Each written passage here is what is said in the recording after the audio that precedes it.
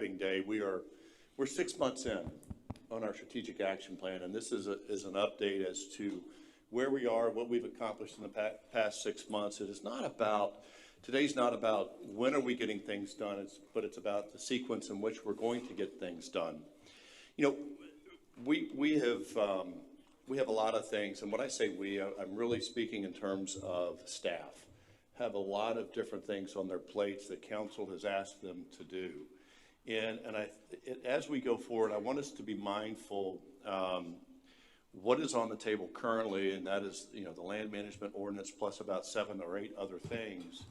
And we have to be cognizant that staff only has a certain amount of capacity to get work done.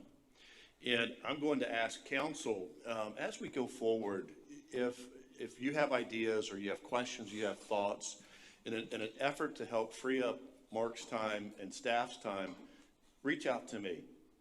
Send your emails to me and let me address those so I can go back to Mark on our Thursday meetings and figure out where we are.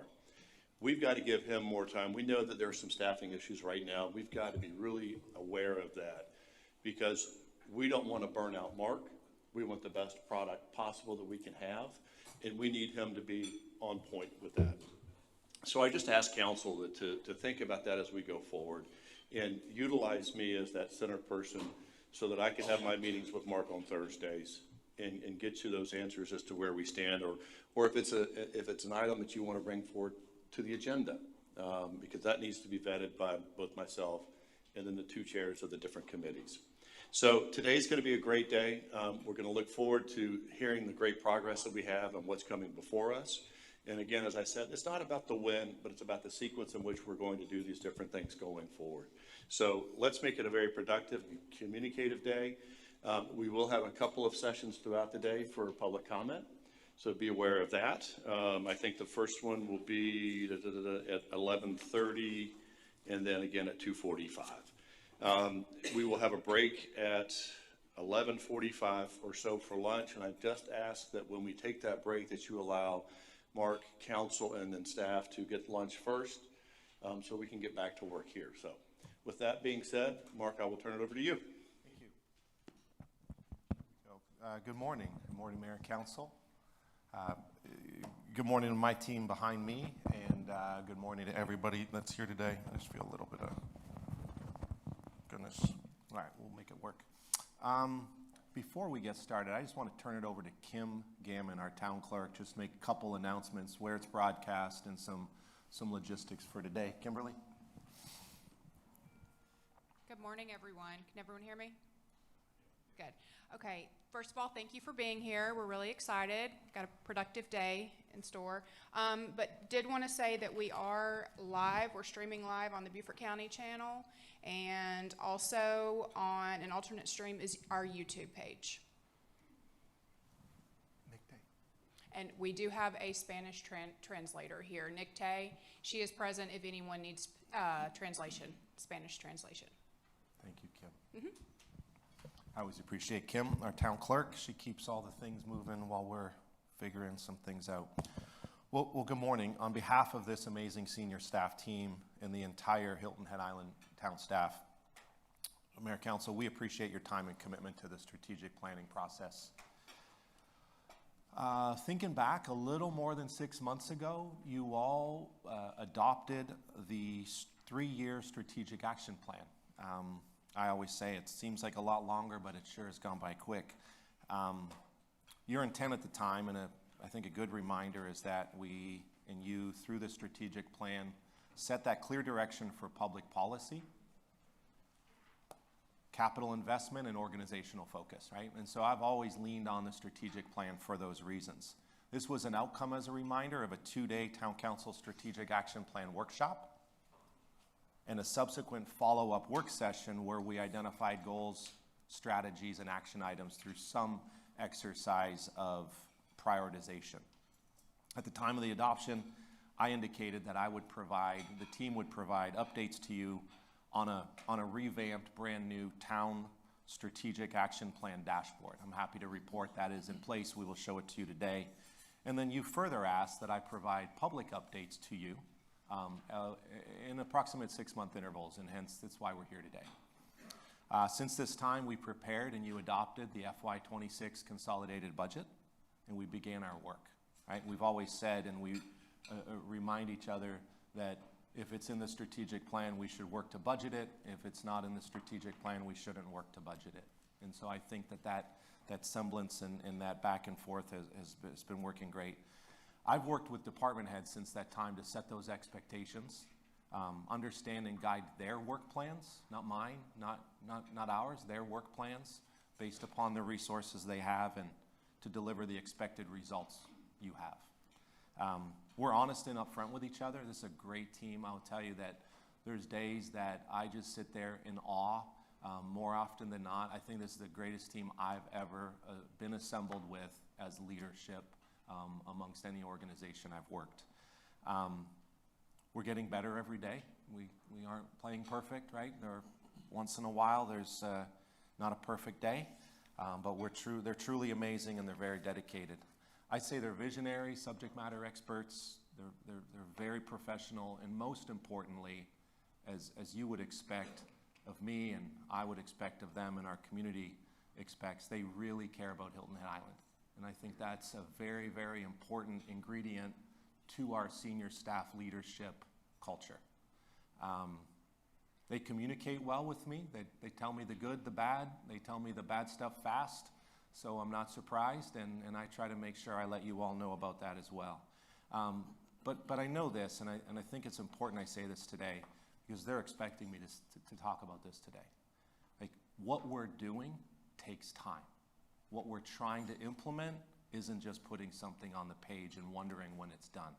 And so I do want to say a very special thank you to them, because they're working as professionals to implement what we're about to go through today. As a team as well, I hear this from them a lot. We appreciate you. Mayor and Council, we very much appreciate you. We've had a lot of meetings, a lot of time together, a lot of great work brought forward, a lot of time spent together, thinking, working with you, deciding, and on behalf of them, a special thank you to you. So we're very supportive of the time that you've put in to prepare the strategic plan. I do think and believe that we've come off a really good 2025. Hey, if you know, just the way I work, sometimes the chaos gets thrown on a whiteboard and then it's not chaos anymore. If we remember, there have been a lot of things put on that whiteboard that started to get crossed off as accomplishments, as completed items, as we got better, we accomplished something, and we keep going. So I do want to say that I think today is as much about sharing that great information and celebrating those early wins, as much as it, and way more important than is what's next, when's it due? So I know that everything we'll share with you isn't without challenges, and so all I'm asking today is that this is more of a conversation than it is a presentation and an update, because I keep in mind, and I think that we all have to be mindful, I know we are, fiscal responsibilities, service level expectations and pressures, workforce and organizational capacity, intergovernmental dependencies, capital and infrastructure investments, budget process, and the delivery and decision making through that. And I just think it's apparent that when you add it all up as a team, I think we're at capacity. I don't want to say that, give me one more thing to do, I'm not going to do something else. I'm not saying that. But I think as a team, we're at capacity, because what we know is very, very important to you is very important to us, and we're just simply trying to understand what that means, what direction we're going, and how to prepare a professional product for your consideration. So at a high level, I know we're pushing to advance a lot of those priorities with you. So with all that being said, today is a conversation. I know that I need your feedback and confirmation on how we're prioritizing, but also I do think today's the day to start talking about sequencing, right? Not everything on the priority list, even if it's just year one, is all at once, a little bit at a time, and that we continue to feel like maybe not everything's getting done you want done. I think it's a sequencing issue and it's a process issue. And so to do this and to get started, we'll reference the strategic action plan goals. There are 10. We'll review with PACE year 1, year 2, and year 3 priorities. There are 67. And I'll walk through a high-level 6-month update, right? As I said, we'll acknowledge the completed items. Let's celebrate some wins. We're excited about them. We won't spend too much time on them, but I think we need to acknowledge some great work that is in the rearview mirror. We will identify initiatives underway, and then what I intend to do is work with you to identify those mission-critical elements, AKA those ones we keep in that important, urgent box, the box of 4. The important, urgent items are some things that I want to sequence first, not second. And then we'll, of course, identify those secondary items and make sure they don't lose their strategic intent. So, paraphrasing, I think today's is about my understanding of and your collective expectations of what we're bringing you in year 1 and what we're parking for a different day, a different conversation. So I would say this, at the end of going through the updates, I've just taken the liberty to prepare what I believe is most important based upon your directive to me and what I also believe as the manager. If you don't see your project in there, let's talk about it, right? So whether it's a CAP project, a public policy, an operational item that takes our time, my time, their time, outside of the regular business, and it's not up there, let's talk about that. Because I think the clearer I am on what that is, and the clearer you all are on what that is, the sooner we'll know what that isn't. So, an outcome of today, and I think this is really important and it's been working really well, is that as an outcome, I work with Council Member Becker, Council Member Brown, Chair of Community Development Public Service Committee, Chair of Finance Administrative Committee. You are all on the committees, but I work with the 2 chairs to set the agenda for 1, 2, 3 meetings out. And a lot of times those meetings change just depending on, workflow and some expectations. And then at the end of all of that, I make sure that I sit down with Mayor Perry every Thursday and we go over agendas. We go over agendas till they're practically memorized 3 months out. And if something changes, even one of us are like, where did that go? And we know what's coming on committee, and we know what's being proposed to town council. And then I'm very clear with my team of what's needed, when it's needed, and I can check and make sure that the quality is what I expect. And so I think that process has gotten way better over the last bunch of months. And I just do want to say I appreciate the time that the chairs of the committees put in and the committees themselves put in, because I think that's where a lot of our good work is starting to process and filter properly.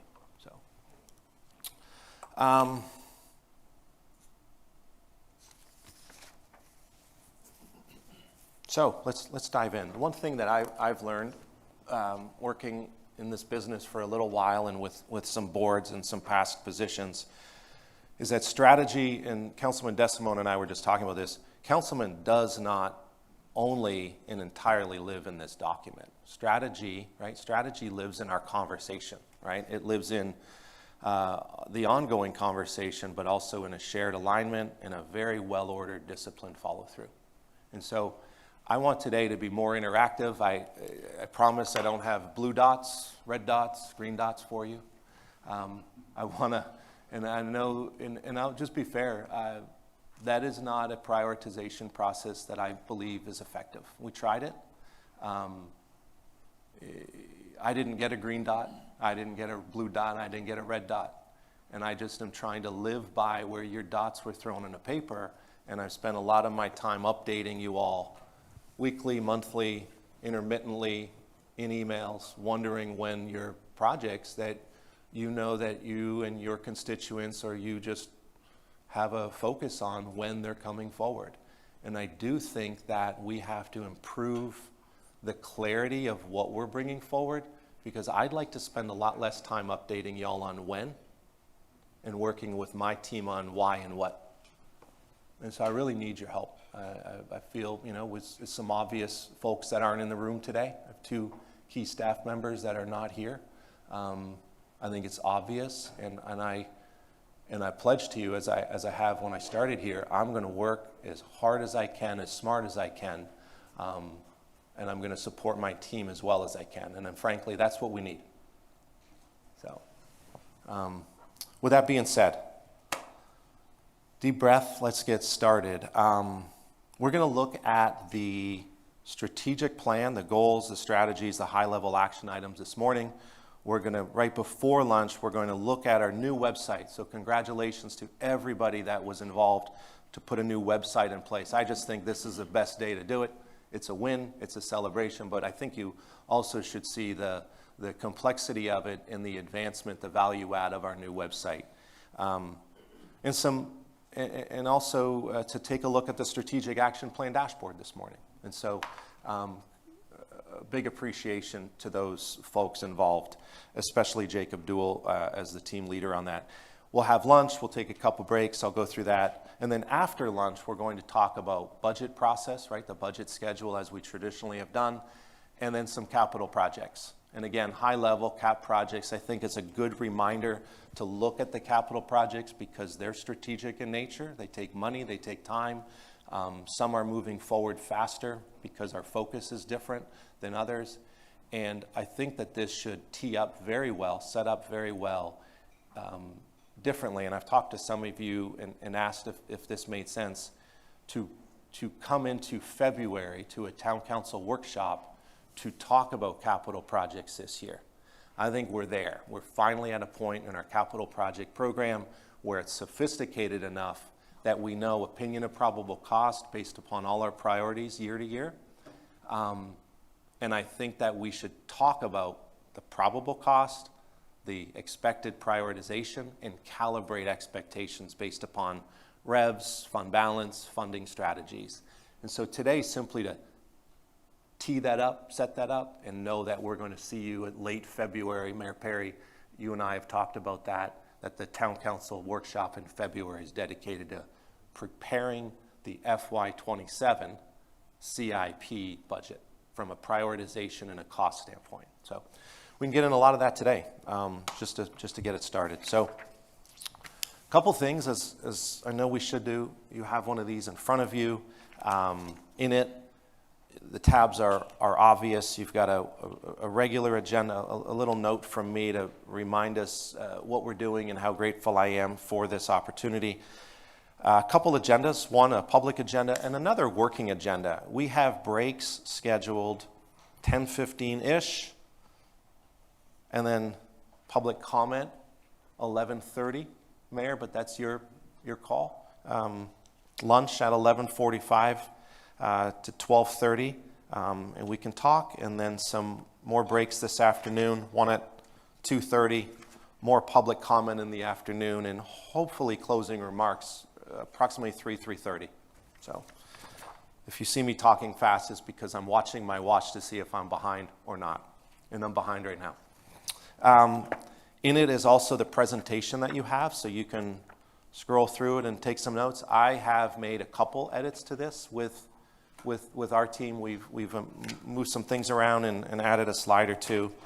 You also have in the book your budget calendar. I think is very important from a procedural process standpoint. How we get there, how do we get to the budget proposal, and it's with you. It's not just presented to you; it's built with you. And I like this schedule to remind you of that. And then last but not least, I almost feel like we should put this first in the future, annual accomplishments. Angie Stone spends a lot of her off and on time throughout the year making sure that we're not missing what we believe you would be proud of, your work and our work and the community would be proud of in what we've accomplished, what we believe is an accomplishment, so that our work, like, we're not sitting here trying to just continue to say, we did this, we did that, but as a summation of all the great work that was done over the last year, that's your last. And so I would encourage you, if not today, some folks are asking what we're doing. That's a very good reference. It's a very good reference document. Let's jump in.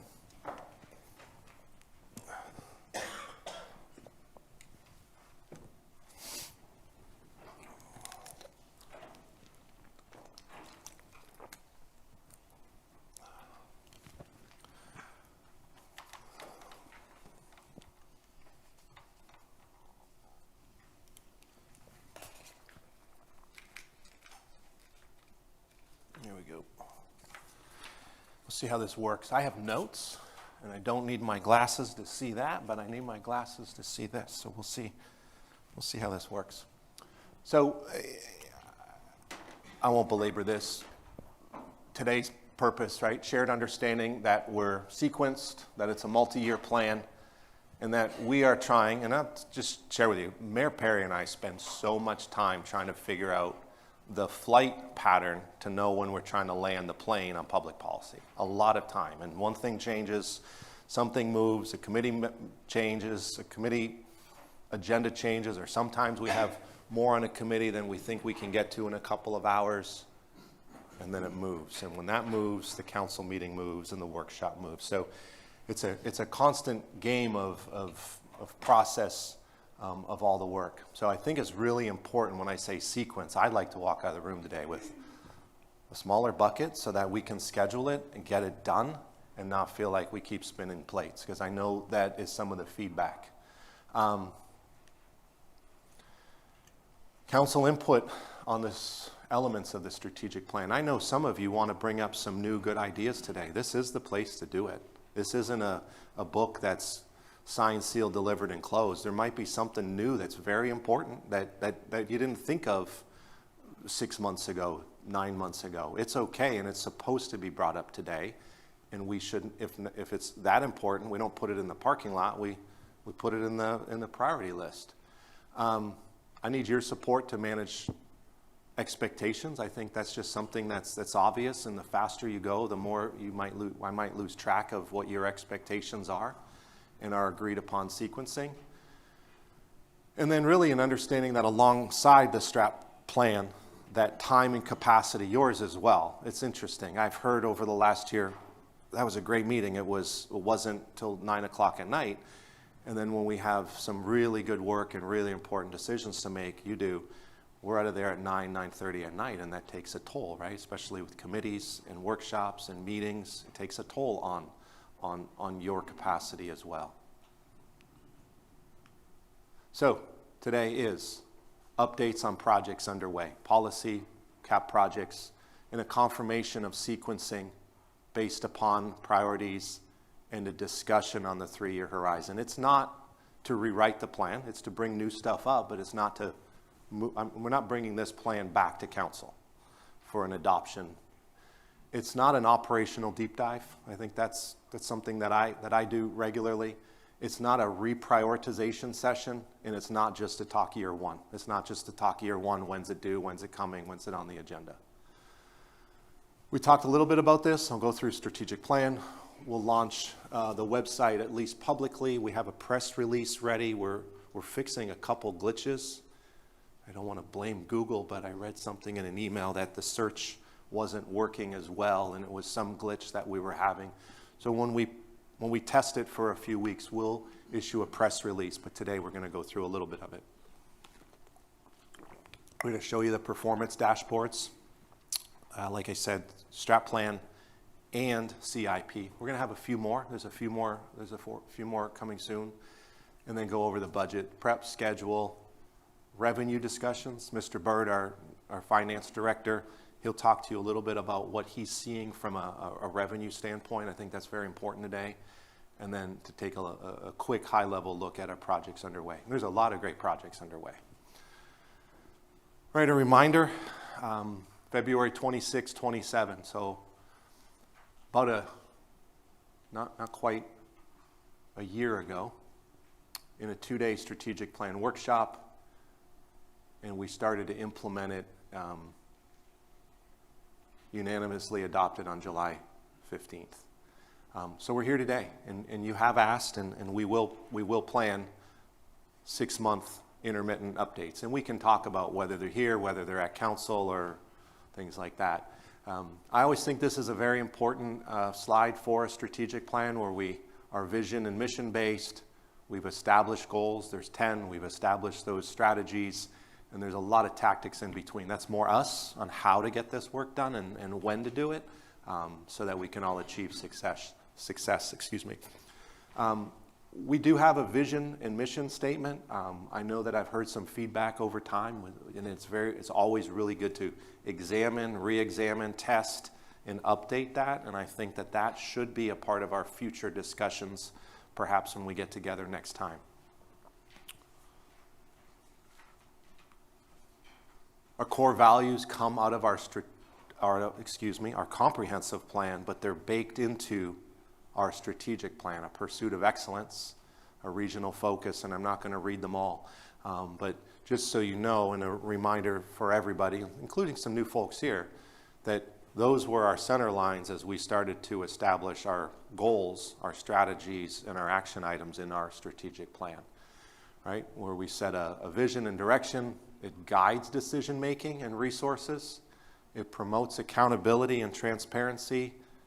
And then it's supposed to reflect the community's voice and ensure long-term sustainability. And I think we've got it right. I really do. We have 10 goals. I think it's important. I know we know them, but I'm going to read them. Not all of them, just the headlines. Protect island character through managing growth. That's goal number 1. I leaned on this last night at the Land Management Ordinance Task Force meeting. I leaned on our strategic plan to explain to the task force and those folks watching and participating why we are working on what we're working on, and really to communicate confidently your voice that this is the number 1 priority. So it's helping, it's working. Investing in stormwater management and infrastructure. Enhance major corridors and streets. Enhance public safety readiness and facilities. Support economic development and business recruitment, and retention. Reinforce island resilience. Preserve, protect, and celebrate Gullah Geechee culture and heritage. And advance workforce housing opportunities. Protect and enhance environmental sustainability. Enhance community well-being through implementation of the Parks and Recreation Master Plan and program enhancements. There's 10. So we'll get into goal number 1. Can you all see that? Okay. And for today's purpose, and what I shared with you earlier, is I'm not going to spend too much time here, unless you all want me to. I think just a high level, how we doing, where we going, and then in 6 more months, when we produce and finalize our annual report, which we have aligned, and I think that's an important FYI, we've aligned our annual report with fiscal year so that we can report budget and strategic plan with fiscal year responsibilities. And so these KPIs that you have all taken a look at and asked to report on, those get reported, not today, of course, they'll be reported annually in that annual report. So let's dive in. Some of the obvious ones I'm not going to spend too much time on. I don't want you throwing anything at me, and I can catch up a little bit with our time. Assess adoption of a moratorium, timeshares, major subs, and short-term rentals. The outcome of that, as we remember, was a completion of a next phase update on the short-term rental rules regs through a town code amendment.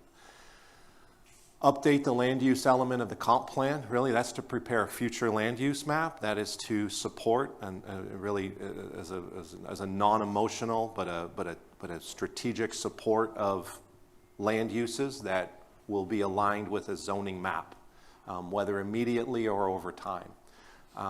To complete and bring forward the district plans. There's 7 more to bring forward. We've had some public inputs. We're writing the plans. I've seen a few of them. I have not read them word for word. I noticed some edits that needed to be made, and so the team is back to a V2 edit of those district plans. I would like to bring you these district plans as that first priority, of course, as well as the future land use map together. And I'm aiming for a June workshop, but I have to TBD that just to make sure the work is quality and that my team is providing what you need by that June workshop. Update the land acquisition manual. I will have some questions for you there. It's obvious what we can update in there. We can add different criteria to it because it's not all preservation and conservation focused. But I know we don't want to lose sight of that, right? That has to be our number 1 target.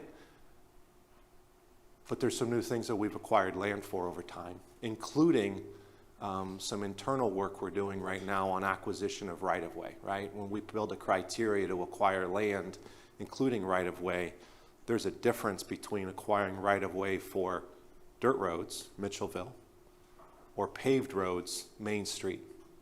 And so trying to make sense of that, I think that work needs to be an appendice of the acquisition manual. So it's work in progress. Design guide, you heard a little bit about that last night. Staff's brought the design guide forward to the design review board. They have their input, and they are starting some edits there. Again, I have not looked at that detail whatsoever. Sean Leiniger, Zach Gordon, our planning director, Zach's really starting to dive in and get his arms around this stuff, and Zach and I communicate well and regularly, so stay tuned. And really the largest one, right?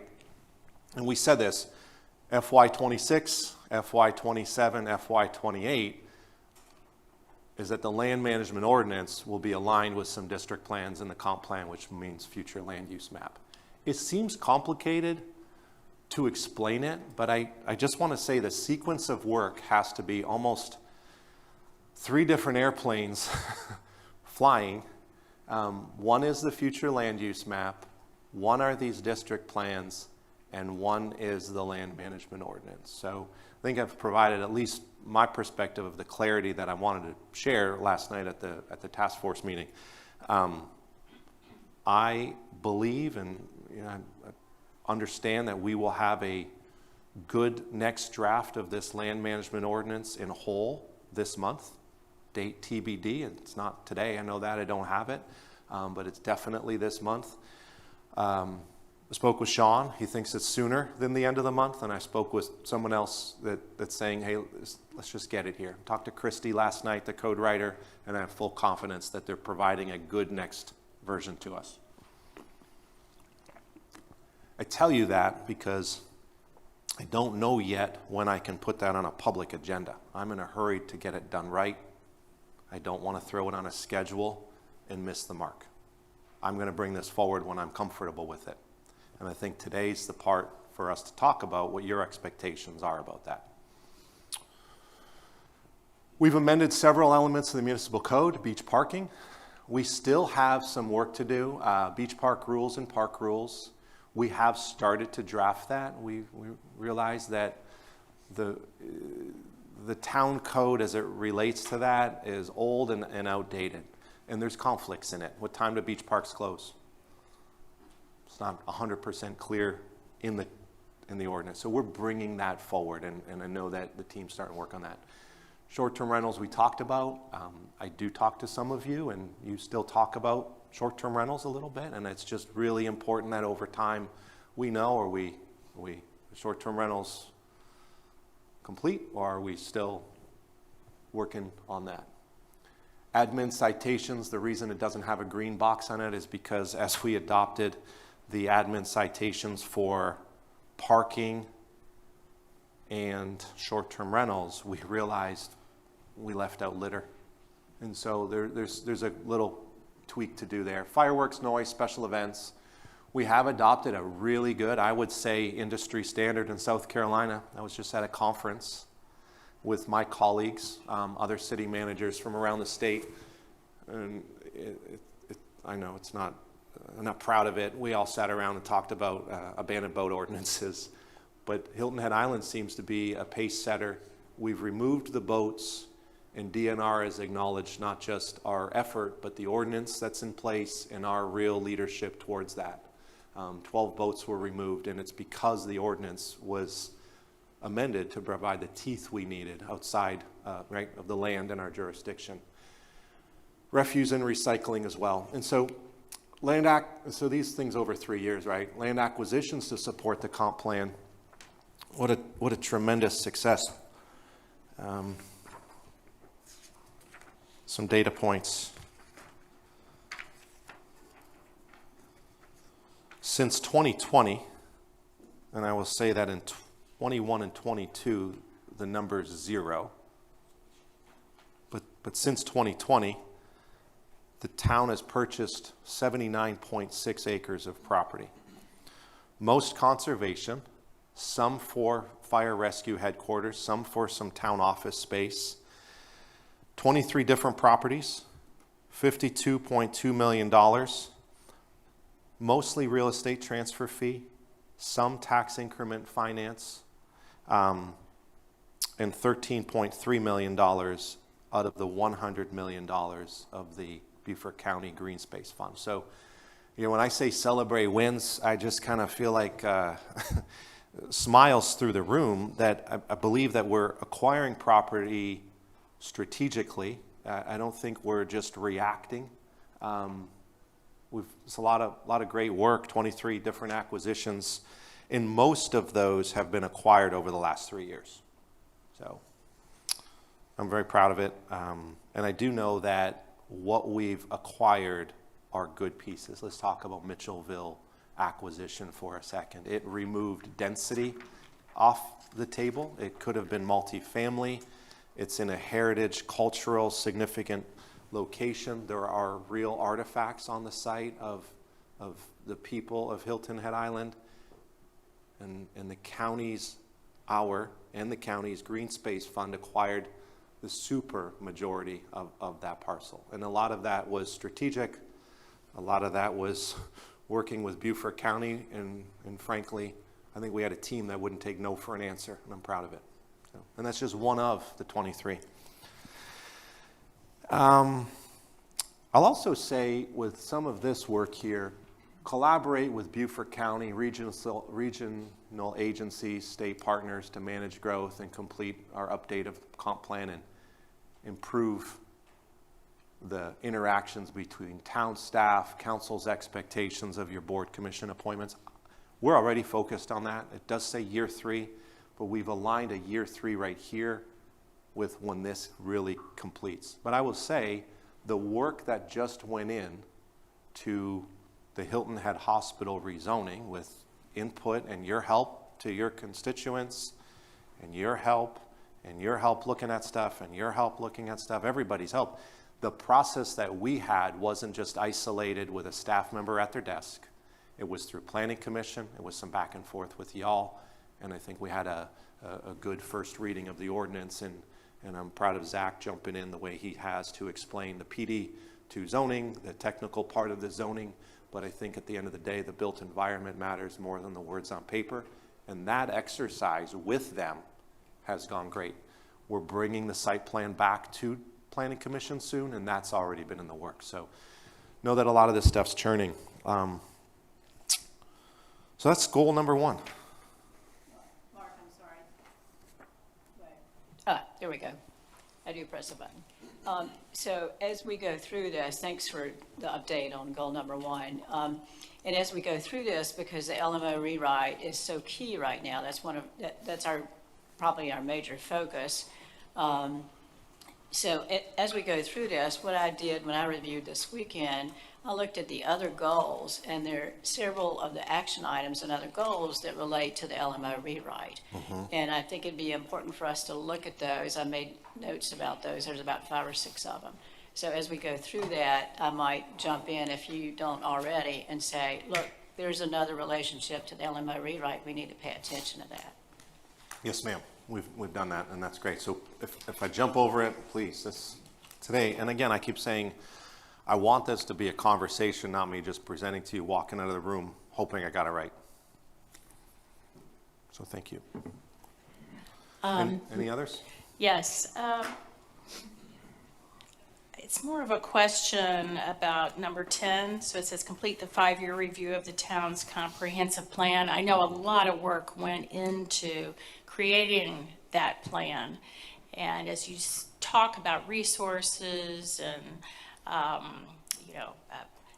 laying out the pace of work to be done, that one rises to my concern about how much time is that going to take. I see that it is listed as being over 3 years, and thinking about we need to be really thoughtful about when we can put that activity into place. Thank you for saying that. It's on my mind too. So every 10 years by South Carolina planning enabling legislation, you have to update your comprehensive plan. Every 5 years, you need to assess it, right? You can assess it and say, it's out of date, it's not perfect, here are the 27 things that are off track. So the assessment. I would say that when you add up those 3 years, of course, but the weakest, so we've assessed the comprehensive plan. We can write the report, we are compliant with any state law. But when I go back to, some of this work is in the comprehensive plan. That's an assessment. We need to get to that work. I would say the real assessment of the comprehensive plan, with all due respect, the land use chapter with the land use and the development pressures and the future of Hilton Head Island, respecting the past, the weakest chapter in this book is the land use element. There's nothing to criticize. I think a lot of good thought and a lot of great work went into the comprehensive plan, but when I try to lean on it to understand sliding scale zoning, why? Or try to understand why mixed use should or shouldn't be in a certain place, or a simple neighborhood development pattern, I have nothing really to lean on in that land use chapter. So our assessment here, the reason that's over 3 years, is our first assessment is in that land use section, and then over time. So it's not an update, right? Well, it says, where'd it go? Yeah, review, complete the review. And so I think that we're always going to be reviewing the comprehensive plan, and we're always going to be making some amendments. But the state law part, the 5-year assessment part, is not another update. It's not getting into the weeds the way the way we have to create our plan and the public work that we've done. That's not yet. So that's what the law that's what the law says. I see a microphone on. That's why I'm looking. Waiting for the mayor. Yes? Okay, good. Well, thank you, Melinda, for bringing that up, because that's one of the items that's I'm often talking about. It is in my mind. I've been waiting for this 5-year mark to come along so that we could get busy with really looking at the comprehensive plan. And I do believe it should be a priority moving forward, with a little bit more of a deep dive than just an overview and assessment. So as you had mentioned earlier, if we wanted to talk or to kind of prioritize things, for me, that comprehensive plan should be starting to rise to the top, very close, if not there already, to be doing some solid work on it. So I'd appreciate that. But I also wanted to go back and highlight the successes that you mentioned. I'm so proud that we have bought the properties and the land. I don't have the statistic at hand, and I'm thinking about it, what the numbers are. You may have it, but I know when I talk to people, the significance not of just the land, the money that was spent, but also how many dwellings, how many units that took off of the development page, as well as office space. 37,000 for some reason comes to mind, and 200, close to 300 dwelling units, as I recall, and you probably have the numbers at your fingertips. But I just wanted to really highlight how important that is to, number one, to our strategy here, to protect island character through managing growth. And that's a really good start. I'm looking forward to more of it. So congratulations to all of staff, you and council for approving those and getting them done. And I've got a list of more that I'd like to see done. So more to come with that. Thank you. I'll tell you, it's more than 400 dwelling units, which is great.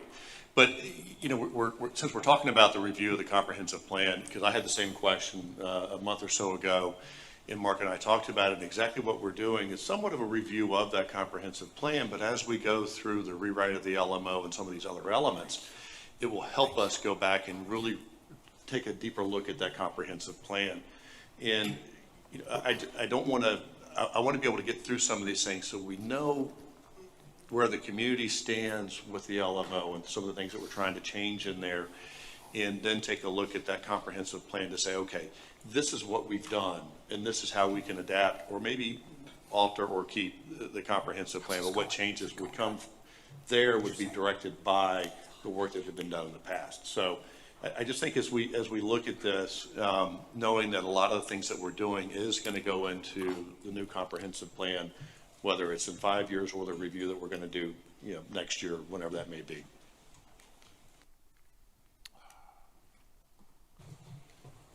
Mr. Mayor, Yes. it's based on the request from the town manager to make this a discussion. I want to just offer some points as we go through these goals. And since we're on goal one, these will be relative to goal one. Thought a lot about the approach today, okay? And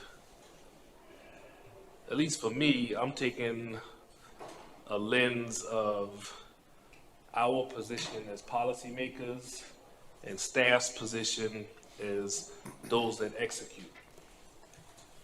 So as we go through each one of those, that's the way I'm looking at it, okay? And understanding the comments from the town manager at the very beginning, I'm hearing concerns of capacity for a lot of different reasons, okay? So when I look at the action items, yes, from a council standpoint, we have to get involved because ultimately we will have to make the decision. But that is a couple hours at a committee meeting and a few more hours at a council meeting. But there's a multiplier to that when it comes to the staff side. So as I look at these, I want to understand how deep we are in the action items, okay? And as I look at the 11 of them that are up there, there are a few that we're not so deep into, and that's okay. And I'm not, for one, suggesting that we go deeper, because it's not preventing us from getting to a positive outcome, okay? So as we're having this discussion around the comprehensive plan, I think the land use piece is glaring that that is missing, and it's glaring that that needs to be taken care of. And it will be as we go through this process of rewriting the LMO, bringing forth district plans and whatnot. So for me, I think it's important that we give Mr. Orlando clear direction that that's where the focus is, that's where the capacity needs to lie, and let's not draw outside the lines just yet. Just gonna ask the question, does everybody kind of agree with that statement? I'm just going to reiterate what I've said. I think that our eyes should be on that comprehensive plan and looking at more than surface assessments at this point and beginning to take a deeper dive into it. I've felt that way for a long time, as I said, and I'm going to continue to say it and push for it. Mayor, I'd add one thing. I agree with what Mr. Brown said. I also agree that, we have statutory obligations on reviewing the comprehensive plan. As long as we're doing that, I'm satisfied with that part. But as I look at the core values of the comp plan, the slide that we had up earlier, and I look at our strategic action plan goals, I'll say the full name. So we already talked about that we're updating the land use element of the comp plan through our goal number 1. And then if you look at the second goal, stormwater management, then one of the core values of the comp plan is right-size infrastructure. If you look at our third goal, enhance major corridors and streets, that's right-size infrastructure. So we're doing some of that as we go. It's not the extensive community input process that we had in designing the existing comp plan, which would come later at the 10-year anniversary. But I think as we look at these goals, we look back at the comp plan in these circles and say, what are we doing about that? And I'll go on to say 2 more. Another core value of the comp plan, revitalize economy. And we have as a goal, support economic development and business recruitment and retention. So we are mirroring some of those, which is deliberate. And then environmental sustainability, we have as a goal, number 9, protect and enhance environmental sustainability. So we're doing some of that as we go, and I think we just don't realize that. We should start calling some of those things that we are reviewing the comp plan at the same time. But I totally understand the points that folks have raised, but I wanted to say that there is some connection in what we're doing, we just don't realize that. Thank you. Yeah, all great feedback, thank you, right? If you just did 80 acres times 4 times 6, there's the math. We also have acquired, and you can't, it's not pound for pound there, but we've also acquired about 100,000 square feet of commercial in that same amount of time. So some great takeaways there. All right, well, one comment was my words, but paraphrase, how deep are we diving in all this? Well, this thing's a little off. We dove deep on this. We spent time, energy, capacity, but the outcome was STRs. We also, at the same time, put some abandoned boat ordinance in place. We're real deep with a future land use map, district plans, and the LMO. We've started lightly to assess what a good update of the land acquisition manual looks like. Frankly, I don't want to break it. It's served 1,300 plus acres of acquisitions with a conservation focus. There's some criteria in it. It's old text, it's an old book, but it's really well done. It's visionary beyond that book. There are some things that we can help with, but I've been struggling with real criteria because I don't want some criteria to chase off opportunity, right? I don't want the criteria to say, well, that didn't make sense to acquire that because it didn't score enough. And because once I put that in place and we start using that for right-of-way, it's really mostly right-of-way acquisition and housing and new buildings for facilities. We're just trying to make sense of it. So I didn't dive deep yet because it needs my time. Right? I've been the one working on land acquisitions in my career so far. I don't want to just delegate that and look away and say, all right, when you got that on committee? That takes some time. But I've realized we're behind. I've known we're behind here. I've realized we're behind here in terms of my expectations because I want a good version of a document I can start reviewing and make sense of with my team. And I would also say this, this shows over 2 years, but I believe that, you walk in a room and folks are like, the design guy's not done yet. Hurry up. It's a 2-year job, so I haven't dove too deep in here, but I know that the next real effort of the land management ordinance needs to be, let's finish what we started with these risk issues.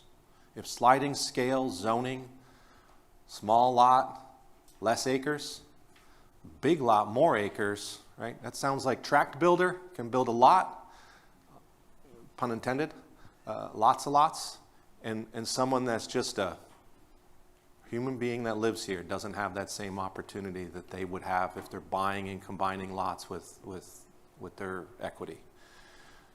If that's a risk, let's deal with it. I know that we have a big house, little lot, pervious, impervious, nowhere for the water to run, nowhere to park if it's a short-term rental, setback and buffer and roof pitch problem. That's the problem. It's not let's pull everything apart in the LMO and talk about it for 4 more years and I feel behind every day I wake up and come work for you. So I'm getting deep into this, and I'll tell you what, the blessing in disguise, as my mom always makes me remember, I'm diving into this right now. I have to, just for necessity, let alone I need to bring you something I believe in. So, okay. So I'm diving deep into those. And of course, land acquisitions. This should be a non-issue. We have an amazing person helping us, of course, Curtis, but Brittany has really turned into this staff resource for us with town code. And in fact, I'll give some credit to Ms. Bryson. You did say, back when, just give it to the attorney. And we weren't looking at it that way. We were Angie or Sean or some other folks working on it. And we can bring those forward a lot quicker with that tactic. But those are where we're diving in, right? So paraphrasing, done. Paraphrasing future land use map. I've taken a look at it. It will be on my roundtable this week. Y'all want to come by and take a look at what it's starting to look like? I'd love your input, one at a time. This is getting closer to a good next version. I've got to figure out with you, Mayor Perry, how we bring this forward. This is not the work of the LMO task force. This is not the work of the LMO task force. And this design guide is not the work of the LMO task force, is what I tried to point out last night. The work we're doing, though, is simply flying all those airplanes out and then amending the LMO. And I'm diving in deep, but I want to really talk about today, if you have different expectations. The entire land management ordinance, we're not throwing out the old one and building from brand new and reinventing how we look at land, density, zoning, culture, opportunity. We're not doing that by May. So it can be adopted by, right? There's no way to do that by then. What we did say here 6 months ago is that as we started to update the land management ordinance since I've arrived, we've talked about it more than any other topic, and I've always realized the LMO is fragmented. I don't know how to find something. I'm not a planner, right? I'm a recovering planner, I say. I haven't looked at a land management ordinance code in many years. I used to work as a consultant. I read this book, I don't even know what it says. I call Chet or Curtis. And that's the problem with this book. You don't have predictable outcomes when a staff member cannot consistently understand what it's guiding you to do. So when we started amending and overhauling, as we called it, we started to pull apart the high risk, right? 11 items in 24, 10 are done of the 11. But there's gotta be, and there is, a next tranche of responsibility of risk-related code, right? Tract builder, clear cutting, big house, little lot, nowhere for the stormwater go except to the people that live here already. We can fix that. And the unintended consequence, the predictable outcome is no longer when you have a little piece of property and it's less, and you have a larger piece of property and it's more.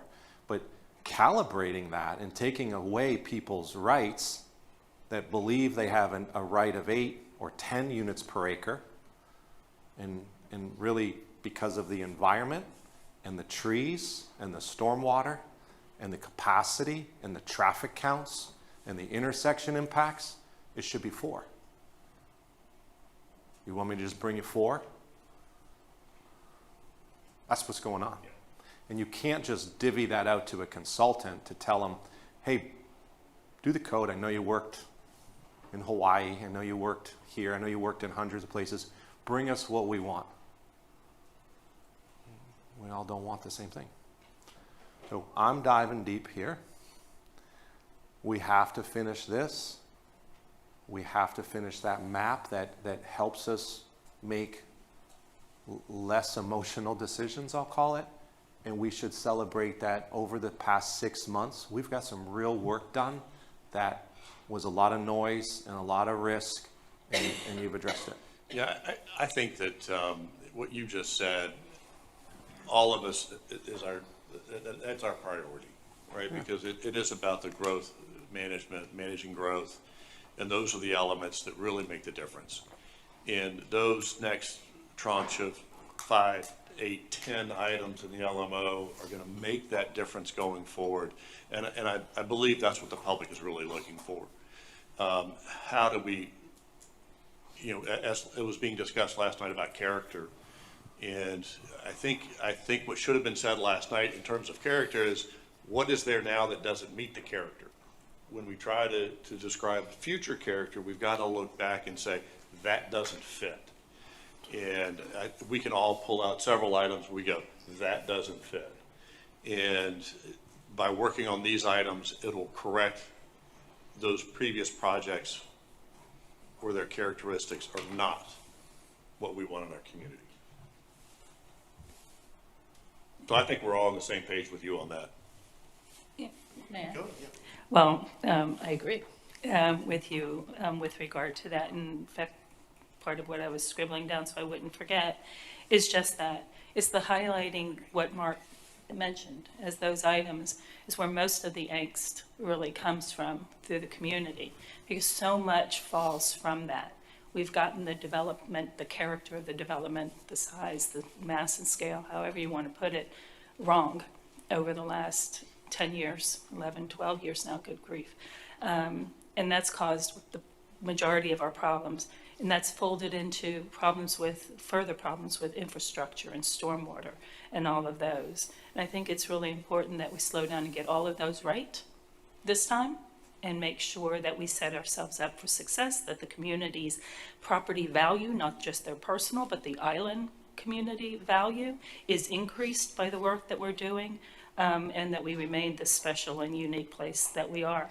But I also think it's important that where failures occurred, starting with that 2014 LMO rewrite, the issues that were created within the communities, we can't put a fix in there with setting new standards, but we ought to start looking at some ways where we can create some fixes within those communities. They deserve it, they've been harmed, and they need our effort and attention to finding tweaks and fixes that improve the life and the quality of the residents there. So I think that has to be highlighted as an intentional goal for the future.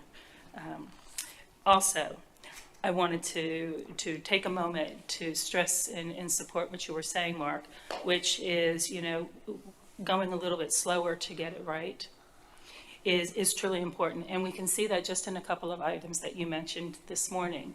Abandoned boats. When I first brought that to you, we hurried up and we got something in place, but it wasn't enough to be able to to get the job done the correct way. So we had to go back and do something a little bit bigger. That took time.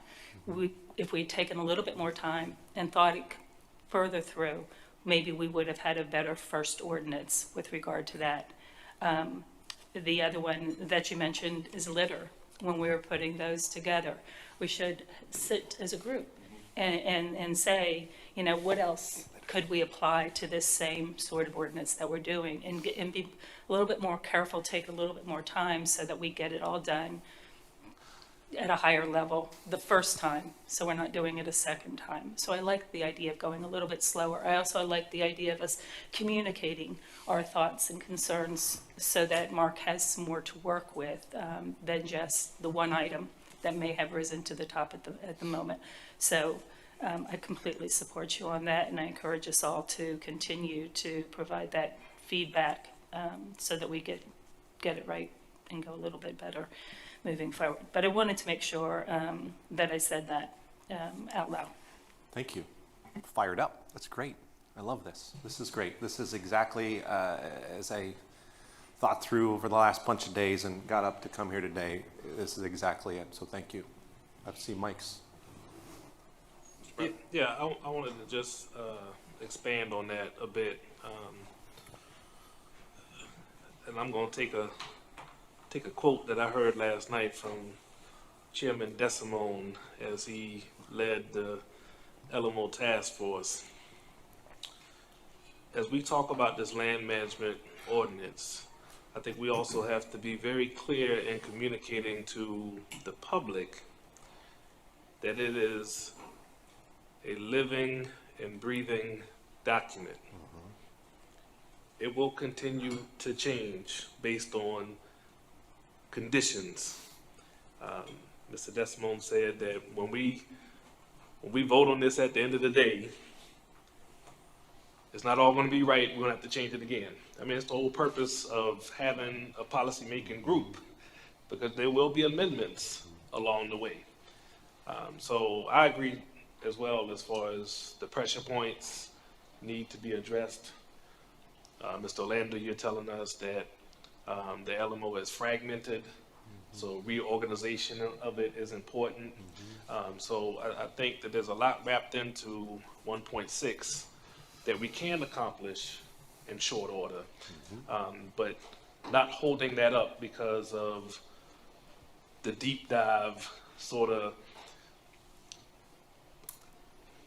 I hate to use these words, but I'm gonna use them so I make the point. Deep dive into misinformation and not good information, okay? Absolutely. You know, we've done a lot already as far as changing the LMO. And, I mean, we can argue, but I'm hoping that we would all agree for the positive as of late. And we need to continue that. But we need to somehow collectively communicate to our constituents that things have been done, we will continue to move forward. And, oh, by the way, to Mr. Decimo's great point, it doesn't mean that we're not gonna have to fix something else later. Right. Thank you. Thank you, sir. Ms. Bryson? Yeah, two things in follow-up. One is, I think it would be good, I have shared my list of top 10 plus, maybe 10 to 15 of issues I think we need to address. I think it would be good for each of us, and I'm going to say each of us in the community, I'm going to make it that broad. Town council members, committee members, our boards and commission members, the community. If there is an issue, I'm talking about significant issues. I'm not talking about changing an A to a D, although you can share that too. But if there are significant issues that you see with the current LMO, share them with us. Send them through Steve DeSimone, the chair of our LMO task force. Sorry, Steve, I'll give you a little bit more to read. But let us pick those key issues and make sure we're addressing those, especially as we go through in the next phase. When we get the draft, the LMO task force will be looking at some of the key chapters of the draft LMO, zoning districts, standards and use tables, and I could name some others in there. But share with us what you think are significant issues, so we make sure we're trying to address them as best we can. The second thing I'll say is our discussion last night about island character. One of our task force members, Edwina Dunlap, said, do we have a definition of island character? And I said, I dare say that we could go around this table and we'd have all different kind of opinions as to what island character is. And it could differ based upon whether or not you're born here 6th generation or you arrived yesterday. What do you think island character is? So I want to encourage, and I did last night, encourage our task force to have more discussion about that. And I think we will do that, because how do we protect something if we don't know what it is? And the last thing I'll say about that is, and I thought about this last night, to quote a U.S. Supreme Court decision when they were trying to define obscenity. One of the justices said, I know it when I see it. Yes. I hope we could do better than that. Well, Can I just jump in on Patsy's good point and say, I think that we can all agree as a starting point, our environment here on Hilton Head is a good place to begin our definition of island character. That's what was naturally here from the beginning, through all of those who have been here before, those of us who came later. And for most of us, and I dare say almost all of us, it was the environment that that really set into our heart. Starting from the first point, when you put those tires on the bridge to come on over, that experience and everything that follows afterwards. So I would start our definition with our environment. And I don't want to lose sight of that as we're moving forward. And there's a lot wrapped up in that but, for the future, but we can't lose sight of our priority being protecting and enhancing our environment around this island. defining island character, if that's going to be an exercise, just say 1.12. Trying to define island character, with all due respect, while we're updating a code and there's a shot clock from you, from me, let alone a consultant on the shot clock that we're paying for. Defining island character while we take away the risk of setback, buffer, height, pervious, impervious, I'm going to ask, and I will tell you, I don't think that's the best exercise right now. I think it's needed because even here reflects island character. Island character should be defined in your comprehensive plan. It should be implemented through the design manual. It should not be a part of the task force work. 100%, I agree. You know, when you get, wow, that's loud. You know, when you get a large group of people in a room and you try to define something, and if they do it privately and turn in notes, it's all different. If they do it publicly, half agrees, half doesn't agree. But I think if you're trying to find out and you feel like you really need to know what island character is, the place to start is for everyone to tell you what it isn't. Yeah. Because I think there's more people who agree on what it's not. Set that aside and then start to work on what it is. I think it's a good exercise with the task force to talk about it, but to have the 21 people decide that that's what it is going to take away from our time. But I think this because we need to know what we're accomplishing. It's why I ask 6, 4, 8, 12 per acre. Height, is a 4,000 square foot building island character, or is it better at 3,200 square feet? The island character won't help us with that. The land and the structure within reason based upon its surroundings has to start defining that. An island character has evolved over time, right? I would say 50 years ago, character was a little different. That was, does quarter deck meet island character? Shelter Cove, Coligny. Like, so I'm trying to steer away from it with all due respect to not have a definition of island character, to make some code amendments for buffer setback height, density, pervious, impervious, traffic counts, blah, blah, blah. So again, I'm going to ask you, let me do this. That's a below, I'll bring it to you, but that's a below that line of my job. Yeah, I agree with you, but I do want to ask council, are there any other elements that you think needs to be added into here, or are we moving in the right direction? This is we're going to spend the most time on this topic because it is the most important for us. But I think Mark and the staff needs to hear from us that, yeah, we're on the right track here. This is what they need to be focusing on, and we get out of the way and let them do their job. Yeah. My light won't light. Your light's on. All right, see if I can speak. Oh, I can speak. Let me make this clear. I'm not trying to suggest that a committee of 21 plus, we have 2 ex officio members, that they make a definition of island character. What I'm saying is they need to talk about it. And it's like trying to, what's the old saying? If you want to design a camel, you don't ask a group of 21 to do it. So I'm not trying to do that. And I'm not saying let's add a 1.12. I'm saying we need to have a discussion because this is what we're trying to do. That's fair. And I just want to jump in and agree, not trying to necessarily define, you asked us to talk, so I'm going to. I'm not trying to define island character, but what I am trying to put a strong emphasis on is the environment that this island has is unique and special, and to Hilton Head. And it's not any town USA. And what is the common denominator that I don't think anyone would say it doesn't fit or isn't quite right? And that is our environment. And all of the things that you mentioned with regard to development, all of those things that we do need to fix with height and setbacks and pervious, impervious, and all of those are directly related to our environment, right? Because then, as I said, we have difficulties with infrastructure, we have stormwater issues, and we have the runoffs that currently in many neighborhoods are going directly into our marshes. None of that is environmentally sound. None of that is actually working in the way that we think that we are actually protecting this island.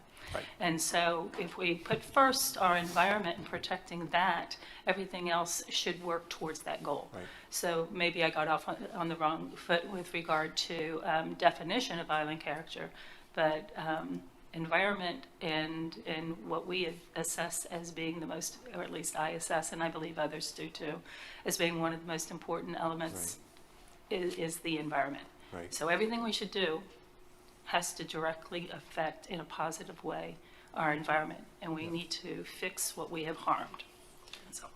The way I look at that is protect what you value. And I think that from my lens, instead of trying to understand what it is or isn't, and I have my views. I've been here 26 years. I know what I like. I know what I don't like. but I think the code needs to protect what we value, right? I think there's a few buckets of the code, right? The first are the risk, the development pressure track builders. I hope they're listening.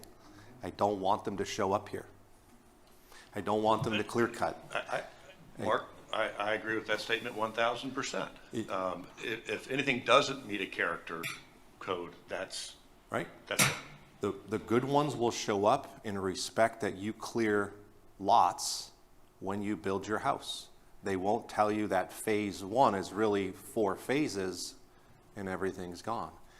And the complexity of that with a few staff members, right? Walking a 40-acre site to make sure you catch every single tree on a tree survey, to make sure that what's surveyed is there and what isn't surveyed isn't there. Right? To make sense of that, I just want to step back a little bit on this code and say,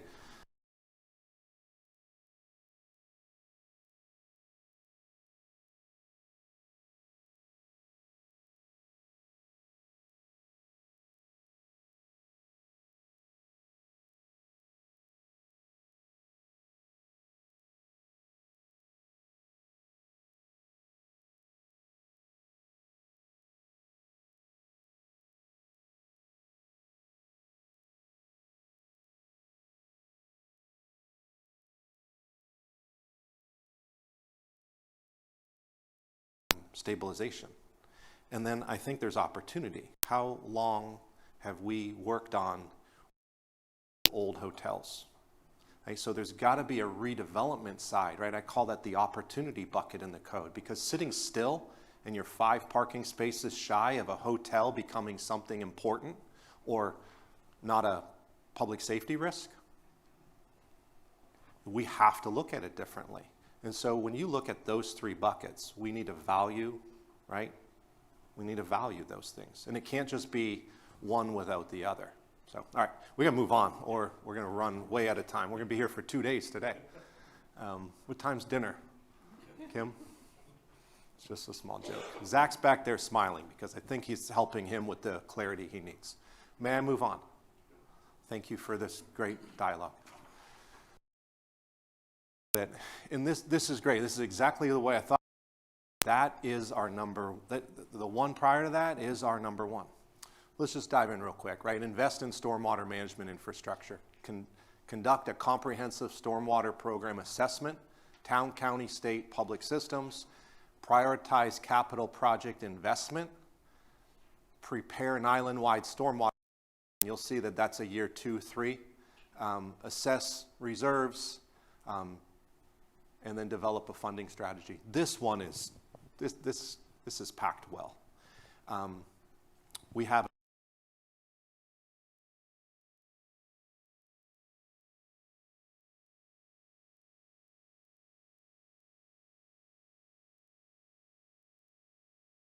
unfortunately in Tybee on all the things that we want to get to, I think Mr. Gillen has got to.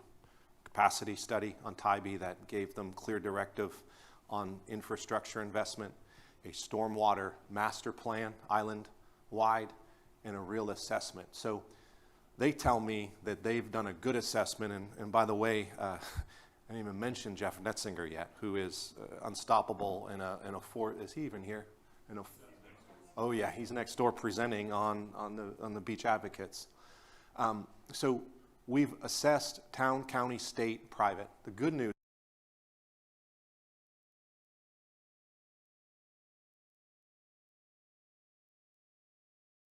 one, but a massive undertaking is Mid-Island Tract.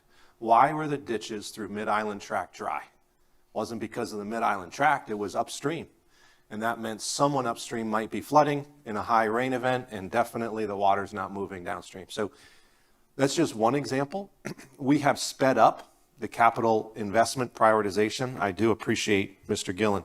He tells me that the FY26 budget, $6.35 million, that you all have in the CIP included 17 projects.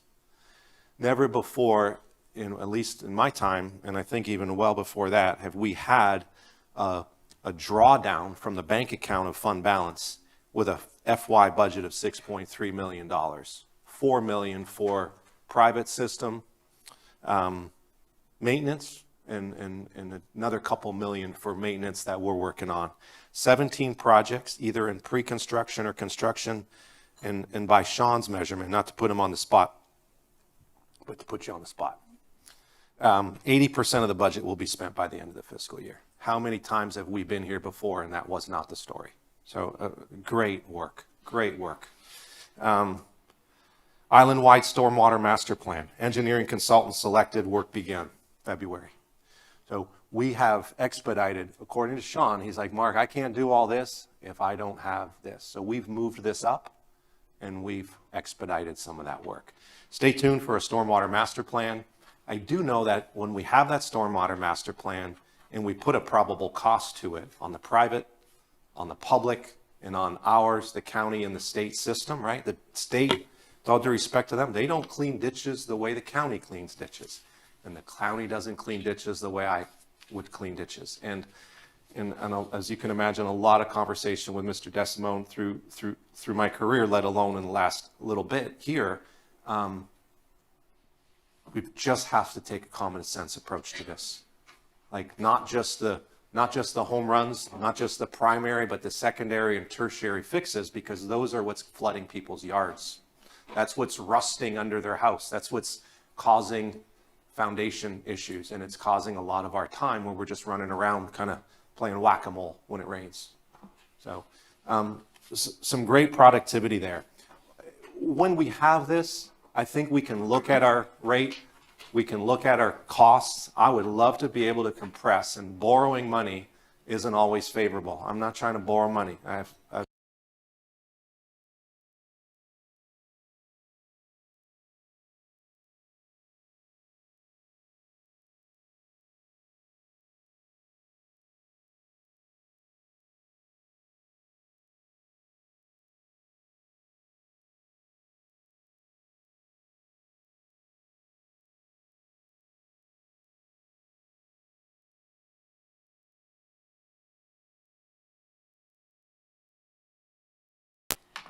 So this conversation always gives me a little agita because, and I just need clarity. When we talk about stormwater management infrastructure and in the assessments, which I have complete faith,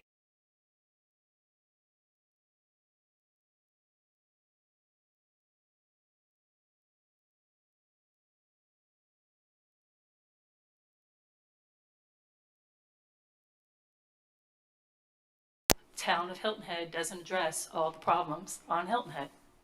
And so when we talk about this, this sounds great, and if you're not paying attention to that detail, which is significant, you think we're failing them.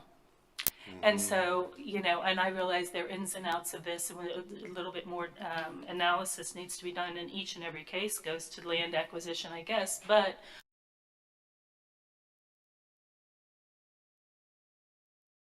we need to own the roads on Hilton Head to be effective for every resident on this island to accomplish goal number 2.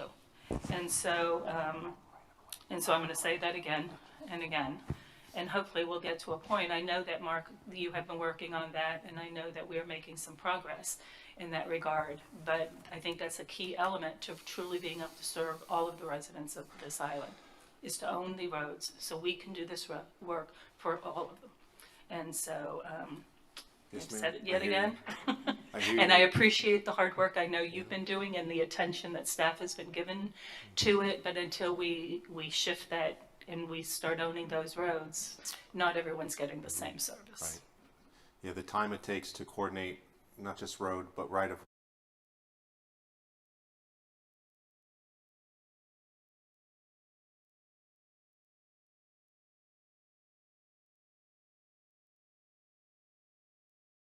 for us. And so I struggle with that a lot.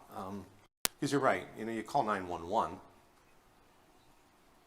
sheriff's office shows up. You call the customer service center and say, I need help with a building permit, we're there. When you call and say I have a stormwater issue, it depends, do we have a corrective or a corrective maintenance agreement with you? Palmetto Dunes, Sea Pines, and some smaller places in between. Do we have a corrective maintenance agreement with you? Let's check it, because then we'll assess it.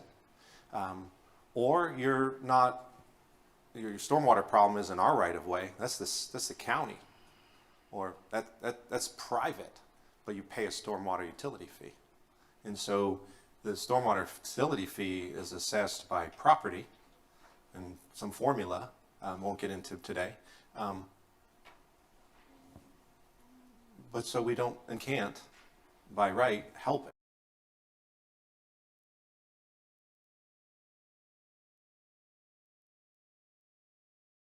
And fix our driveway in the front ditch. It's not on the town property. And that is the most, other than getting our development code right and making sure that new pattern development doesn't continue to even add to this problem. These two issues are our largest problems on this island. We can solve them. We know, but it's cost and it's policy decisions. So, all right. Yes, I have a lot to say about this topic, and I'm so glad that we added it as a strategic priority and that it's number 2.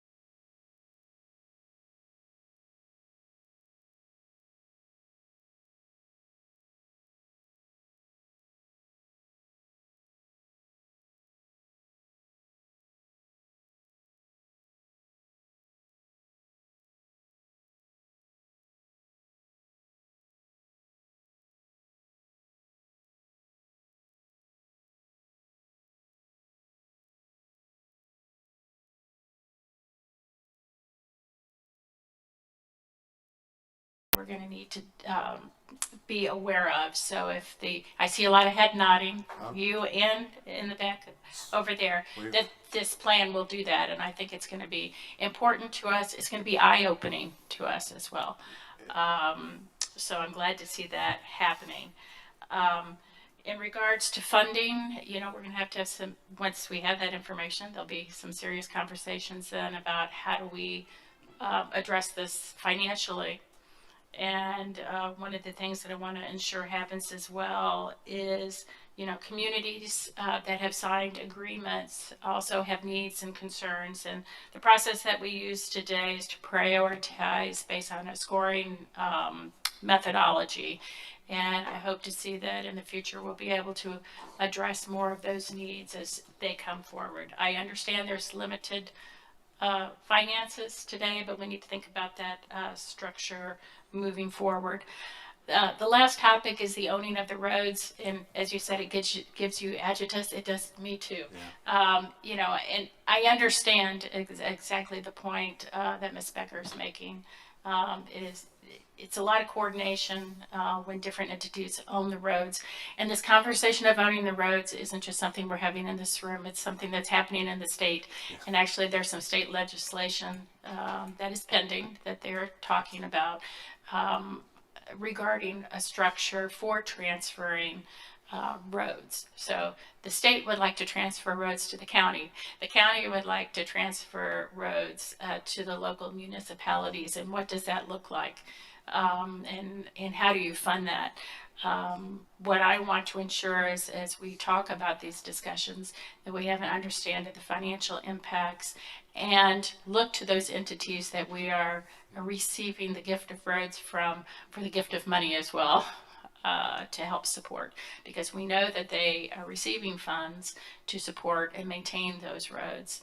And we need to make sure that as we think about these things, that is a very key component, because it is a large financial responsibility to maintain roads and stormwater. Right. Fabulous points. Message heard. Message heard.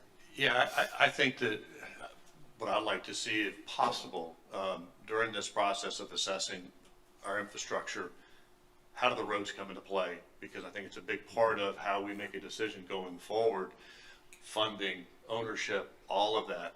What's the county responsible for? What are we responsible for? But, you know, you're correct. Myrtle Beach, North Myrtle Beach, Horry County, all of it is going through this, and there are hundreds of millions of dollars just in their drainage pipes. And it is, we just heard this yesterday, it's just, every year just grows exponentially. Right. So, yes, this is one of our most expensive things that we're gonna be looking at and talking about.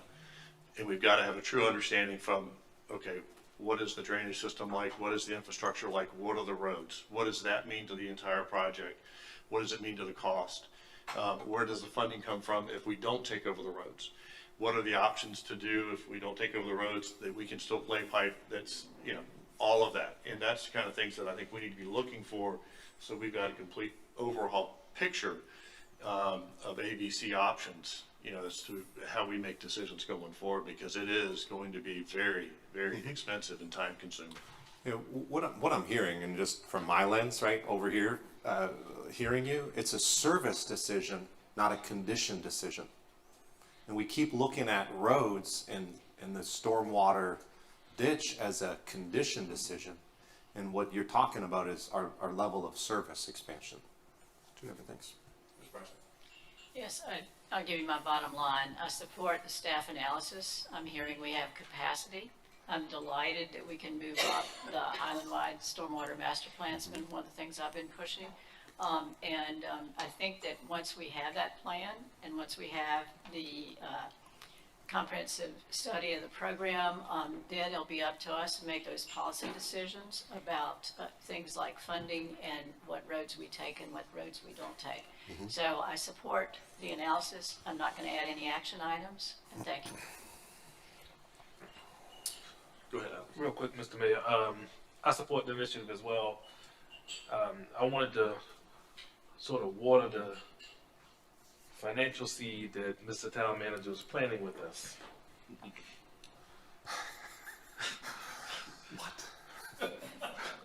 Roads aside, I'm just speaking with this initiative as far as stormwater is concerned, and I'm glad that we have taken the time to move forward with a master plan.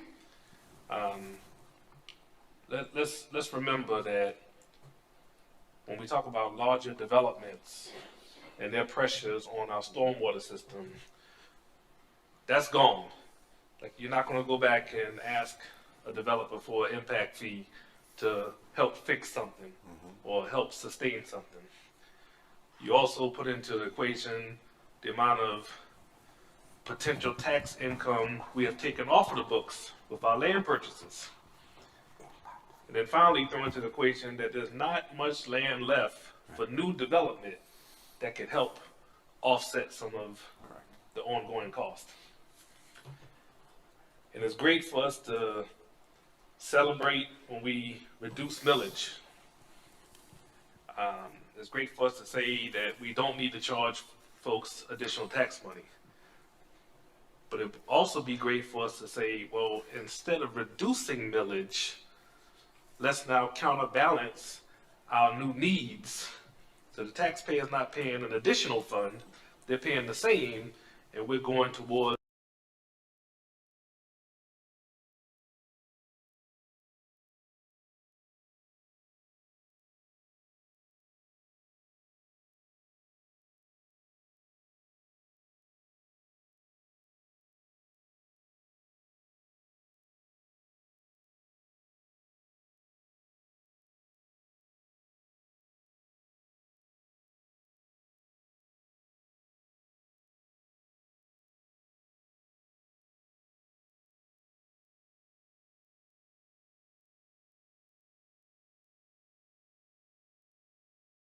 You might be able to say, well, just look to the county, they'll come solve your problem. Look to the state, they'll come solve your problem.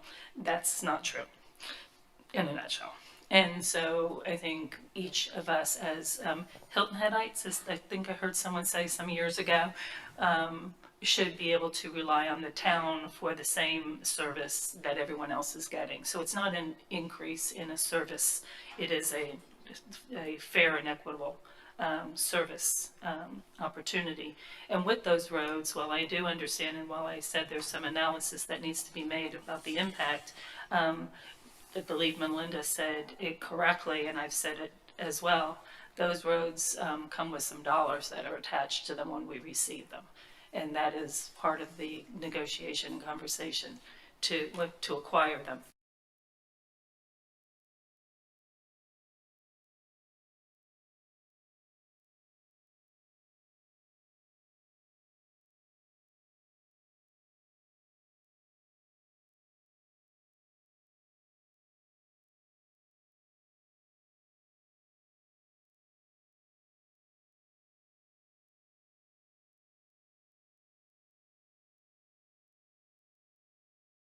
And streets. I'll go through this quick. Major thoroughfares corridor plan was asked a good question earlier. What am I diving deep on? We worked on this for a while.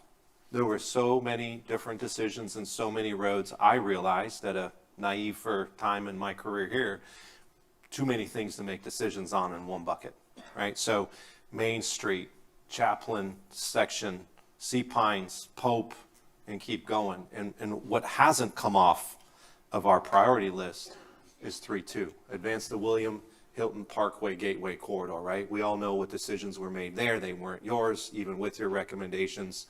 It's great. The bridge, especially after last weekend with the concerns there, DOT is moving forward on that bridge, but it still leaves us with some major issues to solve, safety-wise, thoroughfare-wise, neighborhood-wise, and always isn't always in that same order, the William Hilton Parkway Gateway Corridor. So I haven't moved this forward. I'd like to know what you want me to do collectively with Main Street, because I don't know if I need 5 million or 12 million to finish out Main Street so kids can walk to school or people can walk to work, and that's a safer street thing.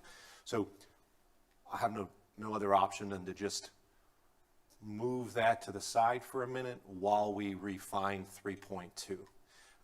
I'll tell you what, the good news is we have enough information here with your collective and let alone our knowledge to move these projects forward, right? We are, and you'll see it after lunch, Sea Pine Circle is a priority. Gumtree Road's our #1 next priority, and I've said that from the day we started Dillon Road to Beach City Road to make that significant investment that was 10 years in the making with $600,000+ of Beaufort County impact fee money.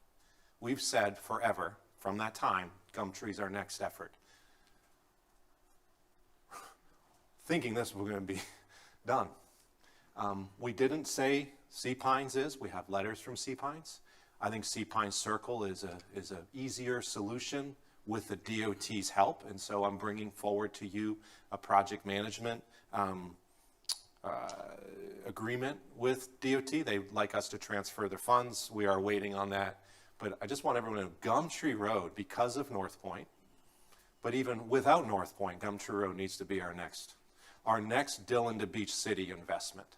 And it's not just our investment by ourselves, it's collective with DOT. It's funded with, in my opinion, Beaufort County, our impact fees. And so know that we are working on that. I had some good feedback when we were just together. There's some folks that don't know what's going on with Gumtree Road. I'll work on a concept plan and get that out in a press release as soon, and thank you, Ms. Turner, for that suggestion, as soon as we have our groundbreaking on North Point. And a few other things. Public right-of-way ownership. Well, I want to work on that, just obvious, right? We talk capacity. I haven't really figured this out yet. We haven't figured this out yet. We've leaned on Sean Gillen, Sean Leiniger, and Brittany, and that is in the works. But you're right, that has to be a companion piece to land acquisition as well as the prior section. And then a feasibility study on the island trolley, which is later. So on this, we're on track. You know, this is our big lift. I will say the biggest muscle move right there has to be a William Hilton Parkway Gateway Corridor. I believe a workshop is on a March date, Mayor Perry. I don't want to steal your thunder, but you've asked me to bring this forward in March. We have continued to work on it and pare it out based upon all the public comments to date and a preferred path forward with your directive. I'll give you my quick bottom line. I agree with you to move 3.1 sequencing up to FY '27. And I think that as we look at the priorities of 3.3, we can look back to the suggestions and ideas from the work already done on that plan.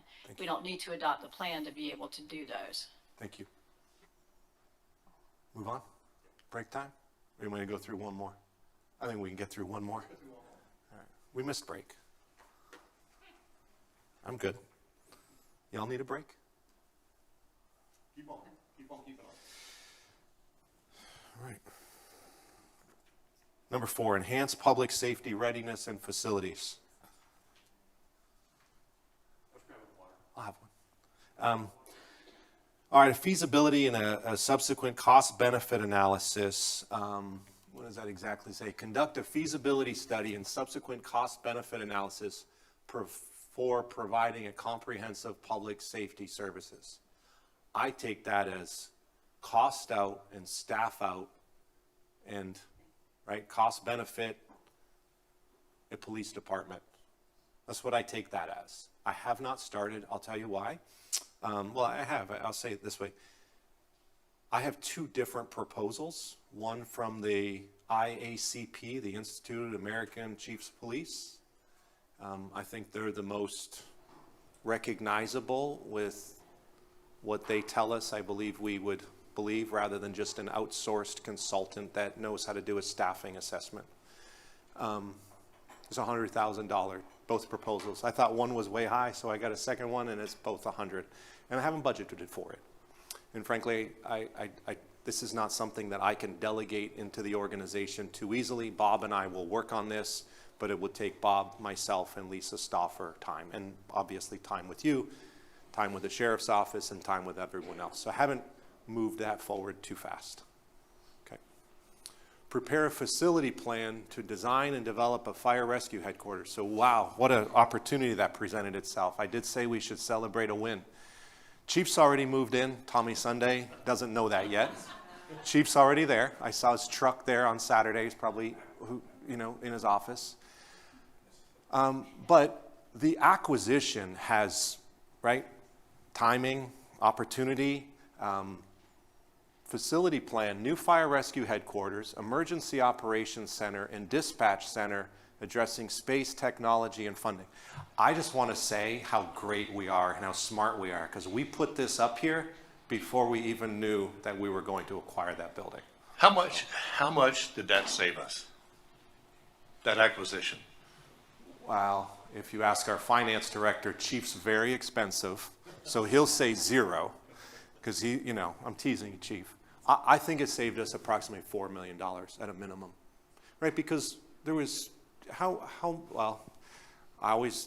Steve has 2 prices, one when he's buying, one when he's selling, but how much would a 17,500 square foot building that is a Cat 4.5, Cat 4 building, almost 5, cost to develop, to build, let alone time, right? Time lost. I look at the cost value of time and money, let alone a 3-year effort, and I don't know how to add up the brain cells over 3 years to pick the building, pick the shutters, how many parking spaces, where's the flagpole going? It's done. We're moving in a month. And can you just talk about the why? Because I think that's so important. Why we bought that. Yeah. Why we were looking at replacing their headquarters. Sure. Finding a new facility. I think Yes, sir. that's. Thank you. Well, when we assess our facilities, we know that we're in a town hall with some shaky floors and some roof rafters with some issues with the sprinkler system amongst other systems in the building. I've never tried to prioritize that because I knew our great fire rescue team is in much worse conditions. I won't have to tell you about the rodents in the building that are near the dump, and that our opportunity to rid ourselves of the rodents comes with its own challenges. They've been in that building a long time, and the irony of it is this. In one of the storms, most recently, I remember Sean Leiniger coming undone because our emergency manager's office space was flooding while we were all at EOC. And we were at the EOC in the 2nd floor on the back side of a building at the Public Service District building. And in and about the size of not even this was our entire EOC. And we had I call it a near miss. We had a storm. You were over interviewing with some news channel, and we're all in the room yelling at everyone to be quiet.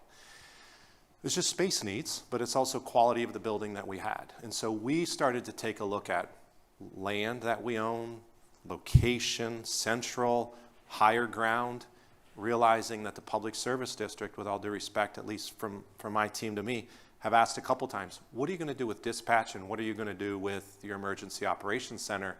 And I keep worrying, do they want us out? Do we need to get out?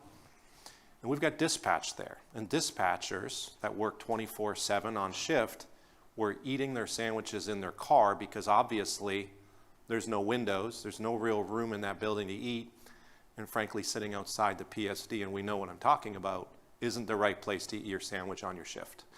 And so a tremendous amount of respect, right? I say first-class building for first-class people.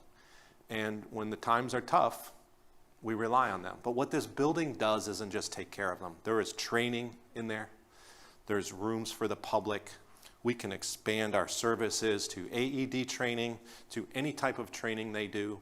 And it saves some money, and we all fit. We fit in the sense that the entire Chief's administration is in there.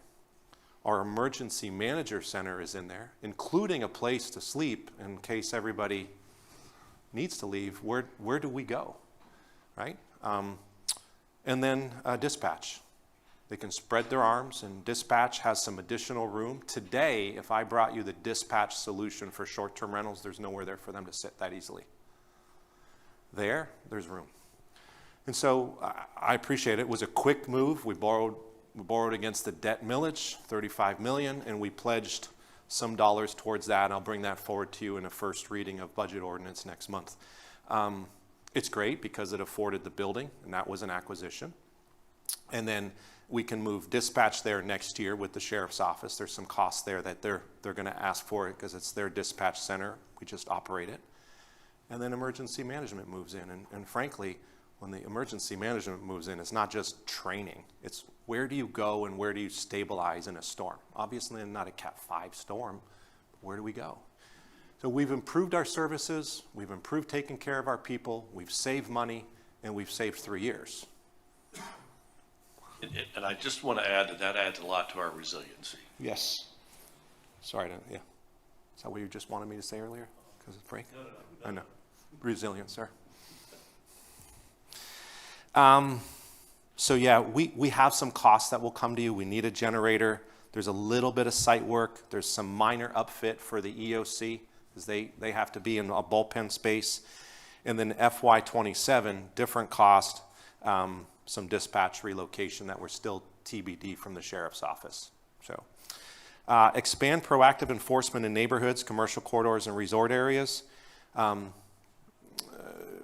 Our good and great Director of Public Safety, Bob Bromage, has done, with the sheriff's help, a good assessment of Coligny Beach Park.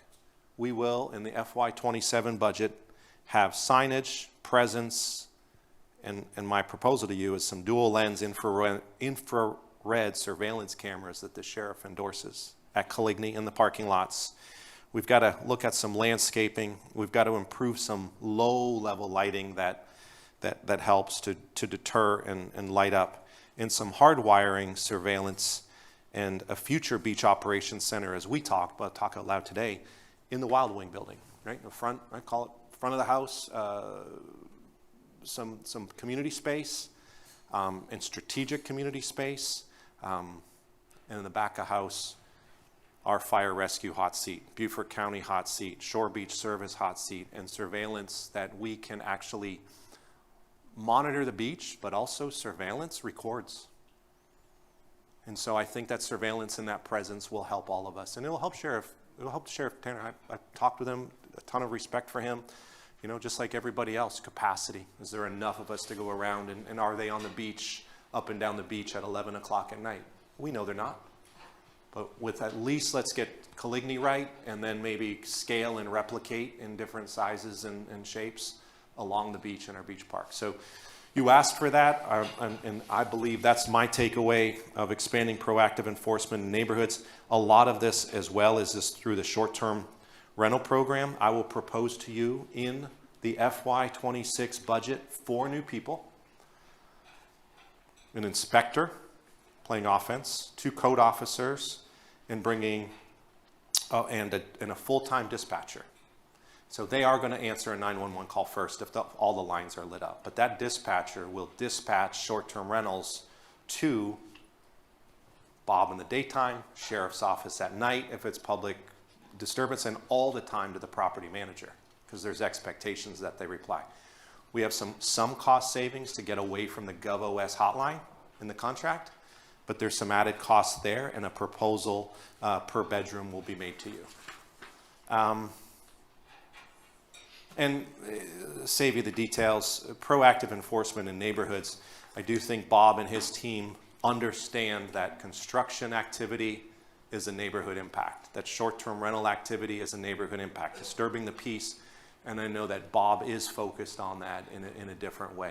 We will have data that we owe you, and we will support our work with data. Let me just get some more data so that we can see some trends. So. I just wanted to highlight the plan that you were referring to in Coligny. I sat in on that presentation, and there's a lot of additional benefits to what had been proposed. And one, for instance, is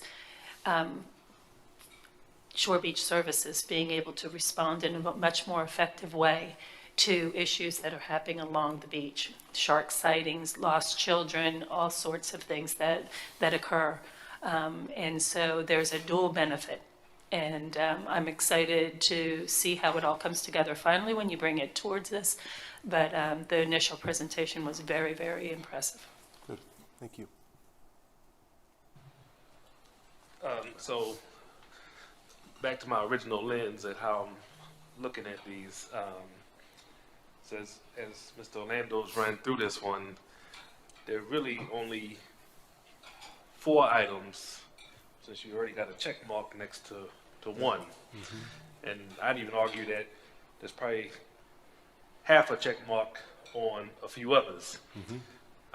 And I guess I'm focusing on, from a policy side, you're gonna come back and ask us for money through the budget cycle for 3 of these that are not checked. And I definitely support that.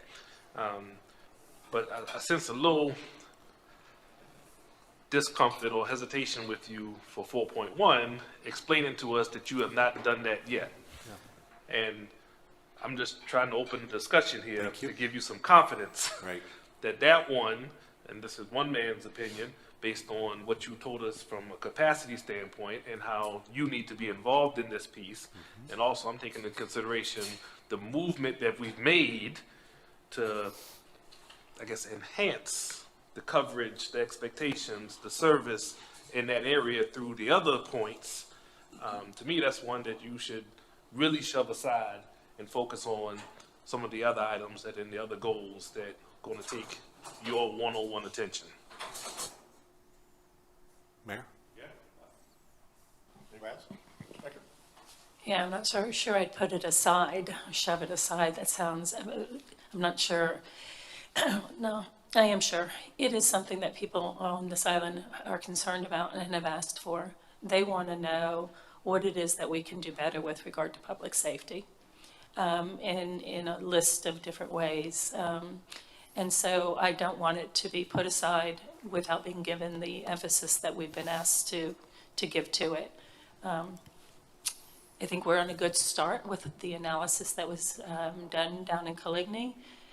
If I had to add anything there, it's that presence that I want to make sure that we have in addition. And that seems to be a lot of what's missing across the island as well. So it's been asked for, it seems to be a high priority, and we know that there are issues. And we cannot put our head in the sand and continue to pretend they aren't. And so I want to see it stay as an action item.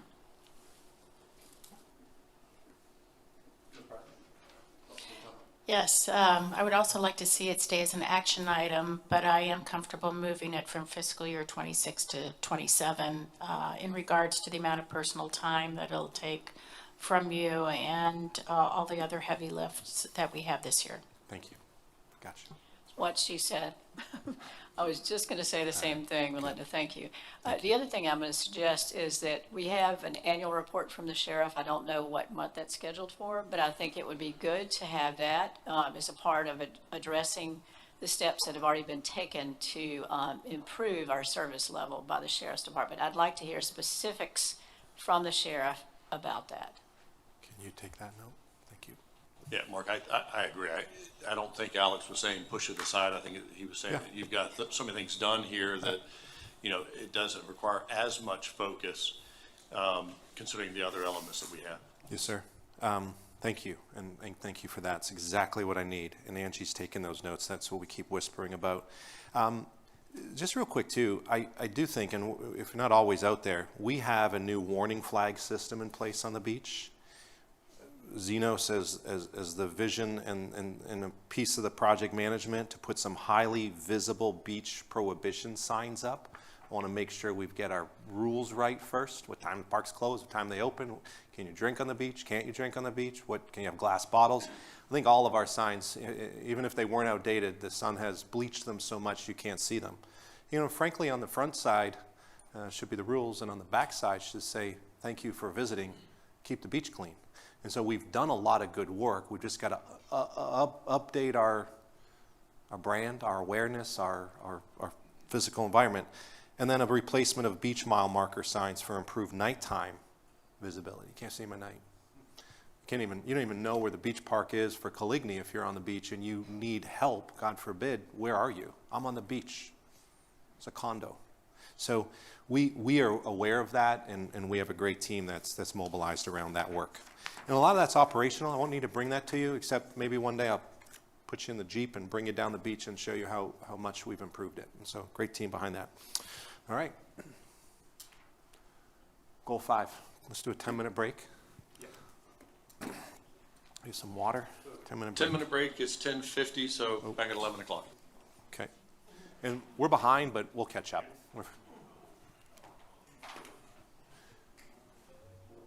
Thank you.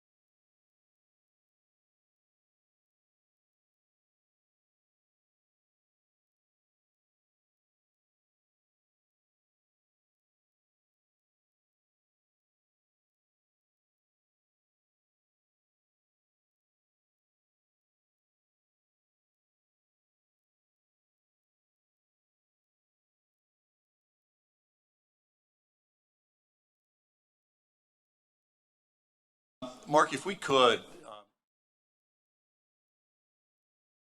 and allow some public comment, because Okay. we're kind of past that. We did have people sign up to speak for public comment, but it's not required that you sign up to speak today. I don't know if Kim is back at her seat yet, but she should be there in a second. So we've got a microphone here for public comment, so if you did sign up to speak, we'll let you go first. So just go ahead and come on up, and somebody's got the 3 minutes, the timer? Okay, great. So do we have anybody signed up to speak? Oh, Gene Fruit. Right there. Is that on? Good morning. My name is Jean Frew. I live at 9 Kingston Cove, and I'm also the executive director of the Outside Foundation. And I'm here to talk about our community-based oyster shell recycling and bed restoration project, and to let you know that we've already been hard at work, and we will continue to work hard on 3 of your strategic action plan goals. With regard to the work that we've done in 8 years, we've diverted 200 tons of shell from the landfill. We've built 35 reefs in and around the Hilton Head area, protecting our salt marshes. In terms of investing in stormwater management, 1 acre of salt marsh can absorb 1.5 million gallons of flood. And what these new reefs, these living shorelines do is that they shape the salt marsh. They actually have the dynamics to do that. When we're talking about island resilience, number 6, there's shoreline protection. Reefs slow down erosion. Storm damage mitigation. We know that these reefs are much more resilient than gray infrastructure. They don't have to be repaired as much, and actually as they continue to mature, they get better. And durability. In terms of number 9, protecting and enhancing environmental sustainability. Habitat creation. Oyster reefs attract and provide a home for over 120 species. So they support our commercial and our recreational fisheries, as well as our quality of life. Those things that we enjoy, shrimp, fish, crab, those are at the top of our commercial fisheries. Self-sustaining economic and environmental protection is a key. Town of Hilton Head really doesn't have to do anything to maintain. There's no maintenance involved in these. It's also the most successful example of recycling on our island. Waste reduction. Again, 200 tons of shell not going to the landfill. Last year, that was 41 tons. Water quality. Just 1 oyster at 3 inches can filter 2.5 gallons of water an hour. That's remarkable. So water quality, and again, our quality of life. Volunteer power and community engagement. We've already been doing this work, and we ask that the town of Hilton Head recognize and support the work that we're doing. We've put you on the map. These people out here know about us. And so because of that, I want you to join me in really recognizing the work that we've done to help you with basically implementing your action plan. Thank you. Thank you, Gene. Kim, do we have anybody else signed up to speak? We do. Chester Williams, I didn't see Chet here. Dave Ferguson, Can I pass the lady? Yeah. and Richard Busy. He left. Okay. Does anybody else want to say any words at this point? Yes, sir. And do state your name and your address too, please. Hi, good morning. My name's Troy Rawson. I live at 37 Old Stony Lane. That's just off Squire Pope Road. And I'm a new resident to Hilton Head. Moved here from Colorado to be closer to family last year. And I just wanted to share some of my daily struggle with getting around on foot and on a bicycle. I did ride my bike this morning. It was pretty cold. But it's on one hand, it's great that we have the path network that we do. It's really fantastic that it gets to so much of the island. But we do have some gaps, some missing links, and looking at goal 3 of the strategic plan. Of course, William Horton Parkway is on there, and also enhancing streets. I don't know all the details or the history, my apologies, but just as somebody new here, it's really difficult to get around from where I live down to some of the restaurants or commerce that are on just down the road on William Horton Parkway, William Hilton, excuse me.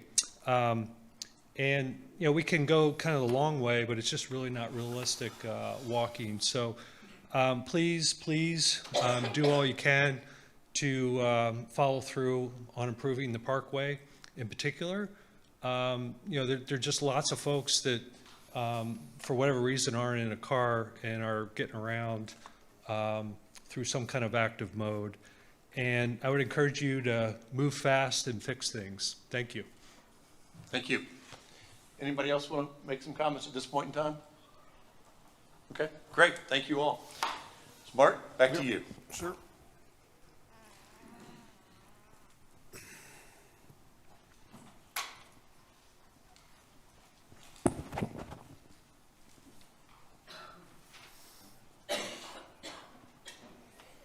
Thank you. All right, goal 5. I would note, if you're referring to your working agenda, we're behind, but we have a lot of room to catch up with website and some CIP and some budget discussions. So a lot of room built into there. Okay. I thought no questions? All right, I thought someone had a hand up. There we go. Goal 8. Just kidding. Any questions? It's lunch. Yeah, support economic development and business recruitment and retention. Some activity here, and again, some wins and some completions that I think are making us better and adding value. So you asked that we improve the process, the ordinance, and the outcomes, right, of the South Carolina ATAX grant award application process. So I believe that's complete. We've learned a little bit this year on trying to figure out what the real next step was if someone didn't spend their money. Is it going back? Is it being reused? Again, another, maybe just a gap that we didn't perform and understand as we were updating it.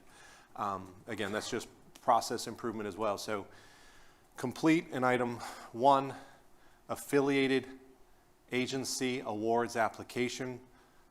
Angie has done a fabulous job amending the application form, not to ask for more, but to ask for different in terms of justifying. You've done a great job with that.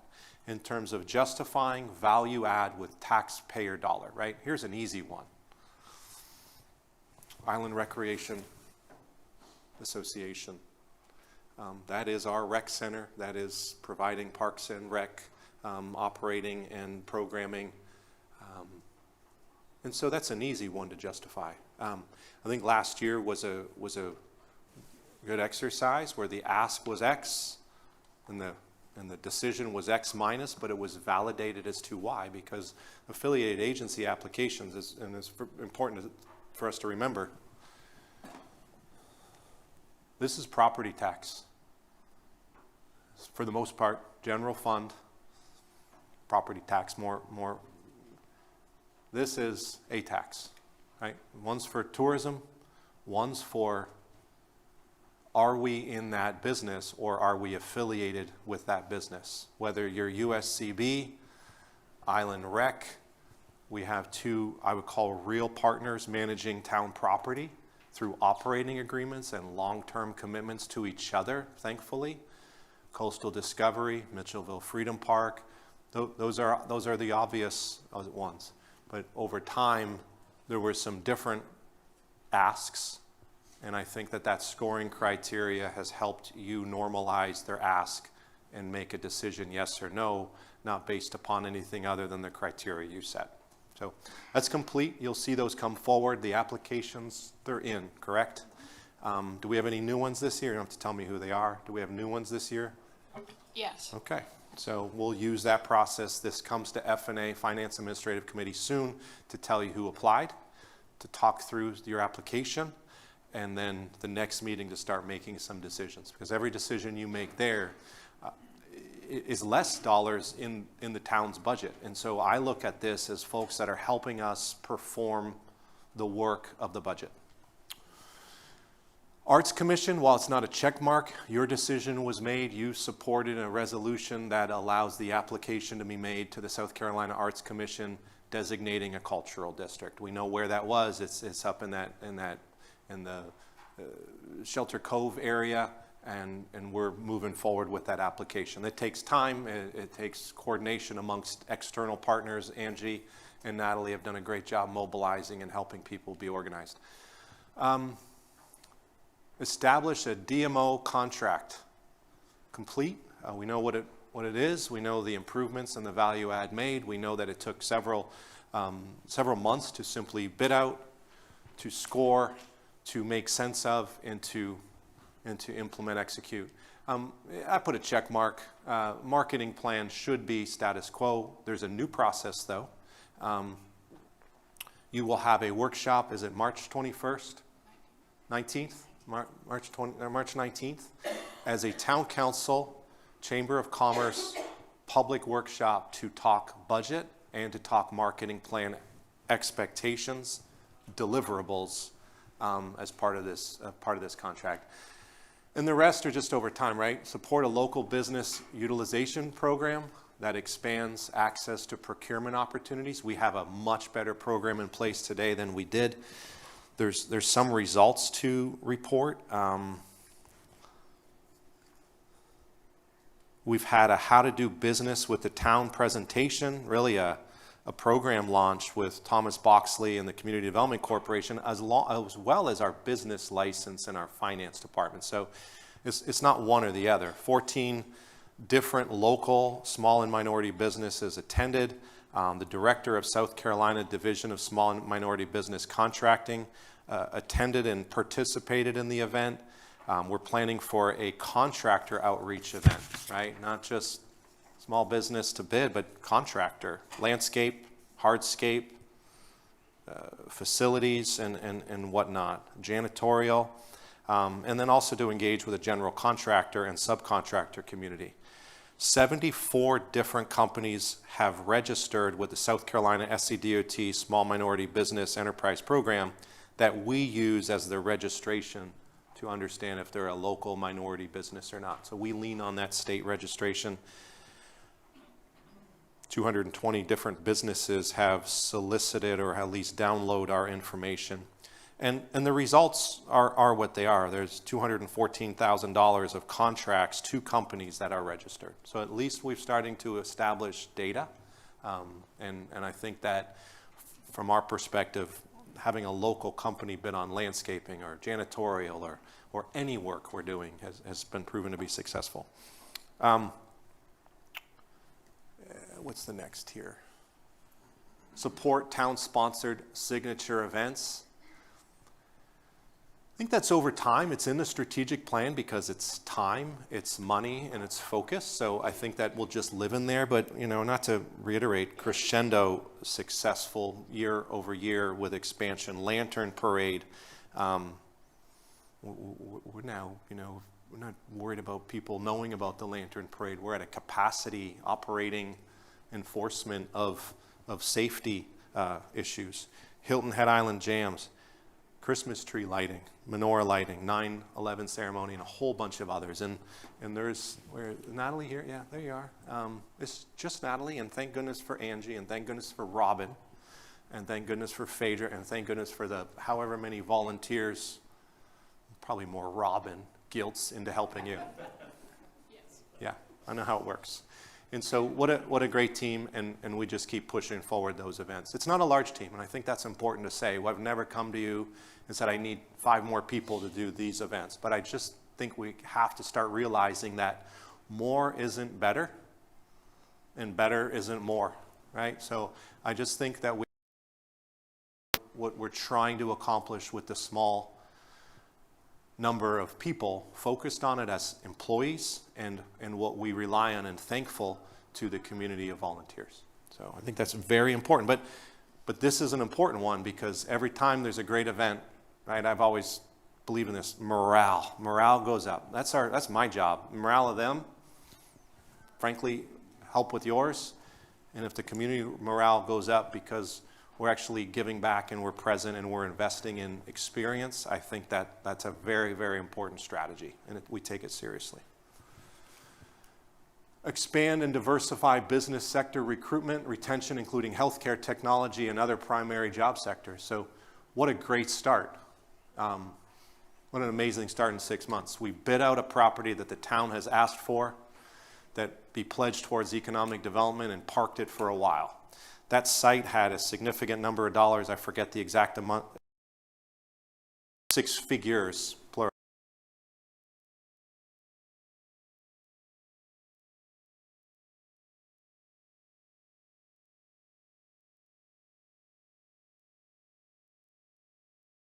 Site with those over time. We bid it out with your guidance and concurrence, primarily healthcare, and Hilton Head Hospital, Novant, bid on the site and made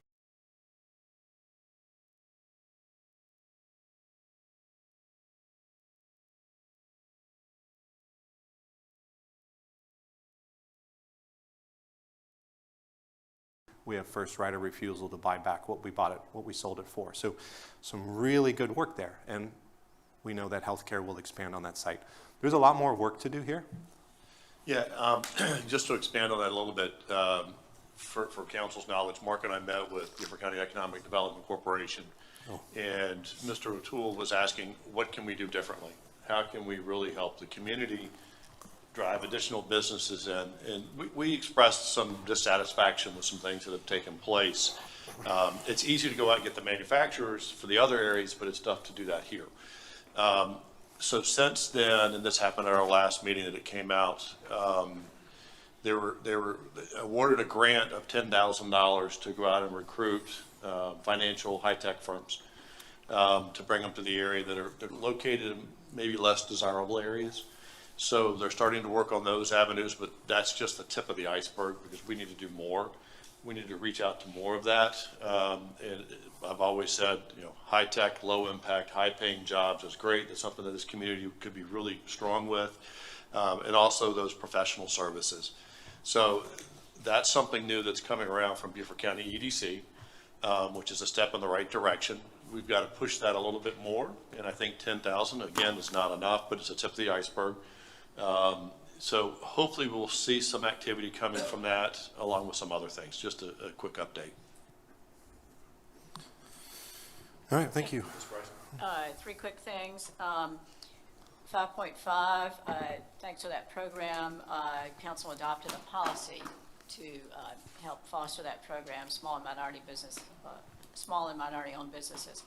5.6, I think that, as I recall, the new contract with the DMO requires marketing and also to provide us with data. So if you look at the KPI, key performance indicators, on the left-hand side next to the last square says visitor spending and engagement. So they should be giving us measures of that. We've asked for that.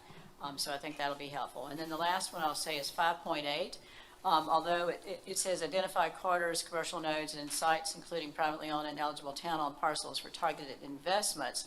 But I think the part about identifying corridors, commercial nodes, relates to the LMO.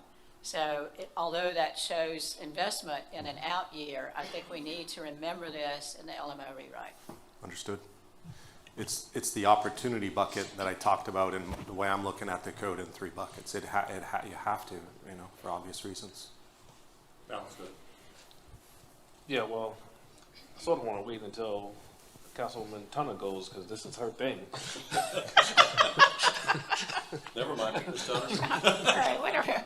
Well, thank you. It is my thing. It's something that I'm passionate about. And if I only had 3 strategic priorities, this would be one of them. And so again, I'm very thankful that this was added as a strategic priority, and it is as high as it is because I think it's critical for us as we think about our future. Couple of things that I wanted to talk about. In regards to affiliated agency, and I know you've received the applications, one of the ones that I'm most concerned about, and we've had a lot of discussions at the Finance Committee, is Palmetto Breeze. And any pre-look that we can get in regards to that, because we've had a lot of conversations due to the fact that they came to us and asked us to fill a gap, a very significant gap, during the year, and then we have a new ask, for the next fiscal year as an affiliated agency. And, and we haven't gotten what I think are clear answers to our questions in regards to their finances.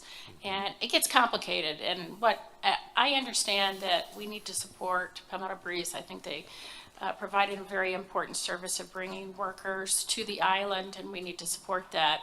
But we also want to make sure that we are paying our fair share, and so this gets into the transparency of intergovernmental relationships and making sure that all municipalities and areas are paying their fair share as well. And so I want to make sure that we're well prepared for that as we come to the affiliated agency ask, because I'm sure that number is going to be a big one. And we want to be prepared and have a successful conversation. So just some thoughts there. In regard to the DMO, there are going to be a lot of new changes with the contract. You talked about the workshop. I'm very much looking forward to that. I felt it was important that instead of having a very quick conversation with a presentation from a podium, that we sit down and have a discussion about the marketing plan. And we've got a significant amount of transparency that is required with that marketing plan so that we have a better understanding of how the money is spent. And it'll allow us to sit down and have a conversation and open dialogue between the organizations so that we can really use that as a way to build a better partnership moving forward and to become more aligned. We also have an ask that we have new metrics. I don't know that we've landed on what those new metrics are, but we know that as web searches have changed and the impact of artificial intelligence, that some of the metrics that we have been using in the past are not indicative of how the system is used or what is success. And so we're going to need to land on what those new metrics are fairly quickly so that we can make sure that we're supporting those moving forward. And then we have financial transparency, and so there'll need to be work done to get prepared for that moving forward in the future. The other area that I wanted to talk about was, and it gets to number 7, which is what I think is vitally important for our community, is diversifying our business sectors. And Mayor Perry talked about how to attract new businesses. And one of the things that we talked about with the modern classic sale of land, which was an economic development, is to use that money as seed money for future economic development opportunities on the island.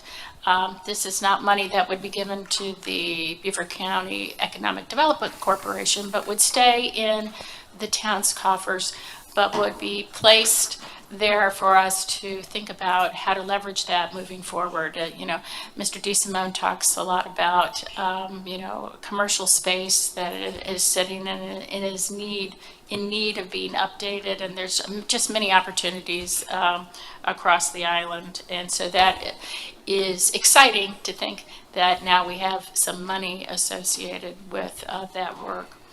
And one of the things that we're going to need to be thinking about as well in regards to that is about potential business impacts to businesses located along the airport. So as the airport finalizes the various scenarios on the airport layout plan, there may be some impacted businesses along the fence line as they may need to expand their area. And how do we support not only the owners of the land, but more importantly, the businesses that may utilize that space?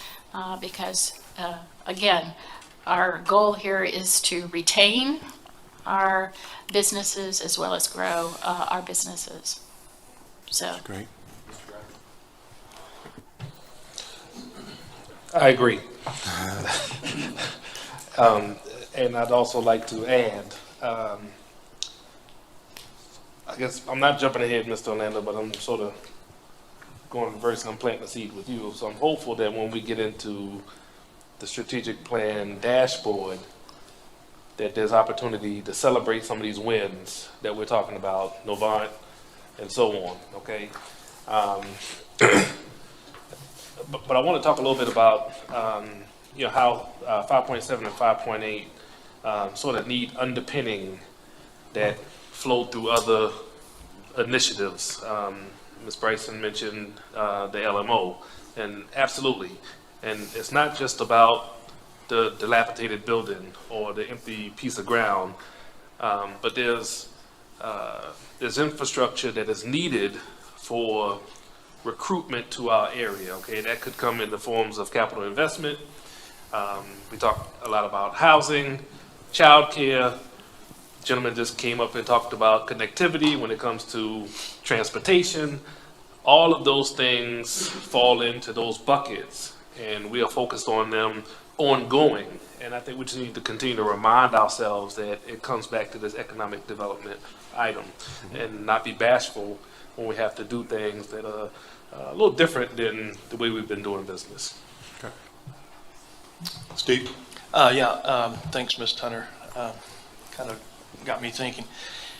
I think it's so important, and as she said, I'll stand on my milk crate and beat the drum, but we have all these blighted areas, and we need to think about very closely about how we spend our money buying property moving forward. I know that some of those funds are allocated in certain ways that we have to use them in certain situations. But moving forward, we need to look into tomorrow. We've got these areas, and what's happening is they sit for 20 years, and then some developer comes in and fights with the town, or negotiates, should I say, with the town for 2 years. Thousands and thousands of man hours are spent creating a development agreement, and then it ends up right back at the town, and the town ends up purchasing the same property for 4 times what they could have bought the property before, and worked with the private industry and brought in some economic development. So we all know of areas that we could each point out. I think we need to be proactive, and we need to bring these private entities in, and not only, and I'm not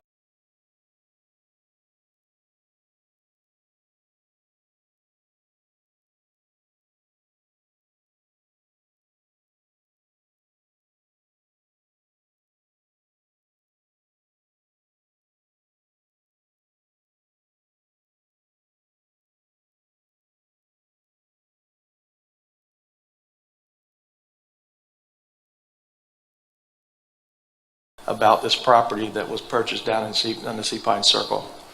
And it showed the property, I don't remember, 8, 9, 10 years with plywood leaning against the wall. And then it showed the property today, yesterday, before your meeting, the same piece of plywood leaning against the wall. So that property sat there for years and no one did anything with it. And I think the town needs to be proactive and see that. And that way we can make it what we want it to be and not have to fight that fight and let someone else do what we should be proactive in doing ourselves. Yeah, Steve, I'd agree with you on that. And fortunately, there are 2 buildings right now that are being repurposed. The atrium, and then hopefully Panera Bread. But we need to be more proactive in identifying those properties and seeing how we can attract businesses to it. So when this was 2 years ago, when the now Fire and Rescue Headquarters came available, I went to Beaufort County Economic Development. I said, hey, here's a building you need to promote for high tech. That's where we've got to be a little bit more proactive in attracting those businesses, not relying on just somebody else to do that. But first and foremost, and Mark and I had a plan for this year to go and visit our businesses. And we've got to retain the businesses here. And we're watching daily businesses leave. WHHI just left Hillnet. And, you know, that's a problem. And this is a challenge that we've got to address head on and understand how we can help these businesses stay. Because without them, then we really are in trouble. And it's not just housing. It is the transportation aspects. It is, you know, what's going to happen with the bridge and the corridor. It is going to happen, you know, it is somewhat dependent upon housing. But we've got to start talking to these businesses and convince them to stay and recruit some of them back. You know, with North Point coming on board in a little over a year or so, you know, hopefully that'll bring more employees in and maybe down the road bring some businesses back. But we've got to start thinking outside of the box as to what do these service businesses need to stay here. And it may not be necessarily the people because they're going to come over, but it could be the space that they need to store their stuff. So we got to start thinking outside the box, be creative, and retain that business license structure, retain those businesses, retain the services on Hillnet. I think we've got to start there before we really start going out to the others. And we can do them, you know, coinciding, but to keep our businesses, those services, healthcare is growing, and that's going to continue to grow. Novant, thank goodness they've come around. That's going to make a huge difference. But we've got to have more, shall I say, Novants that come in to help drive that. Thank you. I couldn't agree more with everything I've heard.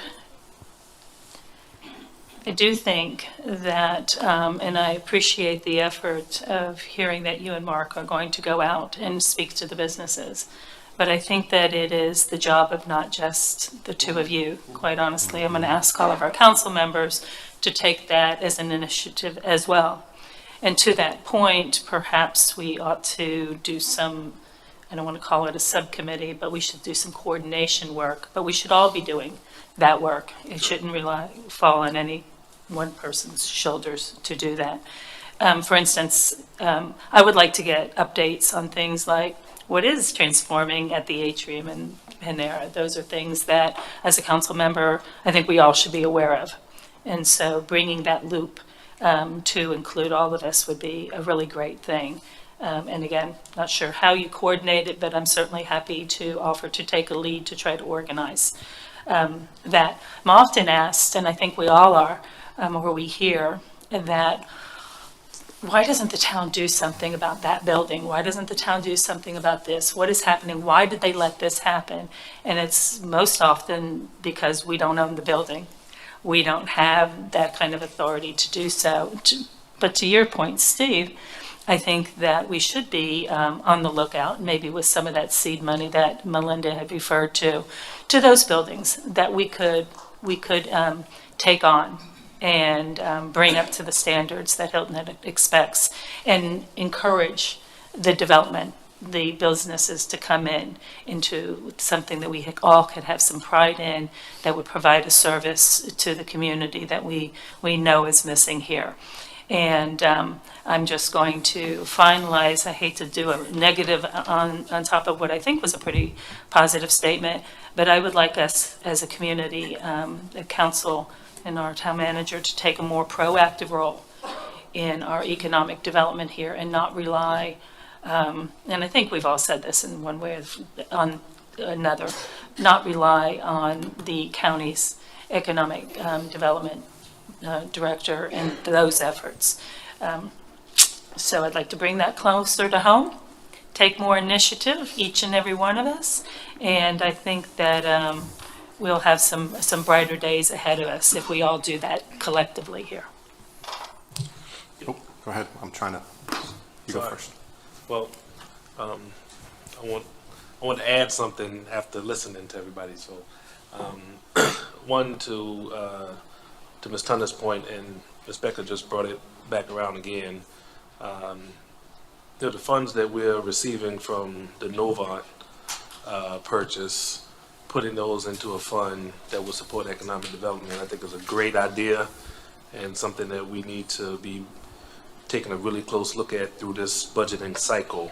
We had a similar exercise when we got serious about housing and creating a separate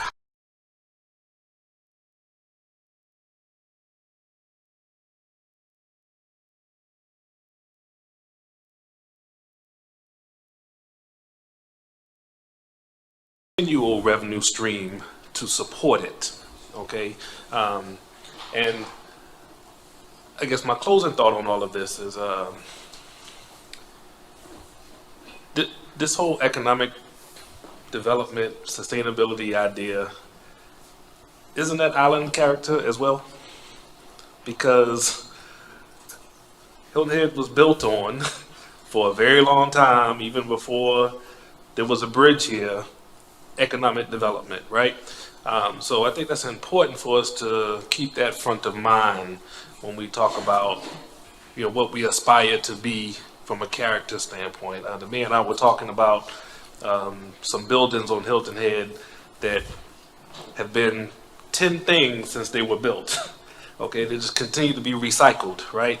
To me, that's island character. Island character is not what Mr. Desimone is describing of something sitting for 10, 15, 20 years, right? So I just think that that's an important part of this discussion, so that looking at those opportunities and being proactive around the economic side of Hilton Head. So real quick, you know, based on what Alex said, just to kind of get consensus, you know, of utilizing the funds from the Novant sale for an economic development account. I'm just trying to give Mr. Orlando direction from here. And then a recurring, potential recurring source of funds for economic development, where you stand on that, just to help him out. Patsy, you want to go? Sure. First of all, I was going to say I support the idea from my colleagues on the Finance and Administrative Committee to secure that fund, to set aside those money. I agree with that. Thank you, Ms. Hunter, for that idea. Secondly, I had some ideas running in my head about what if we establish an economic, development council, and I'm going, no, that's more capacity, more time. What are we going to do with that? So what my suggestion is instead is to fold that into an agenda item for Finance Administrative to take up. And maybe it's monthly, or maybe it's every other meeting where we ask businesses to come, and we'll develop the topics, and then we might invite existing businesses to come in and comment, sort of a mini workshop, if you would, for Finance and Administrative to do that, to look at existing businesses, and then also to explore other ideas. Maybe we have Mr. O'Toole come to Finance Administrative and report on what's going on. Maybe we have folks who are trying to convert existing buildings and have them come. But we can take those kind of steps at Finance and Administrative and then help the rest of the council to develop it, and we have existing people power to do that. Oh, I see another light. I see lights, sorry. Thank you, Mayor. Well, while I'm not on the F&A committee, I do appreciate the suggestion that we put that money aside as seed money to further the topic that we were just discussing. I would rather wait to hear more from our town manager with regard to what a specific fund or a recurring stream of revenue would look like. I think that's a lot to ask him here today, with him hearing it perhaps for the first time. So I'm going to leave that for further information and discussion. But I also think that this initiative that you had spoken about with going out to speak to the businesses, which we should all be doing anyway, but taking it head on and really embracing it at this point by all of us, is more important that we go into the community than we ask them to come to a workshop. We should be in our community. We should be talking to our residents. We should be meeting with our business owners and all of our visitors and everyone. This is really something that I feel strongly as a representative we should do. Folks don't need to come to us. I mean, I'm glad when they do, don't get me wrong, but I think we should have that responsibility and initiative and set the standard that we are involved, we're interested, and we care. And so I'm encouraged by this conversation, and that was why my light first went on. I wanted to say that to my colleagues sitting at this table. I think these are the best conversations we've had in 3 years. Thanks. Yeah, I have talked with Mr. Orlando about how to handle the money from the sale, and I leave it in his good hands to recommend the best approach. He has been thinking about it, because I originally went in with an ask of setting up a separate fund, but I'm open. What I want to just make sure occurs is that we all have transparency and an understanding of how much money there is, and that we're tracking it as well as its uses. And then lastly, any work that needs to be done from a policy-making point of view, I concur with Ms. Bryson that those activities should occur in the Finance and Administration meeting. In fact, when we were going through the name changes, I wanted to add economic development to the name, but we landed on something different. But I think it's a logical place for any of those activities to occur. Well, yeah, we will definitely do that, and that will be on the agenda. But I do want to get through some of these other key elements that we need to address over the next several months. This is one. Ms. Becker is correct. We all need to be out there in the community with our businesses, showing them that we support them and we want them to stay. And also find out if they're looking to grow, and how can we be of assistance there, so. Want to hear from me on this? Yeah. Good. Yeah, because I think I have a lot of perspective to add. And if we're in a room right now, I just want to be able to speak freely, just like all of you, because everything you were just talking about was at a tactic level. Almost everything. I like a lot of what I heard. Ms. Tunner, I think, started off by saying, I'm happy it's up here. I'm glad it's up here. Whatever word you said, so am I. Before I met y'all, this is where I made my living. I started the Don Ryan Center for Innovation.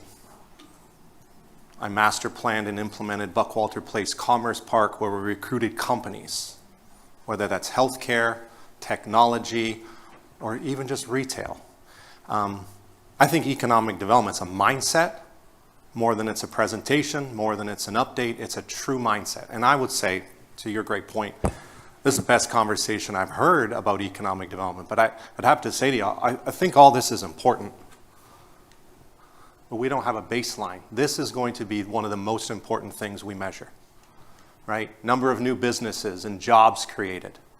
Growth in local business utilization program. Yearly number of new businesses retained, right? So done are the days of we opened 200 new businesses, but I didn't tell you 300 closed.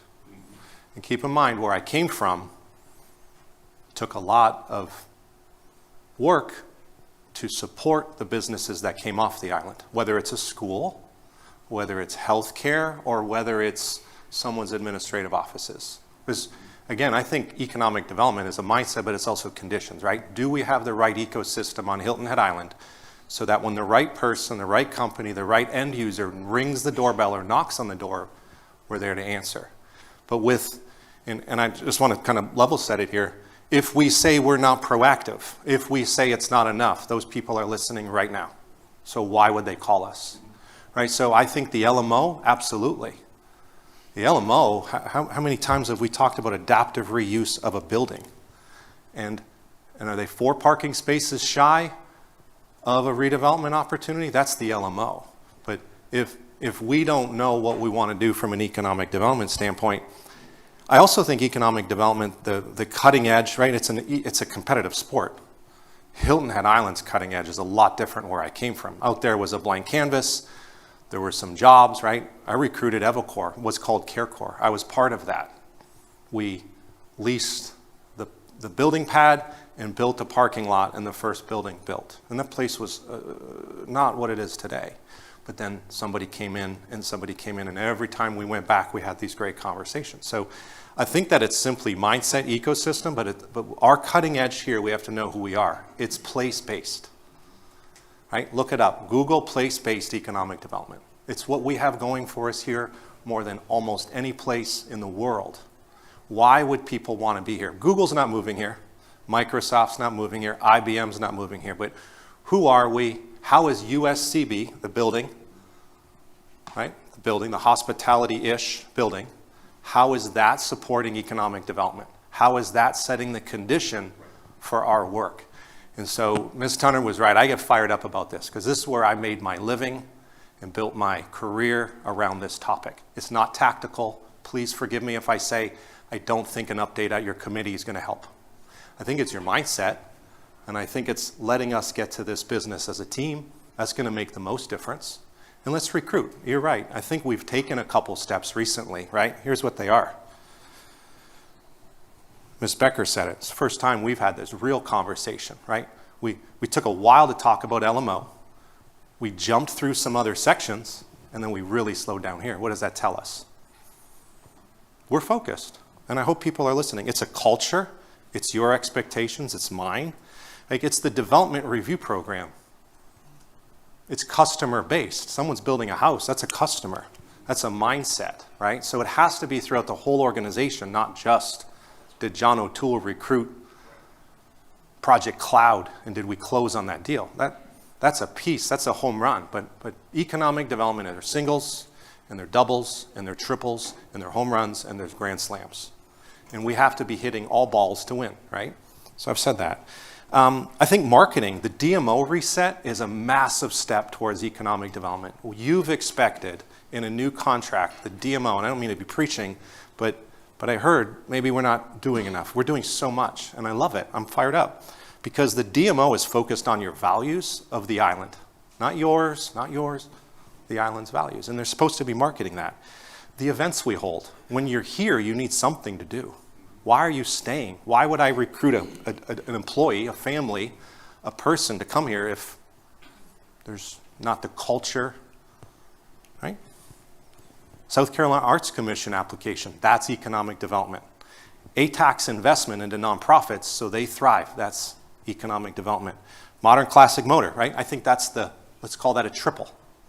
It's not a single. Gullah Geechee Historic Neighborhood Community Development Corporation is economic development. Small business support for Office Parkway. In the future, if we aren't going to be an Office Parkway, we've acquired it, we've invested in it, we now have a building as an asset. If we ever get to Town Hall, maybe those folks can come back. And so, again, I don't feel like we're sinking in the quicksand here. I think we're pushing forward. Economic seed money. I'd say the home run right now, whether it's popular to some or not, is 157 places to live in the North Point public-private partnership with RBC investing in it. So it must have been a good financial and community responsible deal for a major bank and someone close to us investing in it as an equity partner. That is economic development. And so I think we're open for business. It's a contact sport. We're better than others. We just have to really know what we're after. You're right, but it has not been a conversational focus from council. You know, we've had our individual conversations, but absolutely, it needs to be this discussion here and then the actions. Yeah, and forgive me for using a little bit of my rearview mirror as some experience, but I think sometimes it's needed for even me to remind myself, you know, drive out there and see the accomplishment. There's primary jobs and tertiary jobs and jobs in between, and that is a place-based. There was nothing there. Why did someone come there? Right? Person lived here, their company wanted to be here, but it needed to be place-based. And so I think a couple things from a tactic and strategic standpoint combined is Ms. Tunner is on the marketing council with Kelly Spinella. New look, fresh contract, high expectations. I also think ever since you got on the board, and I think that was our disadvantage before, a mayor, listen, I operated out there, I knew how things worked. I saw John O'Toole almost every day. But the mayor, you're on the board now of the Beaufort County Economic Development Corporation. And I was very upfront with John O'Toole. I said, I don't hear from you enough. I don't.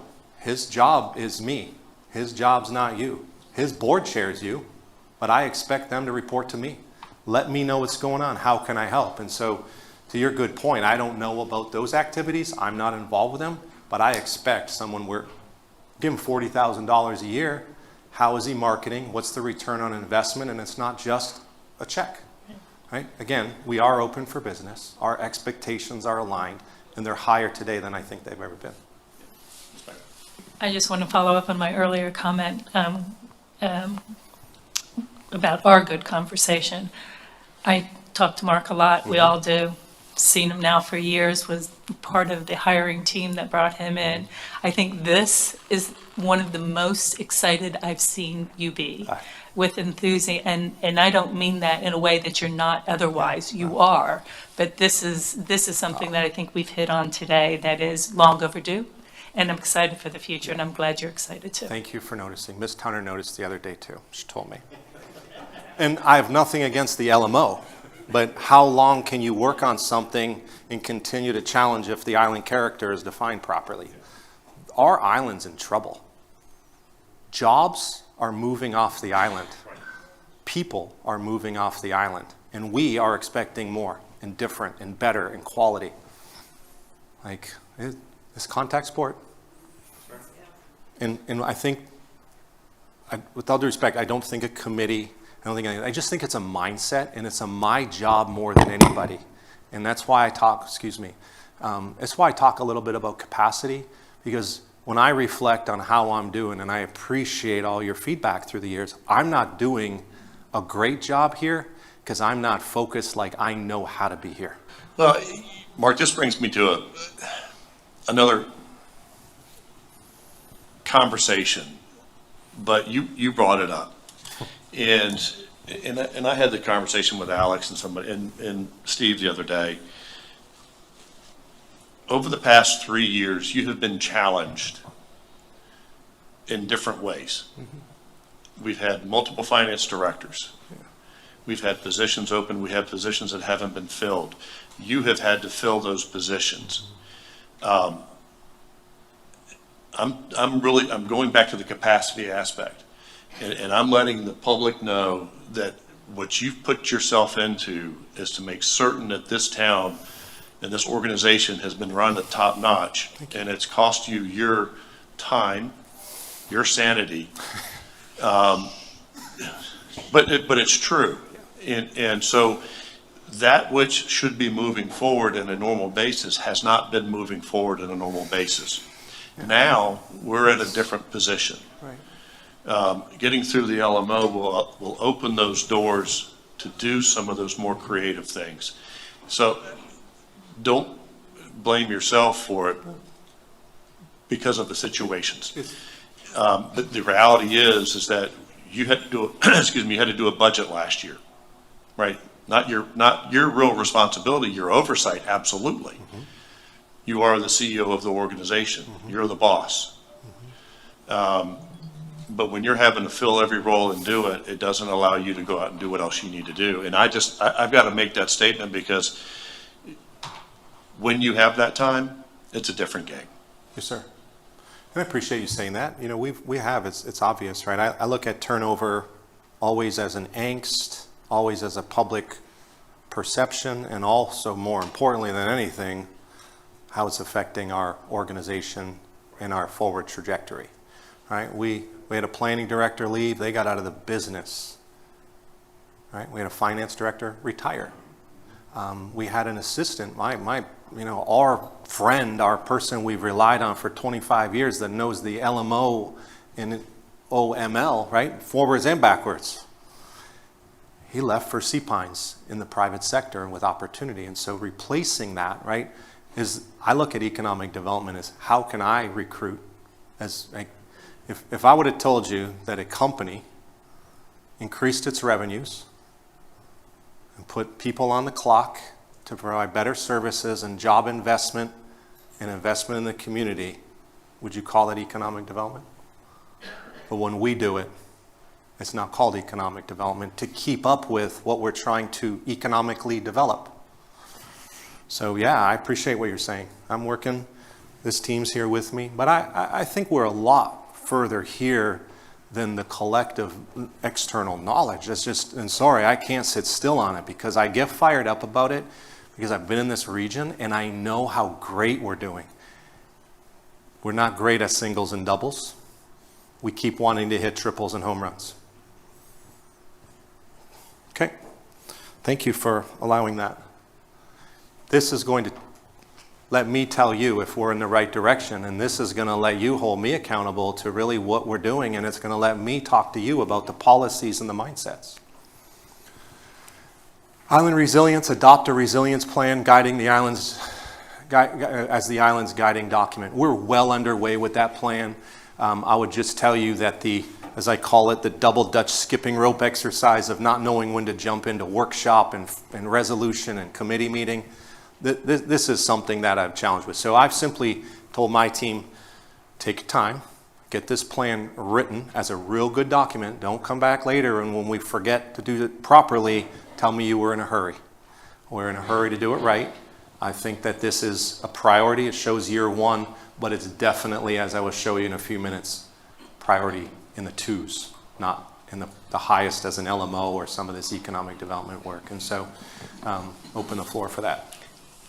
I just want to take a moment and do what is probably long overdue, but thank all of the organizations, but Outdoor Foundation, who has just spoke and pointed out to us how much of what they do refers back to how much we're trying to do. And it's a great community because we have the nonprofits and the organizations that we do on this island who do the hard work out there and assist us and never get mentioned. So thank you for the reminder and for the opportunity to say thank you, not only to the Outdoor Foundation, but all of them. Thanks. Questions, moving on. And then we've got a few others. Ensure long-term sustainability funding and operational readiness for beach renourishment efforts. We know, and we continue to talk about not just disaster recovery, but shoreline erosion, shoreline resiliency, flood protections, right? Pine Island wasn't sand. Pine Island prevented future flooding and continuous investment that continues to go up in that Pine Island. And frankly, the groins, is that what they're called? Is going to look different, is going to function different. Our views will be different, but it's more resilient. Yeah, and just for everybody in the room, right next door, there's a South Carolina Beach Advocates Convention going on, and this is exactly what's being discussed.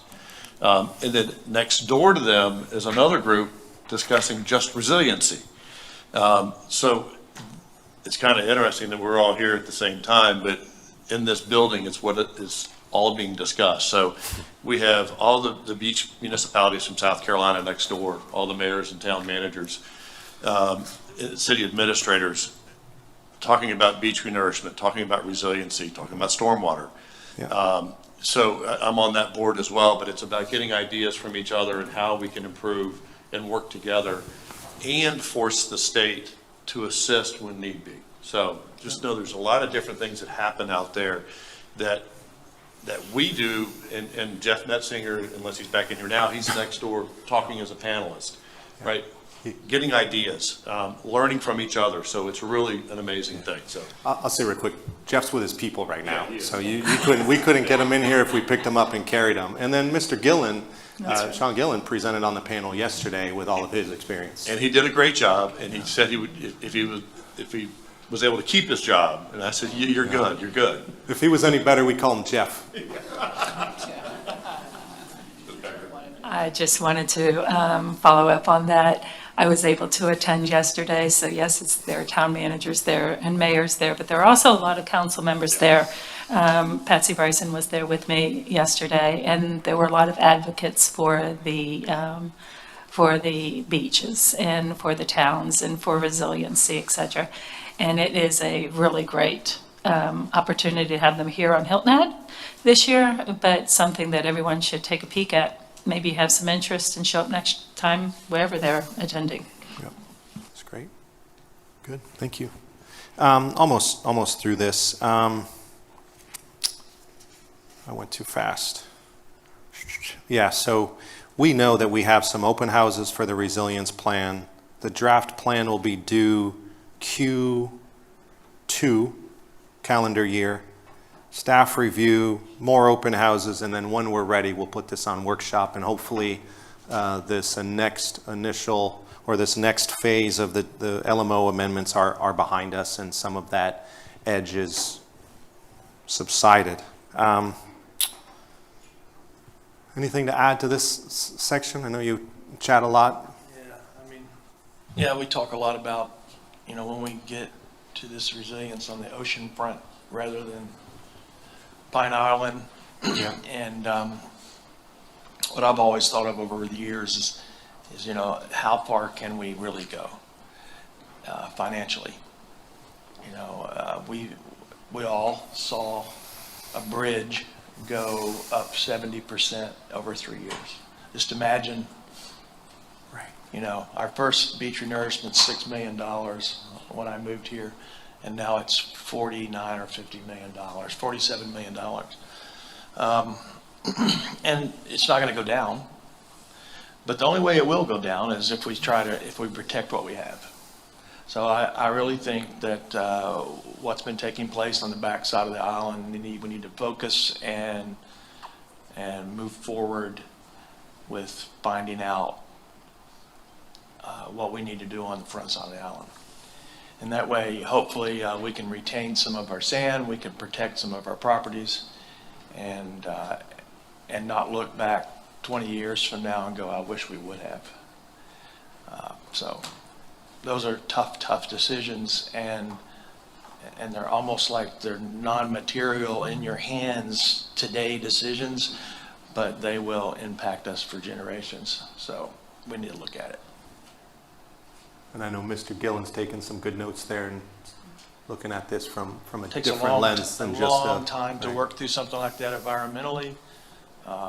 You're 4 or 5 years down the road, but it's something that we need to kick off and initiate, and maybe get the guys down in Florida to start taking a look at for us. Well, Steve, I'll tell you that there are municipalities up and down the coast that have done some things like that. There are, as we learned yesterday, there are challenges when you try to do a pilot type situation, whether it's a geotube, things like that. The state will only allow one, and then after 20 years, they say it works. So there's a lot of things to look at there. And fortunately, up and down the coast, we've got some of our partners, and Chris Creed, who's our consultant, has a lot of knowledge there. So we need to bring him back in to discuss that with us. Right. I just say sooner than later. Yeah. Mark, do you want comment on just 6.1 or on all the action items? All of them might speed up my Yep. review. Yes, ma'am. Yeah. Thank you. Yeah, as you know, I've been a champion of adopting a resilience plan, so I'm always excited when we get closer. I'm mindful of all the other things on our list. But as I've said before, if we don't have a plan that we can implement, it's all going to wash away and none of the rest of this matters. But anyhow, I'll keep saying that. I know people think that's ludicrous, but I'm serious. So I'm delighted that's going to happen in Q2 and look forward to having our council discussion of that. 6.2, ensure long-term sustainability funding and beach renourishment is listed in there. We had great exercises, council did, with looking at our funding, and we established a reserve account, and we looked at, how are we going to save money from beach preservation fees in the out years so that when we come to the next beach renourishment, we have some funding and we don't have to go borrow it all. We are lucky here, as Alan said, and we heard reports from other communities along the coast. They don't have a beach preservation fee. They're robbing Peter to pay Paul. They're begging the state for money. We heard from the department head of Parks, Recreation, and Tourism that he asked for $15 million in a recurring fund for beach renourishment and protecting the coast for other jurisdictions, not us included in the list. And he got $1.5 million from the state legislature. He's asked this year for $20 million, and when asked yesterday, we are not in that list because we have our beach preservation fee. But we heard from members of South Carolina legislature yesterday who represent the coastal communities, and they are in support of getting the $20 million for those other coastal communities. But we are fortunate here because we have a beach preservation fee and we have a plan going forward. So that's very good news. In 6.4, aligning the town municipal code and the LMO. to reflect resilience objectives. So there's another direct tie to the LMO. And I'm hoping we're going to hear a little bit more from the staff about how the chapter on the natural protection elements in the LMO, and forgive me if I don't remember the exact Natural proposal. resources. Natural resources, thank you. So how that aligns with the resilience concerns that we have. So that's important as well. 6.5, aligning the CIP with resilience scoring criteria. So I think, I see that in an out year, and I think we'll move towards that once we have the plan, because we don't know what to implement until we have the plan. And then we don't know what to include funding for in the CIP until we know what to implement. So I'm fine with that being an out year until we get there. But I think those are key things in it. And the State Office of Resilience, they had 2 representatives there yesterday presenting to the Beach Advocates Group, and it was very helpful. And they had some brochures out there. They're probably still out there at the table with these information. But one of the things is in one of their handouts, how can communities build resilience? And there are a number of different things. Land conservation is one of them. Green infrastructure projects, as well as gray infrastructure, the stormwater system, as opposed to what you can do with, we're fortunate here to have lagoons and marshes to help us out with it. But another key one is regulatory processes, and that is by aligning land use and comprehensive plans, and that's the LMO. So right there is something that we can be working on today. Yep. Thank you. And that refers all back to our environment. And thank you. And I just want to thank you, Patsy, for going over what you did. That was a good highlight of yesterday. And in terms of those dollars, the $20 million ask, even though we have our own beach preservation fee, I was not shy. And while we're not included, I think we ought to be asking for some of it when it comes our way. And I also had conversations with our delegation, with other representatives who were there yesterday. So they're aware of the fact that Hilton Head does support ourselves. However, sometimes when monies are available, it's appropriate for us to get a little bit of that share too. One quick follow-up on that. Tammy and I were talking with Senator Davis and Senator Campson, and Dwayne Parrish came up, and they were asking him about how much money he was asking for from the legislature for beach renourishment in this current budget that the legislature is discussing. And they both heard Hilton Head gets nothing from Mr. Parrish's mouth, and they were going like, oh, like maybe we need to make up that somewhere else. Yeah, and that does bring up a future discussion, because while we get nothing for it, what we provide back to the state is substantial. And Dwayne would be the first one to say they're not getting their fair share. But it's how you go through it. Of course, if you do ask the state for the funding, it comes with those strings that creates other issues that delays the process and actually causes the cost to go up. So, but that's, I think, a future discussion. Thank you for all that. It took some good notes. It's part of this whole LMO, what's first, what's second, what's third, and we do know that if we try to do it all at once, it's a major, massive undertaking. So thank you for the comments. I'm not going to get into the community rating system.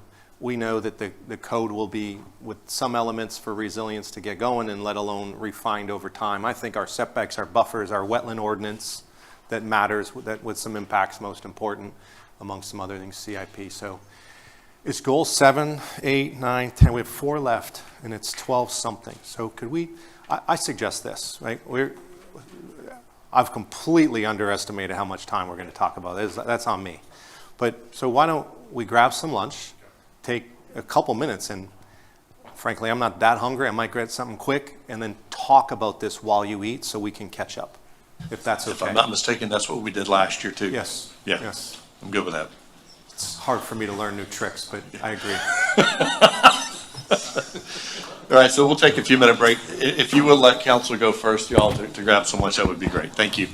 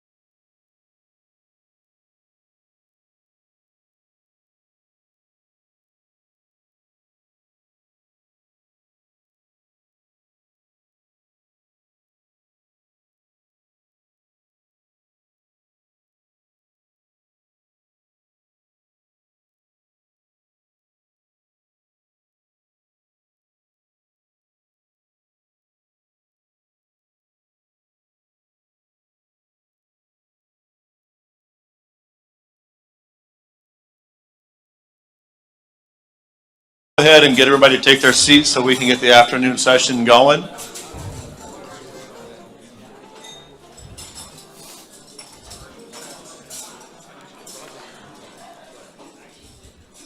Miss Becker, your car is now being towed. If you're not here in 2 seconds, you can't say anything else. Oh, look at her. She was Speedy Gonzalez. All right. Hope everybody enjoyed lunch, but Mark, go ahead. Thank you. Good to be back. As I was walking by Mr. Coltrane, he said to me, you know, what's interesting, Mark, and I do want to say, and I think every once in a while, I always say, let's slow down and embrace and celebrate. I want to say a special thank you to Curtis, because as much work that we've churned and worked, Curtis, whether it's nighttime or weekends, and he hates that I do this, but his name is on it all. But he did say something to me that's really important. What you've gone over as an accomplishment, you haven't even scratched the surface of what really got done, right? So, Curtis, I appreciate you very much and all that you do, and every once in a while you smile at me and I realize I'm not screwing up too much, so I appreciate it very much. Ditto from the council, I'm sure, but certainly from me. One thing I jumped through earlier, for me, what I think that we're starting to figure out based on your expectations, our pattern of work, where things are going, we jumped over quick with economic development and housing, right? Let's just be open about it. We have a chief housing officer position open. I have not rehired that. We had a housing action committee. We have economic development. What I've done is I've identified somebody internal that is a unique skill set, that is not a planner, but they have come to us from I would say the business world, and I have aligned them for now with some focus on Housing Action Committee, which I'll talk about, but also economic development, because those two are combined. And so outside of what I'll do every day, I just think what y'all are talking about, the business to business connection, the conversation of how are we doing that leads to something else, is going to be with a point person on town staff. So I'm very pleased about that. So, all right, goal 7, preserve, protect, and celebrate Gullah Geechee culture and heritage. I would say that, you know, well, we know Mr. Boxley, Thomas Boxley, is the executive director. He's a fabulous addition to our team, and we appreciate you, everything you do, how he thinks, how he cares, how he supports. You know, I'll tell you, Thomas is also the first person, not that there weren't others, but he was the first that came to me with a few folks out and said, what do you need? And so part of the Gullah Geechee Historic Neighborhood CDC leadership is just part of our team rather than an out parcel, rather than separate. It's just part of the team. It's part of our work and what we do. We've aligned somebody out of the planning department, Sharonica Gavin, with the planning department work and that design studio and that direct connection to neighborhood and to people and so on and so forth. They work directly with and all the time for Mr. Boxley as well. So I just think you knowing that internally, right, that's in our wheelhouse from an operations standpoint, but I say that we're well aligned and supporting each other. So it takes a team in a 360-degree lens. Let's see, facilitate the work, Gullah Geechee Cultural Preservation Task Force. Not to go too fast, you have placed 2 folks on the task force for the LMO, both the chair of the CDC and the chair of the Gullah Geechee Land and Cultural Preservation Task Force. And so we had our second meeting. They're there, and we've talked in the past, knowing that the task force, the Land and Cultural Preservation Task Force, is a subcommittee of Planning Commission. We've talked that they're going to stay involved and be involved with LMO amendments and some of that intel and guidance. Aligning the Gullah Geechee Land Cultural Preservation Task Force with the CDC Historic Neighborhoods, a little bit of that with the vision coordination and delivery of community priorities. I think a lot of that is that alignment with staff internal to town and internal to the CDC. I know they're working well together. 7.3, establish a Muddy Creek Neighborhood Stabilization Plan. And so I would call that more of a capital project, right? There's a series of capital projects that we have scoped, $1.5 million worth with some stormwater lighting and sidewalks. We have bid out an RFQ for the Bryant Road site, as we call it, as another public-private partnership. Those bids are due early April. We have conducted a neighborhood cleanup. That was as much about helping folks clean up as much as it is for the town to help and know and meet and mobilize. So as part of the, I'll call it subdivision bid, we've performed and with the neighborhood a cleanup.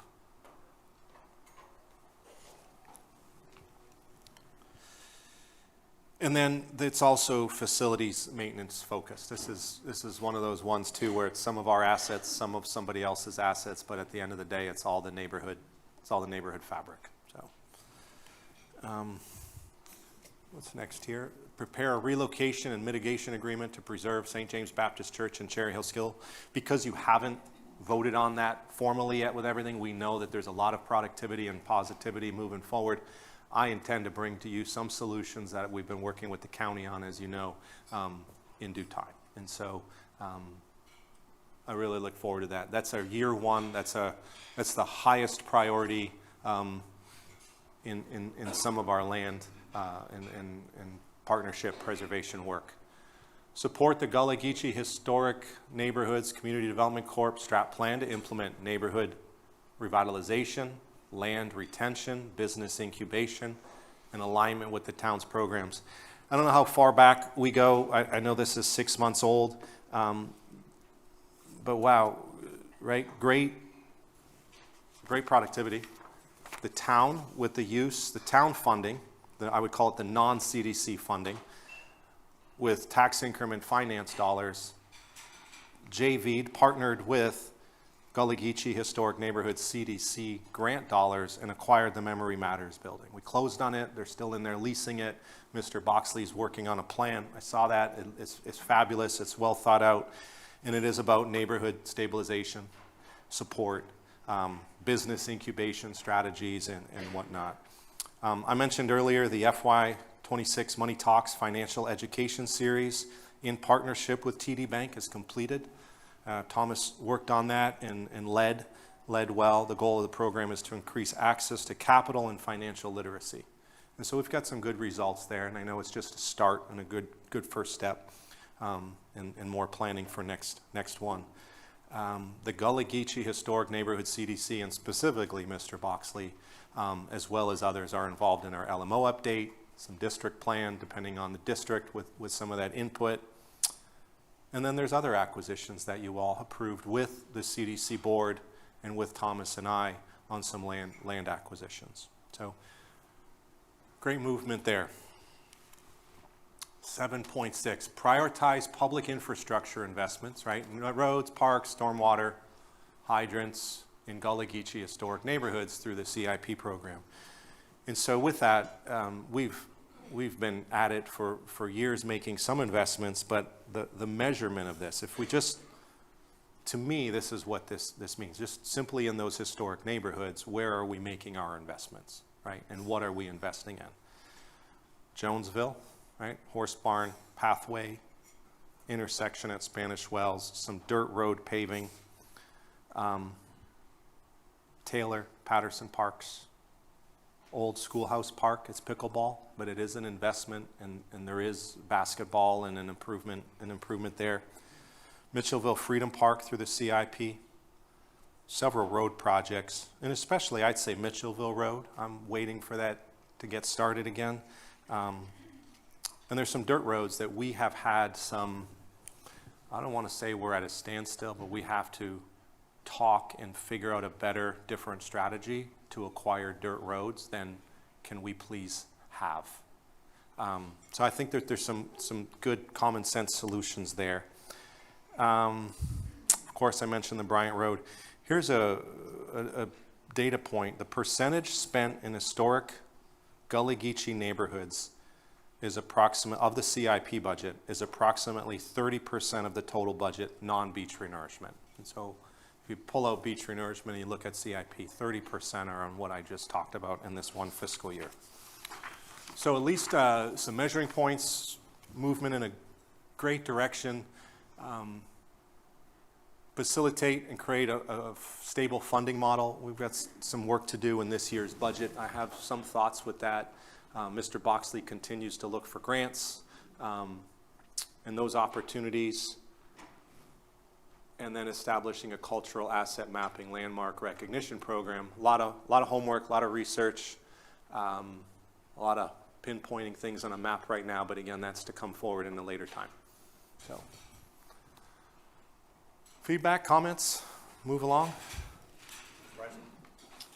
Two quick things. 7.1 is another one I earmarked for LMO task force to focus on, and grateful to have two folks serving representing the Land and Cultural Preservation Task Force and the CDC.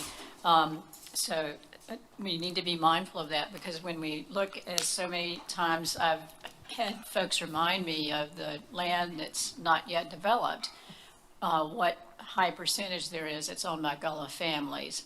And to remember that the sacredness of land that's held by the Gullah culture, and the way that land was treated and developed is different from what most of us think of when we think of a land development ordinance. So we need to be mindful of that as we work through the LMO.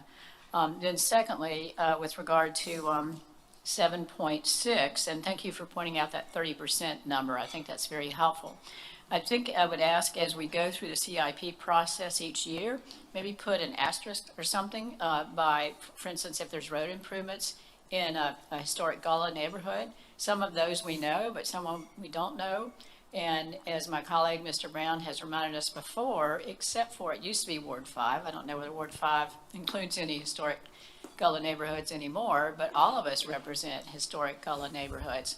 So I think it'd be helpful for us to be mindful, especially when we look at the KPI, completion of public infrastructure investments in the Gullah Geechee historic neighborhoods. You've just given us a stat on that.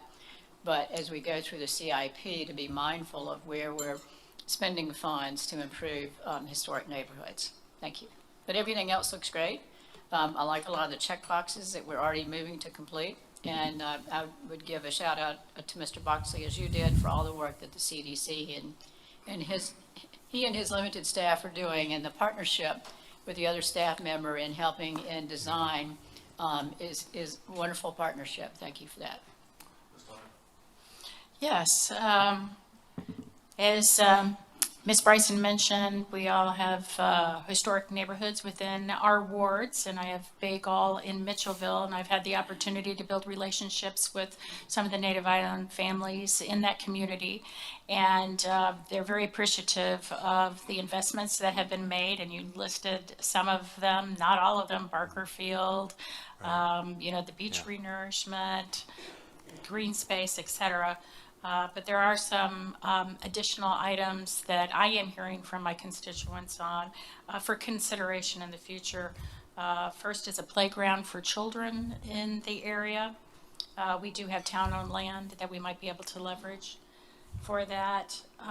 As well as, now that we own the Mitchellville Road from, that goes to the beach, there's a question about whether we want to keep that as a dirt road or if that is something that we would want to pave. So I'm just teeing that up as a topic right now. We need to get more feedback and input, but I am receiving some feedback about a desire to potentially look at that. Okay.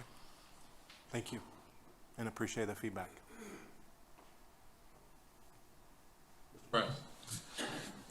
I was talking to the mayor earlier. There are a lot of new faces in the room as far as public is concerned, so I think I'll take the moment to just say a few things about the initiative as a whole, and I appreciate where Mr. Orlando started, which was this is just part of the way that we're doing business, right? And that's so important to say out loud, okay? Because I know as a fifth generational, and from the information that has been passed on to me from the elders that I duly respect and appreciate for helping me cut my teeth through this process, that was not always the case, and it is now. And I no longer have to say that other members of council represent historic Gullah neighborhoods. They're saying it themselves. So we have made a lot of progress in this area, okay? I want to say that out loud. And I want to also say that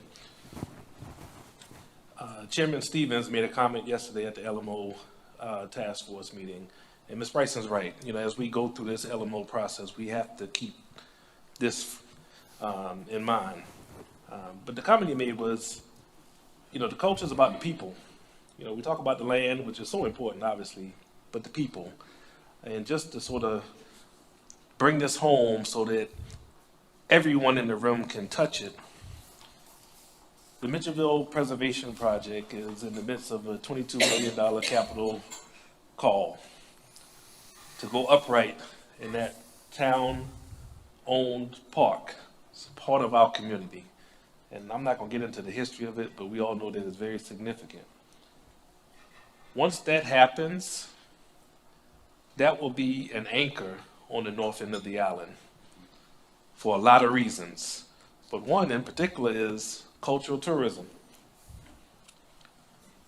We want to make sure that the Gullah people have the opportunity to make good on that economic opportunity that will come with the development of historic Mitchellville as a destination. So as we think through LMO and think about how we want to diversify our offerings here on Hilton Head, we have to think of it in that aspect. And that's going to look different. It's going to be different. Someone coming to Hilton Head and want to experience Gullah culture, we don't want to have a Gullah person renting a spot out in Sea Ponds to do that. I think it is going to be more authentic if it is within the Gullah neighborhoods, right? So we really need to be mindful of that, think through how we're going to accomplish that through this LMO rewrite.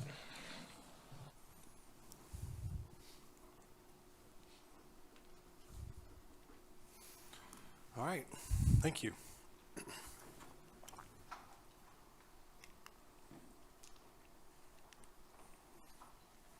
Seemed fast. It's good. Good. In over time, what, again, I keep drawing attention to the bottom right corner, the performance indicators that will tell us how well or not we're moving in the right direction or in the direction that you all have prescribed. All right, workforce housing. Enhancing workforce housing opportunity through a balanced and long-term approach that supports economic vitality and community well-being, right? So that helped me out the other day when I met with, and I'll tell you who they are. It's Michelle Mueller, who we know in the planning office, who's jumping in and helping with the LMO. Her job opportunity and her career opportunity when she came to Hilton Head Island was really start helping us connect the economic development from the business mindset standpoint. So when she asked me the other day, what is it you need me to do for workforce housing, and what's the difference between Housing Action Committee, Town Manager's Office, and Town Council, amongst others, I leaned on this, as I said to her, and as we know as a team, this is the business we're in, and this is the only business we're in, but it is a good business that we're in. Assess the Finding Home Plan is up there. Review Finding Home Plan. Establish a unified position to strengthen workforce housing tools. That will start. I will tell you that hasn't started yet, but it will start. I believe that was adopted, and just let's do the math and back up, and different people at the table, but in 2021, I believe November, I think it was. I started here in February. 22. I was going to say, all right, November 2022. I started here in February-ish 2021. So About a year and a half later, Finding Home Plan was put forward and adopted as a resolution at Town Council. At the same time, that plan asked that a housing professional be hired and that a housing action committee appointed by Town Council be put in place. And then on that Finding Home Plan, there were several things. And again, I think we had the same issue then as we somewhat have here is when everything's a priority, nothing's a priority. When these are our priorities and these are our steps, what's first of the steps, right? And so I think we're learning some of the pattern that's caused a little bit of that conflict in my humble opinion. Michelle's on point. We have scheduled a Housing Action Committee meeting. It's for early February. Every member has had some direct communication with Michelle, and she is doing a great job, and she works with Zach. Michelle's doing a great job, in my mind, from feedback I've received from her as well, orienting new membership, providing the documents that they need to read and understand. And I think the first meeting she has chair, vice chair, and go through this with them. And it's important that mayor and chair or council members and committee members have more direct communication on that, because the system that needs to be in place needs to be your appointment is connected with you, including through and with us, but direct communication. But membership is in place now. Member orientation is underway. Meeting is scheduled. Chair, vice chair, start looking at Finding Home and really starting to align the Housing Action Committee with the directive of Town Council, which to me is this. But I would say that the Housing Action Committee is not in place to help with North Point. That is so far gone. Where I think we need some knowledge from you and direction is, are they going to be involved with Bryant Road?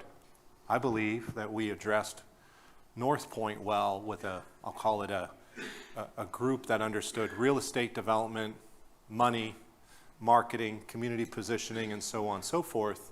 And through that North Point advisory group that helped Ben Brown, and Ben helped me tremendously, I believe that we should set that up the same way for Bryant. Doesn't mean we can't go to Housing Action Committee and talk about the data, the metrics, the market, and some of those wins that we need together. Assessing a housing fund, we know that there is a fund of 6, one of 6 as a housing fund, and that there have been some earmarks for ATAX towards it. We also know that I've pledged some American Rescue Plan dollars to it. Those need to be spent sooner than later. The public-private partnership should take care of that, as well as our community, or I should say capital improvement program fund investment should take care of that. So I think all of this is aligned. At the end of the day, housing doesn't stand alone, but there's some integration. Bryant Road is bid out. The RFQ's due early April. I think I mentioned that. Some more work here, securing grant funding for lateral sewer and home safety repair. This is another great example of the what I call awesome expectations, but very high expectations of y'all in this community. We spent out of American Rescue Plan Act dollars, $1.6 million towards those. Mostly home repair, some lateral sewer, and some lateral sewers, through the PSD and other programs. And as soon as we finished, we still had applications, and we still had folks that thought, right, hey, you're gonna help me. But then we ran out of money before all the help. And we spent $1.6 million, $15,000 at a time. I don't have a calculator. I'm not that smart right this second to do that math, but that is a lot of $15-ish thousand scope, schedule, permits, paperwork, families. A lot has been done. So I do want to say this is incredible. I don't think any community in the state has put that much money that fast into programs that matter. And it was through some American Rescue Plan. But now the ask is, well, we still have momentum of the program. Where, Mark, are we going to find some more dollars? So we found some. We found some through Beaufort Jasper Housing Trust, I believe. We've asked. I don't have a grant agreement. I don't want to get out in front of them, but we're together, and I'm just going to be in real time sharing. Lateral sewer connection funds, I believe, well, we've asked for some dollars, I believe that we have an opportunity to have $50,000 of a grant from them. So those are our dollars invested and returned. 100 towards home safe repair, but the issue is that with that, at least from what I'm being told, is that we need matching funds. So I don't want to get too far in the tactics, but I want you to know we continue to look for dollars. The dollars have dried up on those two programs, for those two programs. We could use, I think we could use, and Ms. Turner, you've asked that good question, can we use some CDBG for that? I think the answer is yes, but is it a great return on our investment? I think we have to ask the folks and powers that be, because they like those dollars invested in different, more public infrastructure than that privately owned, and again, a utility line for sewer hookups, a private asset at the end of the day. We don't want to own that public asset. And a home repair, of course, speaks for itself. So CDBG is tricky like that. So long-term return on investment, it's always been easier to invest in a park or others do bigger programs that public are involved with. So we're looking into that. I think the easy answer is maybe, but it's harder to justify. And I know Michelle Bunce is diving into that. As a staff recommendation, for clarity, they've recommended to me no for that because we have other needs, at least from a staff perspective. So I think the sooner we talk to you about that at the finance committee at that high level in terms of directives, the better. So, all right. Kim told me I was breathing in the microphone. Imagine that. So I had to lower it. Am I doing better? A little bit? Mayor accused me of deep breaths at council meetings, and Kim accused me of breathing. I think I just got earlier. She says you're breathing. So, sorry. I lowered the mic. You want comments on Sure. this now? So, yeah, first of all, great report. And we have, there have been stumbles, we acknowledge that publicly, but we keep moving and we've done some things. Again, I'm going to say the link to the LMO. If you look at what can be done for housing nationwide, one of the recommendations is increasing density. I'm not sure that's the answer we want to find. It depends. But I think we need to be mindful of housing opportunities during the LMO rewrite, where on the island are there needs, and where is it a good opportunity to have housing. So another LMO rewrite link. I'm glad to hear that we're still continuing to look for grants for lateral sewer and also home repair. One of my constituents sent me an email and said, don't you care about laterals in your ward? And then I said, of course I do. We don't have money right now. We're looking for it and we're continuing to look for it. So I'm glad that that's all 3 years. I'm glad we're sequencing that all through the years. I'm glad to hear that perhaps we have some money from Jasper Housing Trust Fund to use. Money we have sent there, which will come back to our area to help with lateral sewer connections and maybe home repair. I'm not sure whether it's just lateral sewer. But I'm hoping we can keep looking for money. Thanks, Ms. Hunter, for continuing to ask questions about can we use this fund or can we use that fund? And perhaps we need to be creative about that. I don't know where that creativity could be. I like our new grants administrator, Michelle Bunce. I think she's doing a great job. Her reports to us have been wonderful. And I have confidence that she will keep looking for those opportunities. So I want to encourage us to do that. But the last thing I'll say, I'm also glad to hear about Housing Action Committee getting up and running again. I suggested that we have a town council liaison, one of us appointed to be a liaison with that committee. I think that will help to improve communications. And I'll look to my other colleagues, and if no one else wants to volunteer, I'll volunteer. But if there's somebody else who wants to do that, someone more appropriate, I will defer to that as well. Yes, I think we'll all be interested to see the Housing Action Committee and what their focus is going to be on as they stand up a new committee in February. One of the other things that's kind of missing from here, which is really helping to drive housing opportunities, is when other businesses step up to the plate. So Navant And even though they've come to us, has created a lot of work, and we should acknowledge all the work that is being done by our town resources as well as our community in getting engaged. And there are other potential opportunities that are coming to us as well for future workforce housing. And so we don't want to lose sight of that. From your action item point of view, I know that you have under, let's see, where is that one? Regarding metrics. Which one is the metrics one? Where am I missing? The dashboard. Yep. Is that something that can be maybe moved to another fiscal year, given everything that's going on, and since the fact that the committee is just being restarted? Those are my thoughts. Oh, and then I also have been receiving emails regarding sewer connection and funding. And so I appreciate and just wanted to share that I received some statistics from Pete Nardi, and we have 489 customers that are not connected currently, but could be. And so that opportunity is there, and that's why I continue to ask questions about what monies and grants that we can look for to support that initiative. That's great feedback. Thank you. I missed that. It's far down there. Okay, thank you for that. Yeah, I'll backtrack a little bit, right? Because you asked a good question. You're interested to know what the Housing Action Committee will focus on. I'm interested to know what you want them to focus on. And I think when they go focus on what they want to focus on, my team is sitting in a room and they are just wired to support the chair in a committee. And so, right, the obvious is, are they on the same page as what you all expect? So here's at least my direction to my team.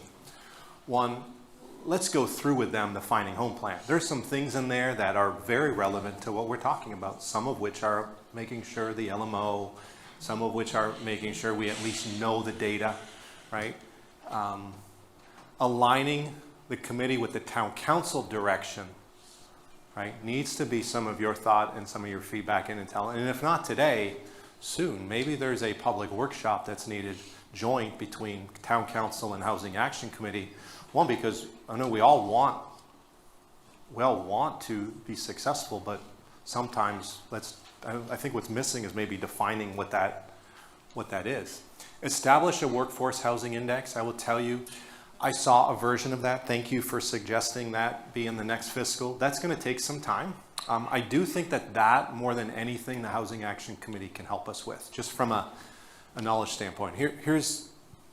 And I'll say this, Sean was working on this. He sent it to me, and it was titled Workforce Housing, but a lot of the data were affordable housing sites. Government-funded sites. Is that our workforce? Because I asked him, one thing that I've leaned on is the Urban Land Institute Housing Index across the nation. And they've done a very good job assessing data that is wage v. cost. That's what I think we're struggling with. Are we making enough money? Do we have enough income opportunities here, revenue opportunities from a job, from a career? Because I'll ask the obvious question, is on the index, on the dashboard, is my house going to be on there? My daughter works, she got a job, I'm so happy. Of course, my family, your house, y'all's house. So I think that we have an issue understanding data that is cost comparative of cost of living from a house standpoint to wage, as well as where are people living. And so I think that dashboard, once done right, will be our best friend in this space, because it's that calibration. Right? You can't density bonus your way, and I hate to say that. I've sat down with a lot of developers. The reason our density bonus doesn't work, it doesn't work for them. You can't density bonus your way out of investing in workforce housing with a 30-year covenant. There's no one knocking on a door here trying to build what we expect here to solve that. so that index is intelligent enough to help them know we're open for business, but to calibrate what we want. And so I really think that's a lot of work from Michelle, the team, Jacob, and that dashboard will be live at some point. Deliver North Point, right? North Point on Jarvis Creek, I think we coined it. We have a groundbreaking February 12th, 1 o'clock. That's incredible. That public-private partnership should be something, and again, to Curtis's point and my point earlier, we skim right over the success. We skim right over. We invested $1.6 million of American Rescue Plan grants into programs. We did it so fast and so furious, we ran out of money. And not just be so concerned we're not doing something right this second. So again, I'm trying to get the morale and the momentum of what these folks behind me are hearing, because that's an incredible story to tell, and we are still at it looking for more. But North Point is a massive undertaking. With all due respect, I don't know any other municipality, let alone county, in the nation, pound for pound, that put the risk and the reward on the table and made it work in this regard. So I really thank you all, right? Every one of you were very involved from different angles, keeping us on the center line, and I'm really looking forward to the groundbreaking. Housing fund sustainability, we talk about, grant funding we talked about, and an annual housing summit. And again, for clarity, we are not preparing the annual housing summit. If someone has an annual housing summit, we will start participating. I just don't think we're there yet to have our own. So, okay. I forgot one point, and I apologize. You had asked about Bryant Road and whether to have the Housing Action Committee involved or an advisory group. You know, we were all involved in the interview process for members of the Housing Action Committee, and there's some very talented people on that committee.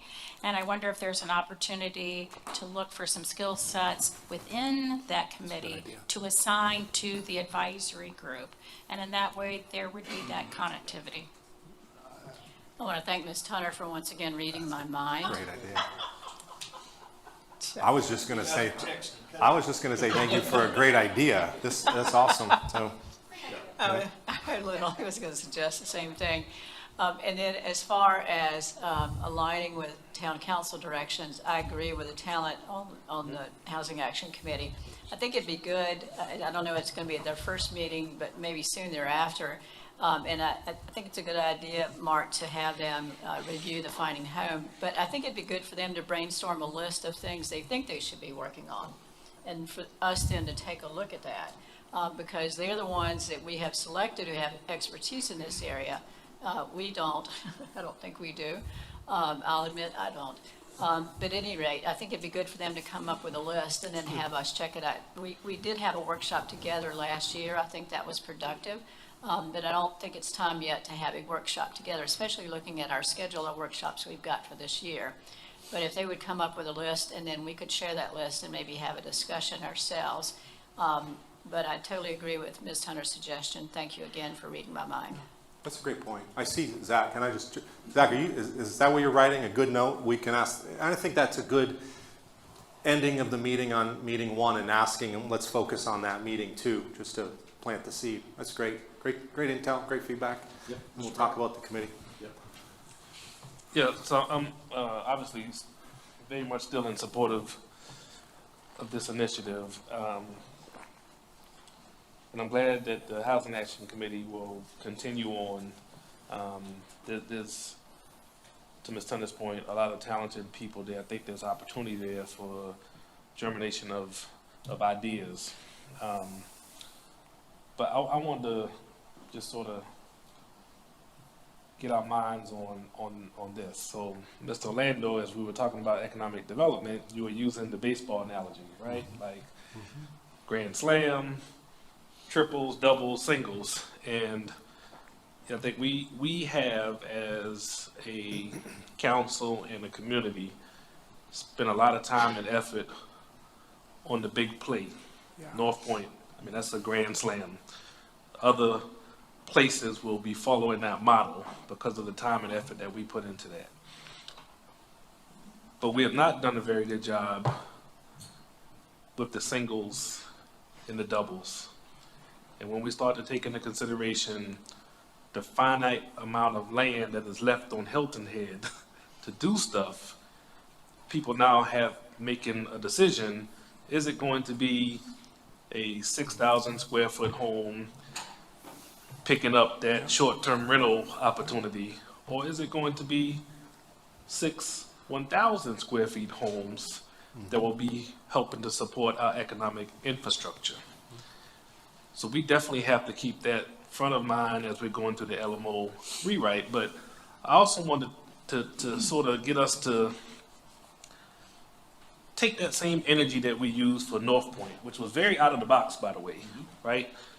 When we look at these singles and doubles, Ms. Turner gave a statistic that we got from PSD as far as the amount of folks that are not connected to sewer. That's a quality of life. That's a public health. I can go on and on about why that's not good. But the bottom line is, even though there are opportunities through the PSD to take care of the connection to sewer on a long-term basis, but putting it on your tax bill, they'll finance it for you. People are not doing it because they can't afford to do it. So why not, in my mind, get creative about that? We've got funding in our housing fund that is coming from ATAX that at this point, I'm not quite sure we have earmarked. I'll add to the out-of-the-box thinking, the CDC was created to spin off cash that could be reinvested into community. So I think we're leaving a lot of opportunities on the table because, one, I'm not sure that we are comfortable because no one's done it before, but this is Hilton Head. We are trendsetters, so why not, let's start it. So I just want the Housing Action Committee, and you got up here that we're looking for them to be following our directive. I think our directive needs to shift a bit to out of the box and not so much grand slams, because let's face it, I mean, there are probably not many 5 to 10 acre tracts left for us to do another North Point, right? But why not take advantage of the places that we can? And that's going to take out of the box thinking. Ms. Becker? So I just wanted to reiterate something that I've said previously, but I know that Melinda just said, and it is important for us to acknowledge. We have also had great success that was driven by the private investor who came in and has provided workforce housing. And I want to thank them and encourage other folks to do the same. Mark said it before, that we are open for business in many ways. And one is to look at an opportunity like Navant that came across, where we just had to look and to be careful about what was going to be developed, but provide the opportunity. And so I encourage other private investors to work with us in that regard. And I will say that I think that it should be town council's initiative, our thoughts, that drives what the Housing Action Committee may do in the future. We only have to look to the past to know that the best step forward would be to make sure that we have that our thoughts are being put into place. We are the elected officials, and we should be driving that. And so that's what I have to say about that. Thanks. Yeah, this is all great. Little feedback, at least what the sponge over here is hearing. I like the thought to pull some of the talent, some of the people, some of the very interested people out of Housing Action Committee. Don't have to be all of them, it could be a subset, to help with Bryant. Because Bryant, if done well, is another big lift. But to keep the Housing Action Committee aligned with what your directive is, I keep saying your directive is right there. I've always felt this awkwardness of, well, they're in that swimming lane. North Point's my swimming lane. I didn't set out to work with Housing Action. No offense to Housing Action. Council set up for me, council members and developers and finance minds on that. So I love the opportunity to bring those folks that are talented in, as well as some of you that understand the real estate and the community investment, and also perhaps some other folks.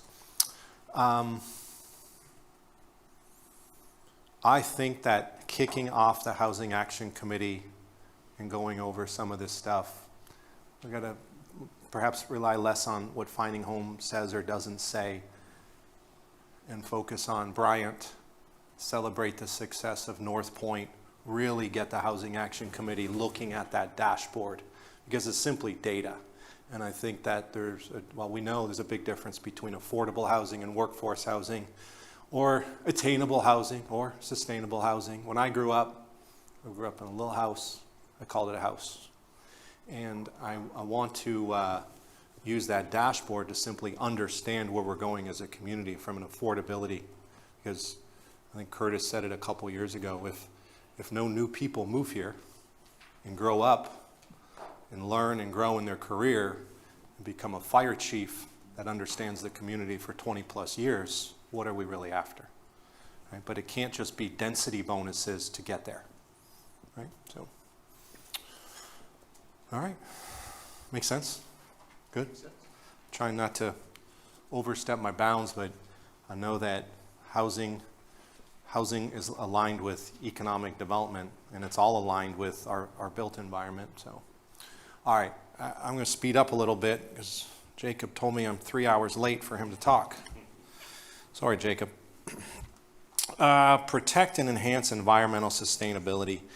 These next two were, I would call, maybe not late or last, but additional priorities because we're already doing the work. You know, I'll call these next two pieces of the business we already do, but without them listed and without them measured and show a trend, how do we really celebrate it? So we amended the business license requirements for solid waste haulers some time ago, but we started to look at existing ordinance and really did a SWOT analysis of that.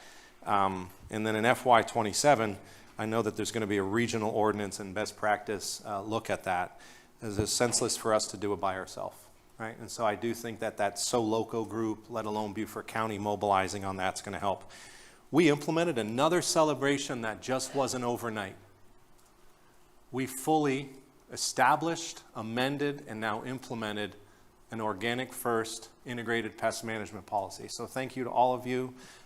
Ms. Bryson pushed. I think I pulled. Our staff learned. It's something I believed in. We'll see the results. So when you see the weeds around the Sea Pine Circle, it's organic.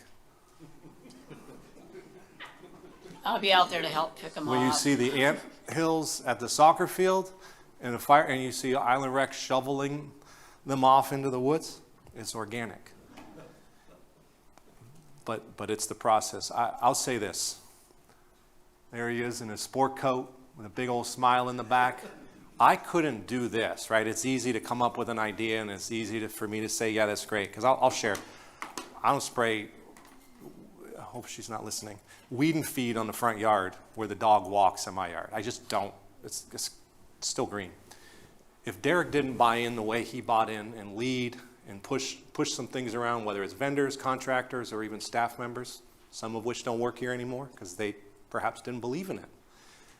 If Derek didn't believe in it, I can't tell you the day. Sean was excited because Derek came back from, who knows where Derek was, but he probably Beaufort, northern Beaufort, Savannah, and he came back with an expert. He came back, he says, I met someone, they know what they're doing, I know Kim knows what they're doing, and he started to look at more opinions than just his, bless you, more opinions than just, right? And he's hard at it, and I think that this program, without Derek's leadership and Derek's mindset, doesn't get implemented. That doesn't mean that we shouldn't blame Derek if there's weeds in the roundabout, because we pull those, right? We pull those or we spray something on them, but the organic first approach is what we're living with. And it's going to take us some years to get better at it. So can I get a couple thumbs up? That's a good accomplishment. There we go. Good. I know how some of you, all right. Two quick things about that. I've been on one panel with Representative from Kurtzman who wants to somehow introduce this on a statewide level, not to make local governments do what we did, but to find a way to encourage that to happen both at the state level and at the local government level. And in addition, the Rotary Environmental Club has asked me and Kim Conte to be on a panel to come and talk to them on February 5th about the same thing.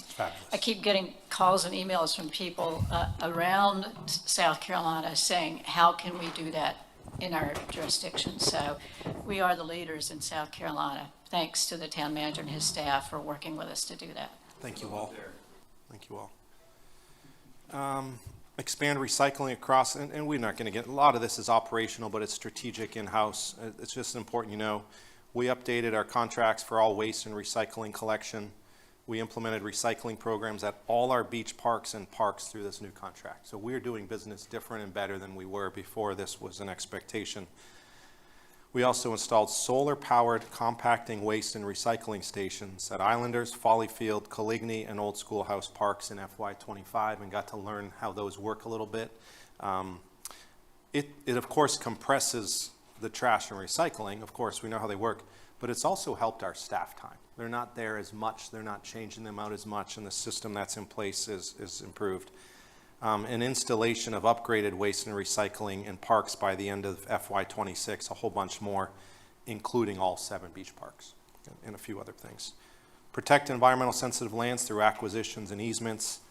That's a double up on section 1 on growth management. I think at a certain point, what I believe the town council needs to do when you're ready, and not in this fiscal year, but start thinking through it, of the land that the town owns, what is conservation, what is preservation, what is used for the future, what is preserved? Because at some point that decision is needed, because I just feel like that there's Ashmore Tract. Is that where pickleball should go? Right?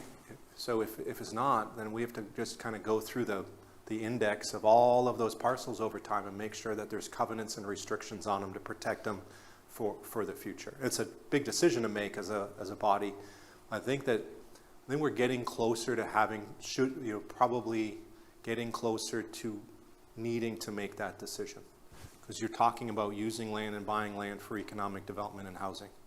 And I think the sooner we decide what's off the table, the sooner there's confidence of what's on the table. Well, it's also not about what we decide, but what properties have opportunities Right. that we don't want, right? Because some of it has been purchased with dollars to protect it. So it's that understanding as well.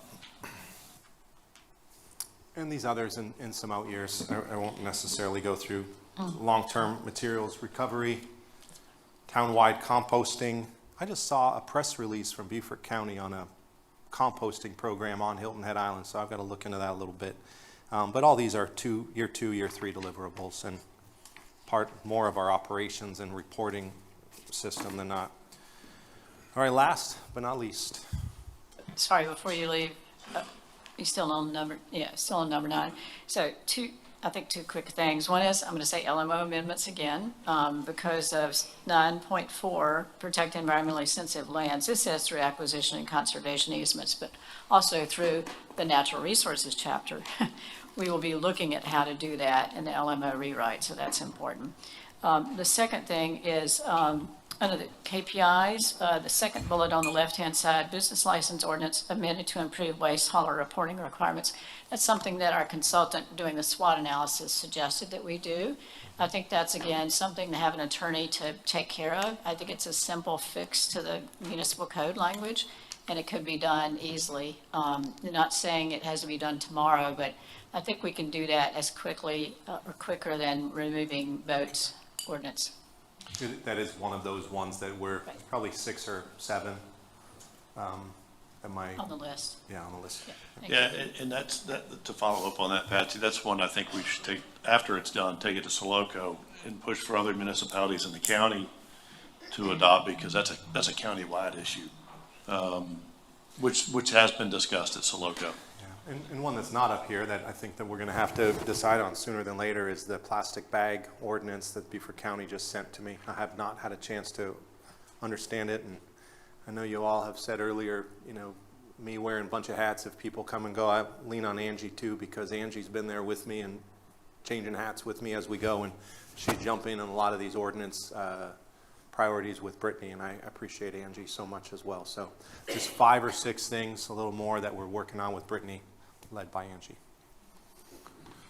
And then it makes Curtis's life a little easier, where we can package it up and say, Curtis is ready for town council. So, all right.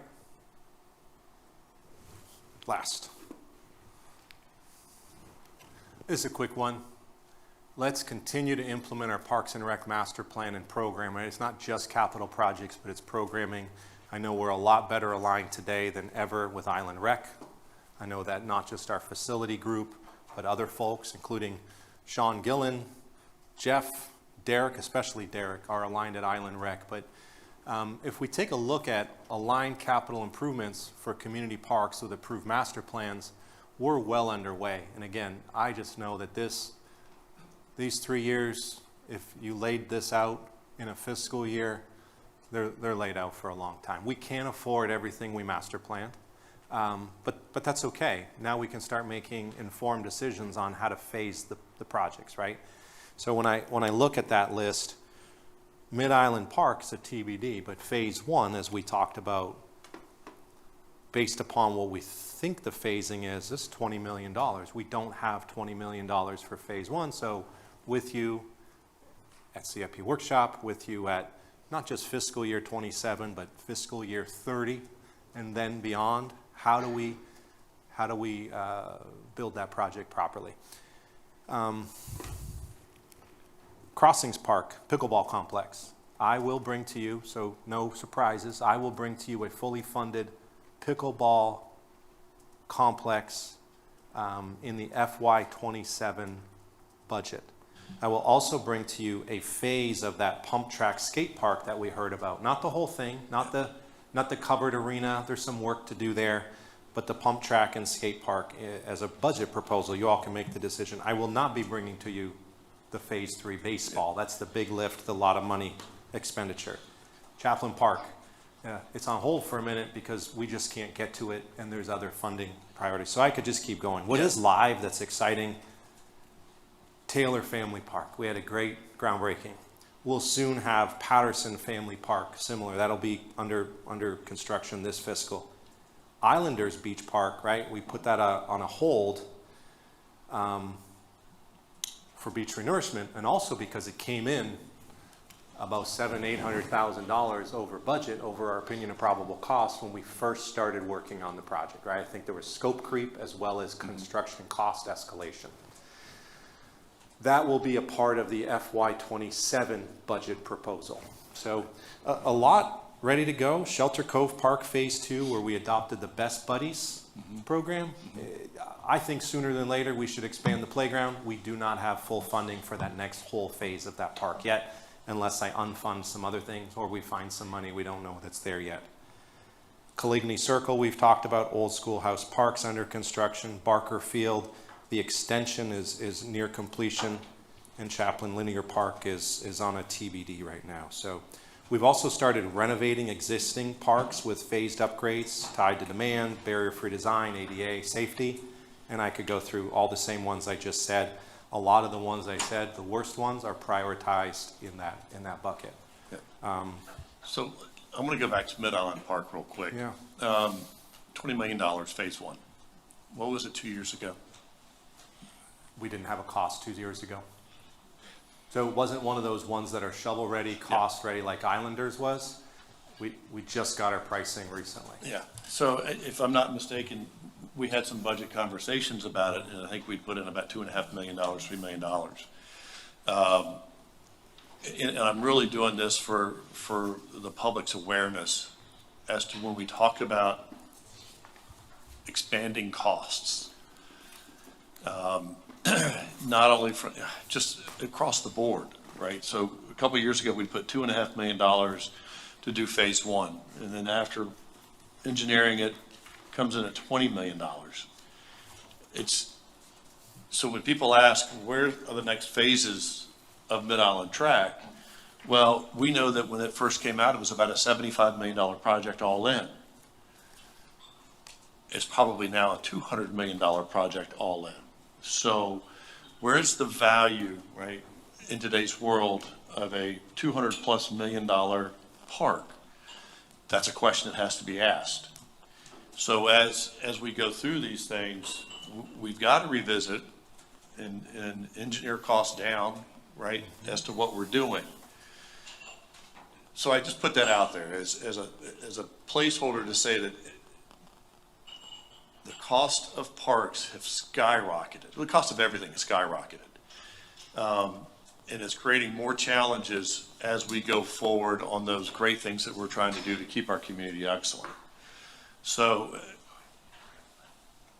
there's going to be a lot more conversations about parks and how we move forward on them, how we fund them.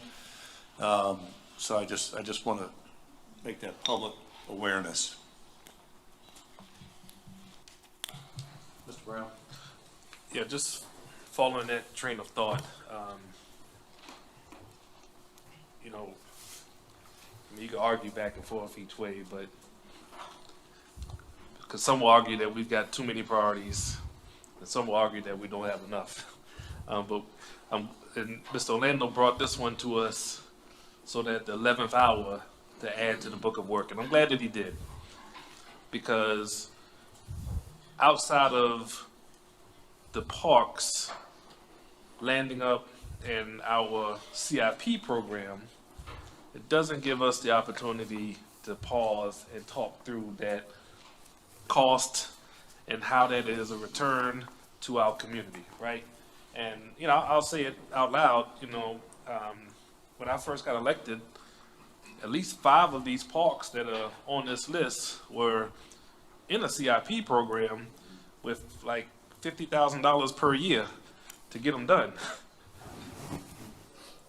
And here we are today, about to be finished with at least 4 of those. Like they're going to be done. Right. We have to keep this in front of us. We can't argue about if we should cut back to 8 goals and then we forget about this, right? So it's so important that we keep this in front of us. And to the money part of it, yeah, we've got to have that discussion about how we get there, how long it's going to take us to get there. But I go back to that whole idea of measuring our quality of life. And, you know, no disrespect to the pickleball people, because I want to make sure that we get pickleball done. Let me make sure I'm clear on that. But those 2 young boys that showed up at our meeting a couple weeks ago with their very, very formal petition, that is important. You can't put a price on making sure that those kids have positivity within the community that is built by the community. You can't put a price on that. And if we have the expectation that those young boys at some point will be sitting around this table helping to make decisions for their kids and grandkids, we have to do things like that. So my point in all of this is we have to keep things like this as a priority, and I'm sure we're going to have a little bit more vivid discussion when we get to capital improvement here in a little bit, but it's important. It is so important. Yeah, I'd like to continue to see action items within that we continue to talk about for the longevity and the betterment of our community.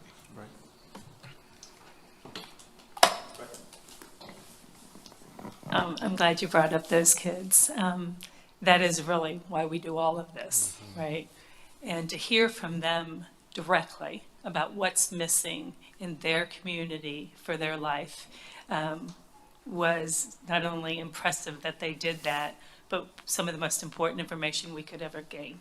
And Mark, you said it earlier, right? You want to attract people here. You want them to live here. And then what do they do here?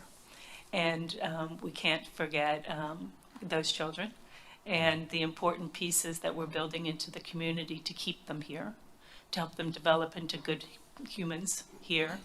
And as you correctly pointed out, Councilman Brown, to have them sit around these tables in the future. There is nothing more important. So in that respect, this is all what we are sitting here today, is providing for them for tomorrow. So I would like to make sure that as we set priorities within this section, that we address that petition and bring that forward as quickly as possible for them. I think we can put on the side Mid-Island Park, other than what needed to be done, which was the cleanup, et cetera, that we've been involved in. But those kids, they came to us. We should respond to them quickly. Okay. Thank you. Yes. So I think some of the next steps that you're going to be going through is really going to help us address this issue, and that's laying out a 5-year capital plan and understanding what that looks like, and then having a real honest dialogue about how we can or cannot phase and fund some of those items. It'll provide a lot of transparency that I think that our residents will appreciate. Just saying out loud the $20 million for the phase 1 for Mid-Island. I mean, it took my breath away when I heard that original number, because, you know, I was using our books that said $2.5 million. And so the public is looking at those numbers as well. So to be able to have updated numbers really helps to tell our story in regards to what it is that we can do and what we might have to phase a little bit differently. One of the other pieces that you've added too, which I appreciate in the capital improvement plan, is a label maintenance versus discretionary. Because I think it's also very important that out of that capital planning process, a certain amount of money is going to be needed each year just for maintenance. And it's all the things that we talked about, understanding what the useful life of items are, and having our replacements and our safety and that type of thing. And we know that we're going to spend that. And then what is truly discretionary? That way we can balance those pieces, because we must do our maintenance. And so having that understanding, I think, is going to help us moving forward as well. It's music to my ears. Thank you. And you've helped me a lot from a new lens, take a look at our CIP projects, right? And so I give credit where always, as much as I can, that helped me identifying what was maintenance versus discretionary, right? That what do you have to do to keep it up, right? By state law, there's a definition of what a CIP investment is. A lot of our maintenance dollars are in our operating budget. But Coligny Beach Boardwalk, it's not because we wanna, it's because we have to, right? And so that's helped. We're going to talk a little bit about CIP this afternoon, after lunch on your plans there. I think it's after dinner. I mislabeled that. The salmon, there's leftover salmon for dinner. I think it was just went out the door, but that's okay. We're keeping it warm. We're going to keep the cookies. Yeah. But what's going to be really, really important, and I appreciate talking aloud about it because it's angst I have, right? Let's back up a little bit. 5 years ago when I arrived, in the budget, we did not have a CIP program. We had a couple of line items. Let's just be fair. I will print that out and I will send it to you. It is not what it is today. It didn't identify sources. It didn't identify uses. It didn't phase anything. And there was no plan for Chaplin. There was no plan for crossings. Right? No soccer, right? As a soccer coach to my kid, I was out there and the kids were getting hurt on sprinklers that were this high out of the ground and water pooling, and the soccer ball would stop dead and everybody's looking at me as the town manager. Let alone we're giving them a hard time where they're parking and I'm trying to coach, right? So those master plans are in place, right, wrong, or indifferent. I don't think y'all love the Mid-Island Park master plan. So that's not something you love, I'd revisit it. Let's take the plan and look at it and say what's most important, and if you calibrate it and it's got a bigger music venue and a smaller garden, so be it. But the sooner we start understanding what we're trying to build, the sooner I can start helping with it. The angst I have is this. I only had a 1-year CIP project list, and that I thought would take 2 years, but by the time we found the right contractor, a surveyor to show up, truly understanding cost, Richard Loudon's in the room somewhere, maybe. Is he here? There. He left? Oh, okay. He's great, private sector, and he told me this one thing. He says, my disadvantage, our disadvantage, is I don't have any history on cost. So hoping. We know what the cost, we know what the opinions of cost on engineering and contractors say, but we can't go back too far to know what costs on our CIP is. So now that we have all that, we were challenged with putting a 5-year CIP program together. And I only know how to fund 1 year at a time, simply because we've always been in a pay-as-you-go mindset. In fact, pay-as-you-go mindset, but at the same time, just like everything else, capacity, how many master plans did we set? They're great. Mid-Island, Barker, Chaplin, Patterson, Taylor, roads, intersections, striping patterns, all that stuff. So now that we have that, we've revamped the CIP program into portfolios, right? Beaches, we know what the beach is over time, we can see that trend. Stormwater, pathway. Before, we'd fix a pathway and build a $20 million park and call it success. So what's been very interesting is now that Richard has an opinion of probable cost on every one of those year's priorities, Dave Bird and I are like, there's no way we can build all that. And so what we have to do is calibrate revenue and funds with expectations. Because in the past, we said they're priorities, let's fund phase 1, year 1. And let's just keep moving year 1 forward. Well, we're finally at that point where we can show you right now our 5-year CIP should probably be an 8 or 9 year CIP. And that's great because there's a good spreadsheet, the formulas all work, the priorities are easy to move forward, skate park, pump track, and move outward, real phase 1 of Mid-Island. And I think that workshop in February we have needs to just have that calibrated discussion. So bear with me for a second. Yeah. Mid-Island Park phase 1 is for drainage. $20 million for drainage. That's 113 acres. We just talked about stormwater. So you take that number and then you start looking at everything else, gives you an idea of what the total cost is going to be when we look at infrastructure. I'm just trying to correlate the relationship, as to Steve's point, that we were talking outside a minute ago about how much it's really going to cost. Phase 1 is stormwater at $20 million. So as we look at these things, there's a lot of big lifts that we've got to start taking into consideration as to the resiliency of our community.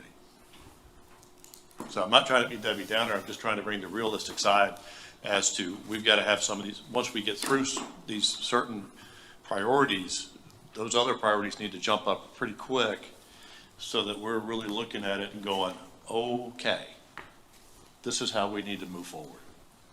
Because it's going to give us a lot of information and really set a direction. I mean, you got to put it in perspective, Mayor. It's a 113 acre tract. Yep. If you were building a 113 acre commercial development shopping center, it'd be way more than $20 million. So putting it in perspective, it does sound like a lot because it's a park, right? But it's really not. Right.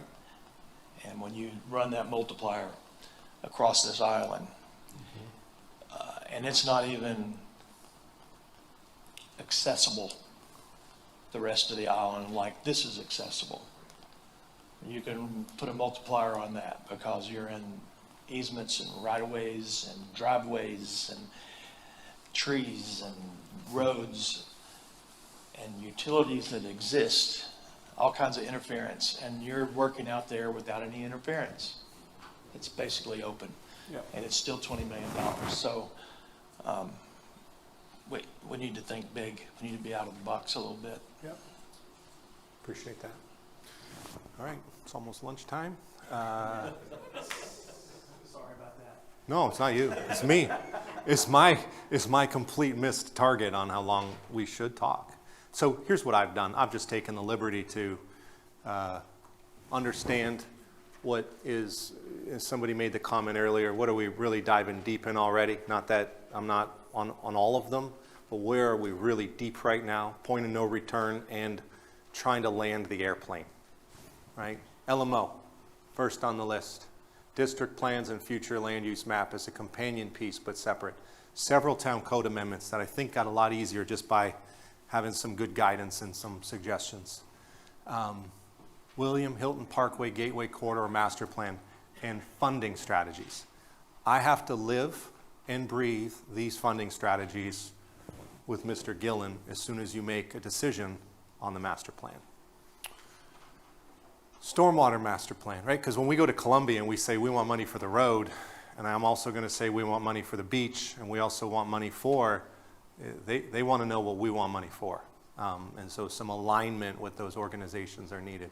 Stormwater master plan, public safety enhancements, St. James Baptist Church relocate and mitigation, Gullah Geechee Historic Neighborhoods CDC strategic plan, especially with the investment, the joint venture investment into the Memory Matters headquarters, CDC new headquarters, implementation of North Point on Jarvis Creek, key capital projects that are underway or funded, right? Those take my time. I'll just say that a little, not selfishly, but I don't want a false start. I don't want to miss an opportunity with a press release. I'm still with a new team. They're delivering on your expectations. I know yours the most.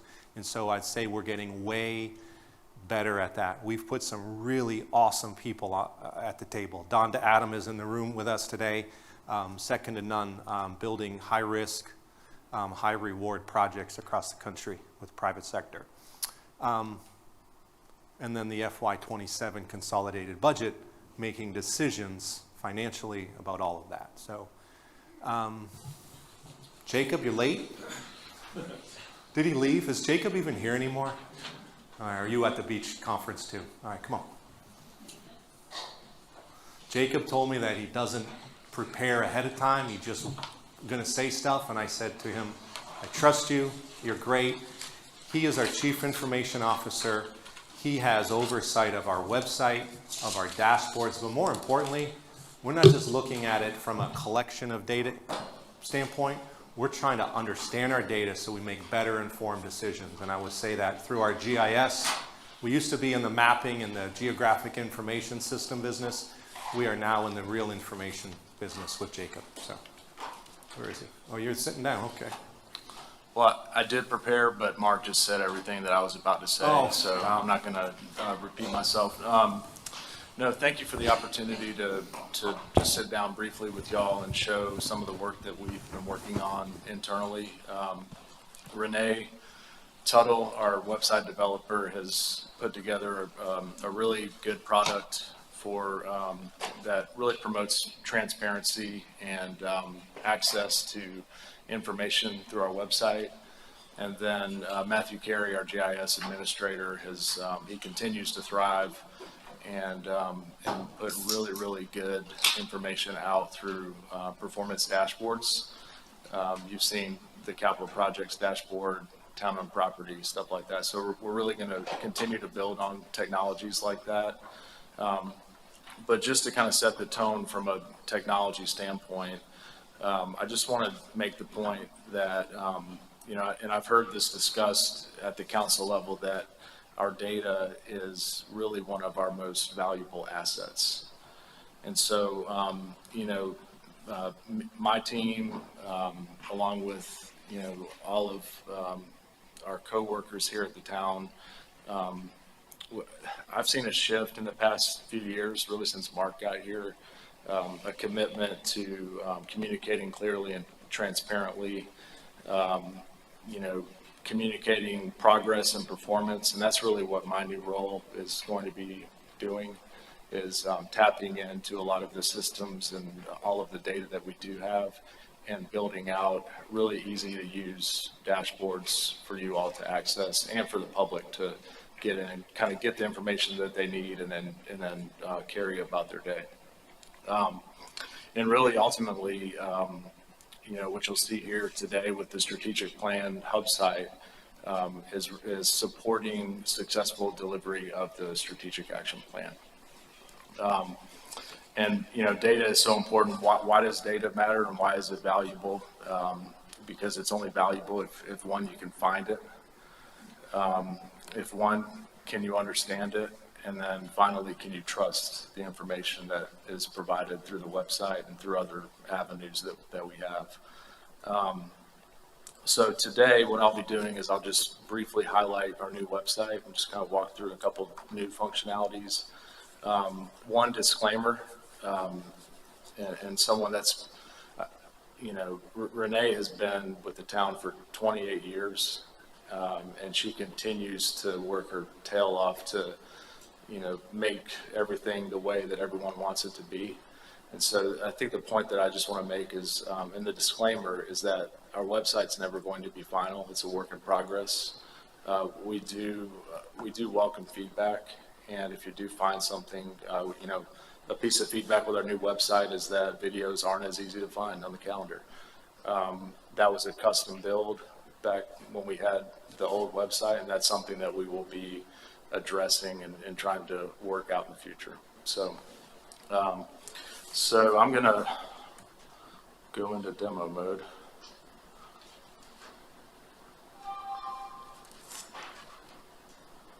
So really, from a benefit perspective, really for me and managing Renee, one of the biggest benefits that we have with the website is that it's truly an enterprise content management system. It enables more people to have their hands on the website and help Renee with building and delivering information. We as an organization have worked really hard to be ADA compliant, and so our new CMS delivers that. You'll see in the bottom right-hand corner that that there is a new HHI helper, and so what that is it's an AI chatbot designed specifically so people can come to the website and get the information that they need. So if I was a member of the public and I wanted to know, how do I get my, well, I had this preloaded. What is North Point? It runs through the website and mines the information that's in there and then points the user to the information that they need. Or if I wanted to say,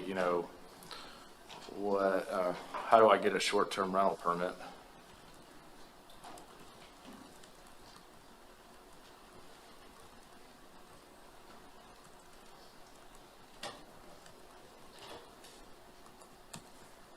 It would process, give information on how you would submit it, and then send you to the right website, the right page within our website. So really cool functionality.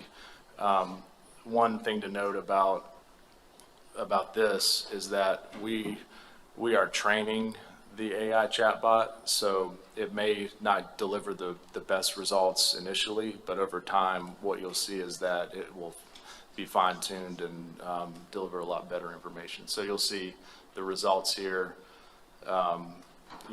Instead of someone going and trying to find their information, they can just ask the chatbot, and it gives you everything that you need to know, and then you can go to the appropriate website. So, and then I now understand why sales teams have a account manager that can talk, and then a solutions guy that can drive. So bear with me here as I work through this.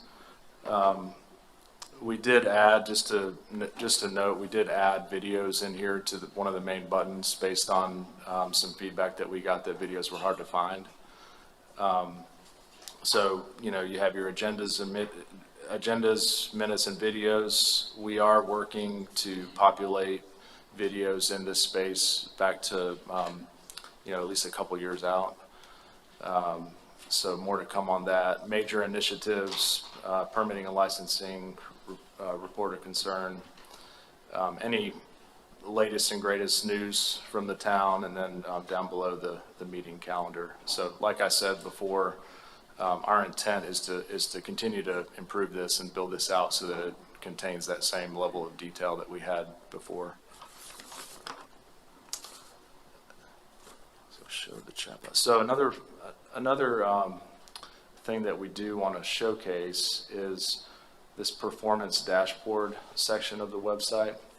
it's really a expansion of what we used to call open data. And so our performance dashboard section is really built to be the one-stop shop. So several months ago, Mark and Sean Leininger came to me and Matthew Carey, our GIS administrator, and asked for it, said, you know, I know we have all these dashboards, but where the heck are they? And so the idea behind this site is to have essentially a dashboard of dashboards where town leadership, staff, or the public can come in and get, you know, any information. So you'll see, you know, the capital projects dashboard is there.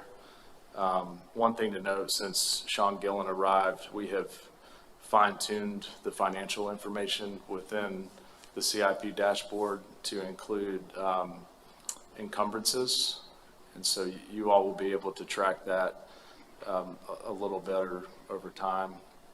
I'm going to hit strat plan last. Building permits is one that we have been working on recently and just recently added. So one thing that we hear a lot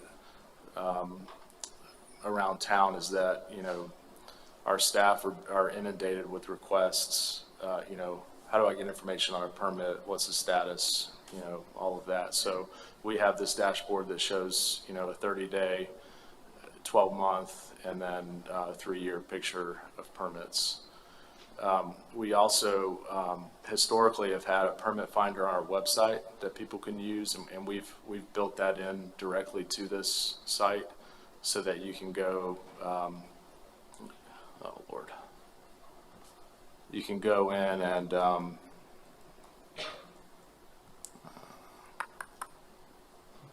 search for the permit finder. So basically what you can do here is, so if I were an account manager, I would blame my solutions guy for not having this set up correctly. So I'm going to blame myself and move on.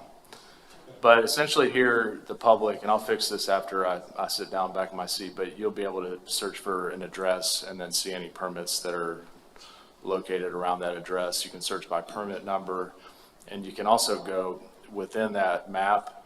You can go and it links directly to the citizen self-service page within Tyler, and you can kind of get in the weeds there, but you can deep dive and see exactly where the permitting process is for that specific property.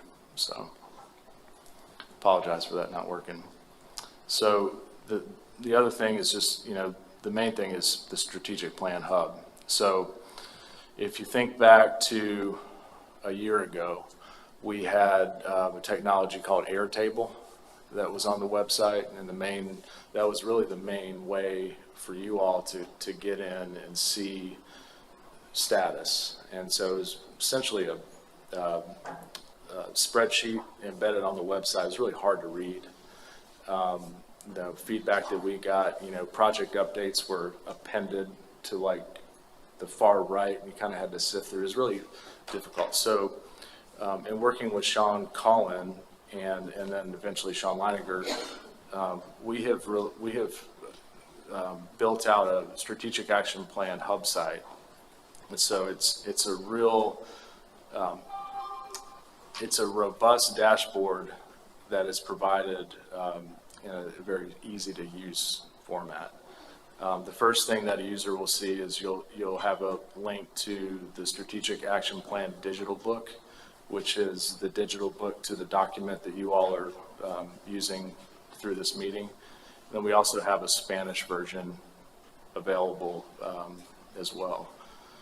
Down below, well, before I go down, you can, if you knew what goal you wanted to look into, you could just go right here and click this little drop down and select, you know, if you wanted to see protect island character through managing growth, you would select that there.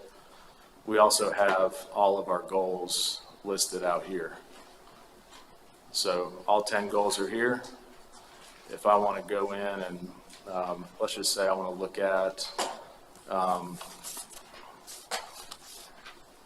let's see, public safety and I was interested in action item 4, which is the purchasing of the new headquarters.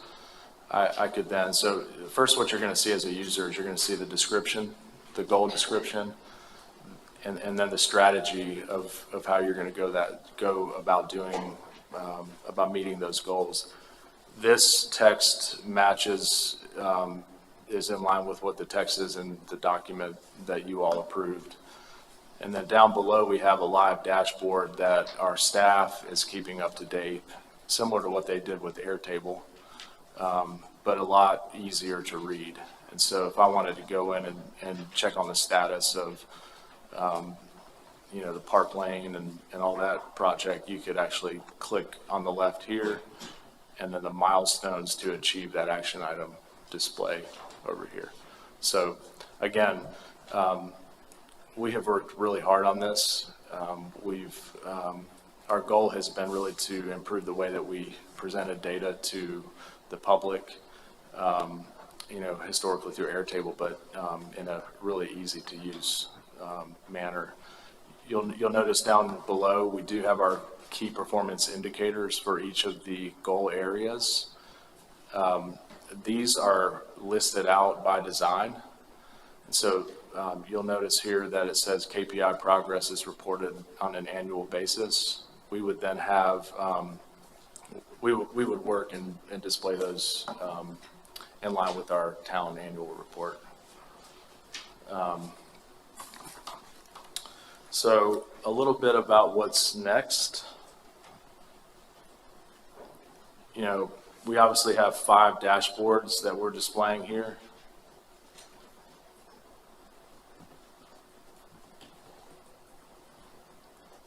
This number will grow. And so our intent is to have this as the area where, let's just say, one of y'all or the public, you have a question about something, you could go here before inquiring with staff or something like that. So the design here is to really facilitate information flow so that you can get answers easily and quickly. So a couple of things to come. We'll be working with finance to provide a budget report, a dashboard of sorts through here. Housing, which y'all were talking about, I think it was 8.3. We would have a housing dashboard. This is where this would live. Fire rescue incidents. And we're also we're working on a code enforcement and short-term rental dashboard as well. That will be on there. In closing, this is the fun stuff. Me and my team get to work on, to be data nerds and go and create all these cool applications. But we do welcome feedback. If there's something that you don't see that you want to see, let us know. But as far as the dashboards, a lot of the stuff earlier you were showing us. Yeah, I think it depends on the data. But, an example would be for like my HI requests, that's a real-time information. So as information's flowing from the public through my HHI and, let's just say facilities is managing that data, it's real-time. When it closes, it updates here. Bottom left corner open right now, Yep. meeting 1. That'll Yeah. fluctuate. Yeah. Like a small video game for Derek. Yeah. Is our traffic system available? In terms of the operational system? I don't know. I'll look into it. I just don't know that answer. But you ask a good question. I'll jump in. The town, so my HHI, right, real time. CIP project dashboard, strategic plan dashboard, I expect that those be updated monthly by the department head. And so the opportunity right now is great. We're all getting on the same page with a new strategic plan dashboard. The last really 3 months into this, into 4 months, has just been having each department head think the same way, right? We have criteria on what we should update, milestones, activity. We just want to make sure that it's high level and not inundated with too much information. At the same time, have enough information for you to know, hey, capital projects as part of the strategic plan, we're going to have a workshop in. We're going to have a workshop, you know, whatever, what is it, February. So some things like that are bucketed as quarters right now on here, and so you're not going to get that real-time look on every project, but it's going to hold us accountable, and it's going to allow me to manage from my laptop and take a quick look to see how everybody's doing on all 67 or however many of those items there are. So. And just one thing to note, there, in addition to the performance dashboards on this hub site, there are interactive maps. So we do have a property search, which is like, you know, your typical government property search, but I think ours is pretty good. So I would encourage anyone to go check that out. You know, town council board search, building permit search down here. Someone was talking about road ownership earlier, but we do have that road ownership map. And then we have a number of GIS data layers that are available for download. Historically, what's happened is we get a data request and then we have to provide that to like an engineering firm or something like that. And we offer this data just real time so people can go and download the data themselves. So. And those are two good data points, right? What roads do we own, right? It's not a town road, whose is it? And then also that permit map too, that permit finder map, so that we know in real time what building permits have been submitted. That's always helpful, not just for y'all, but for the public. You're sitting at home and you wonder what's going on next door, and you hear some hammering on a Saturday. Do they have a permit? It's right here. And then there's also a number to dial for direct, as well as an email for direct, right? So something we're proud of. Here we go. River Club Drive. Hopefully they have a permit, Jacob. I already looked, right. yeah. So this is what would have come up on the other page if it wasn't permissions locked. So I mentioned that you can link to the citizen self-service here. And you would literally just click here and the permit information comes up locked to the public.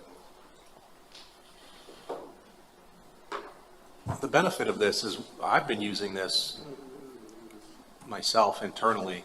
I do think our new website with that hub, right, the dashboard of dashboards is going to make this really important for y'all, the community, and anybody wanting to look us up. So this has been a tremendous lift and effort by Renee Tuttle, no less, Jacob, Matthew, I could say 50 names, including every department head that is accountable for what their details, right, their information is and isn't on this website. Angie, I know, was very involved.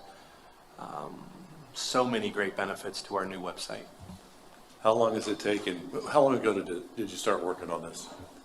I'm not even going to look at Jacob. It's just, Jacob, go ahead and answer that. How long? I don't know. It's been at least a year for the website. The hub page is, I mean, I've been here, I started in 2013. The GIS side, like the hub page, has really been something that we've been working on for that long. And I feel I feel like we have one of the better GIS operations in the, like, I would say in the state, if not. Well, I asked that question because good things take a long time. Yeah.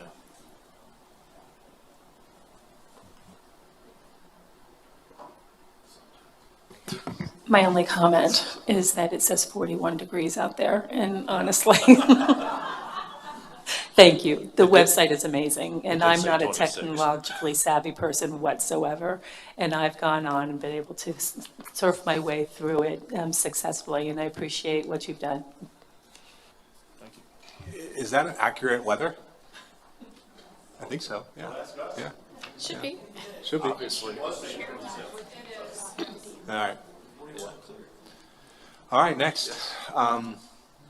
Jacob, you good? May I have my, Oh, I just wanted to say a couple of Oh, things. First sorry, of all, excuse me. I appreciate that you've updated the website. I know from prior experience, having something homegrown only gets you so far. It makes it very hard and difficult as you attract new employees to be able to continue to support and grow that website.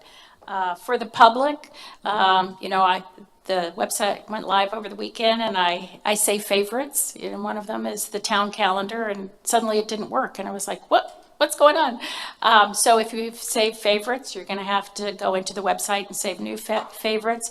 And then in regards to the videos, thank you for working on making them more accessible. Prior to this, because I like to watch the meetings on demand that I miss, and currently, it used to be you could just click on through the calendar and it would have a link there to any on-demand videos. Now you have to, there is a way to get to it. You click on the agenda where it shows the agenda and the packet, and on the left-hand side, there are all these little buttons that you probably never even paid attention to, and there's a little one that has a camera on it. You click on that and you can see the video. So you can get to it. It's a little bit different, and I appreciate that you're going to make it easier for us to find, because that's one of the things that I think is so great about the transparency of the town, is having meetings videoed and having them accessible.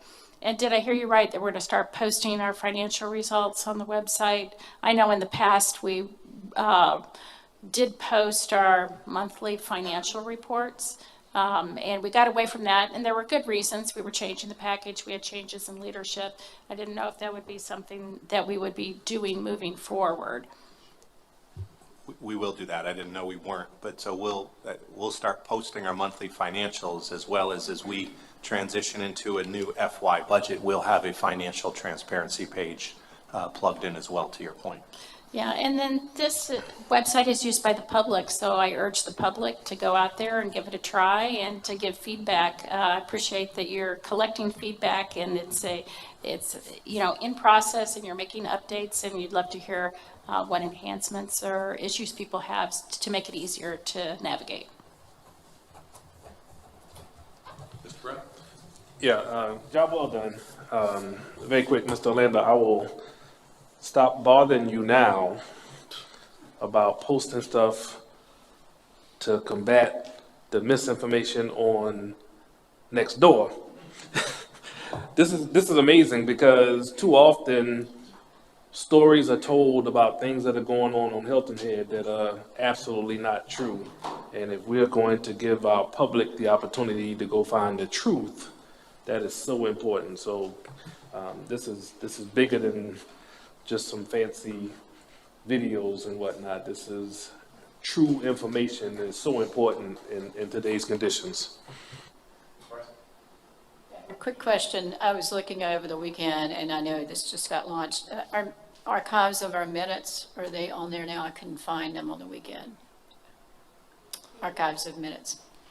Archives of the minutes. Is it hidden somewhere? It's not in the, I just checked again, and when I look under agendas, minutes, and videos, I don't see a link to archives. They are working on that. Okay.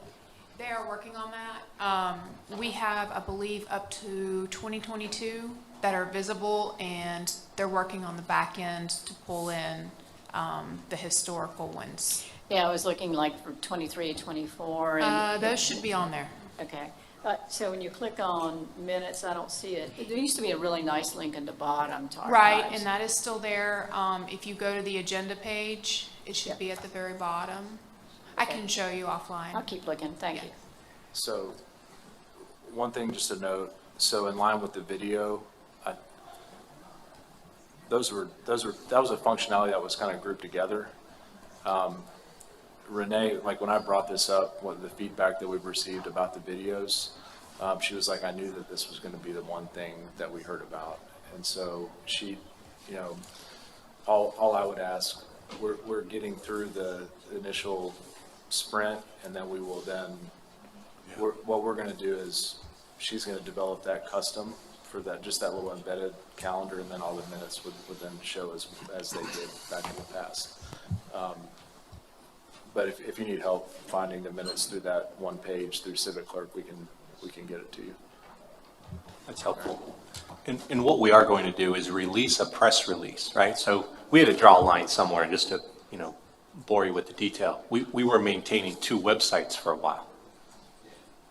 So we had to draw the line and just go all in with this new website. And so what we will do in the coming, when we make sure this stuff's all sorted out, we will release a press release, and we will put on there, for the budget, click this link. So to find the agendas, if things are different, we will provide a little bit of that detail with some different links in that press release. So some of your questions today have helped me wrap my head around it. It's just full transparency in that regard, but where's the video? Where's the archives and minutes? Where are the agendas? Where are the dashboards? We can provide some good links in the press release, and then you all can rely on that. If folks ask you, you can know where it's at, rather than say, well, I know it's on there, bottom right corner, 4 clicks in. So we'll help. Thank you for this. Great job. Thanks. All right, I just got a couple things, and there we go. I'm gonna turn this over to Dave. Dave, you're on the batter's box, sir. Yes, sir. For me, just real quick, budget. We're getting closer.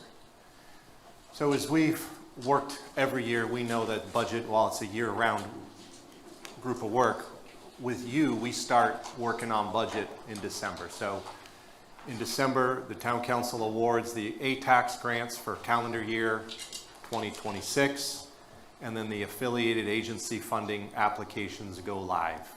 January, a lot of work starting to take shape. Budget kickoff meetings with council members, we've scheduled those for late January, really after today, so I can wrap my head around things. We're going to share with you some projected revenues. Mr. Byrd has put together at least a 5-year operating budget as a projection. We want to talk to you about FY26 budget amendment because it affects FY27 preparation with some staffing. We have those kickoff meetings with you. We have all budget requests due to finance, not yours, the departments though, at the end of January. So we start understanding, is Chief asking me for people because they can't keep up with the calls for service because they've increased? Or, or some staff members asking for more resources to finish what we say is a priority? Their proposals are from them. They're through Dave to me. Funding applications to finance in January, Town Council Strat Plan workshop today. And so hard to believe we're getting into February. F&A committee to discuss affiliate agency funding requests.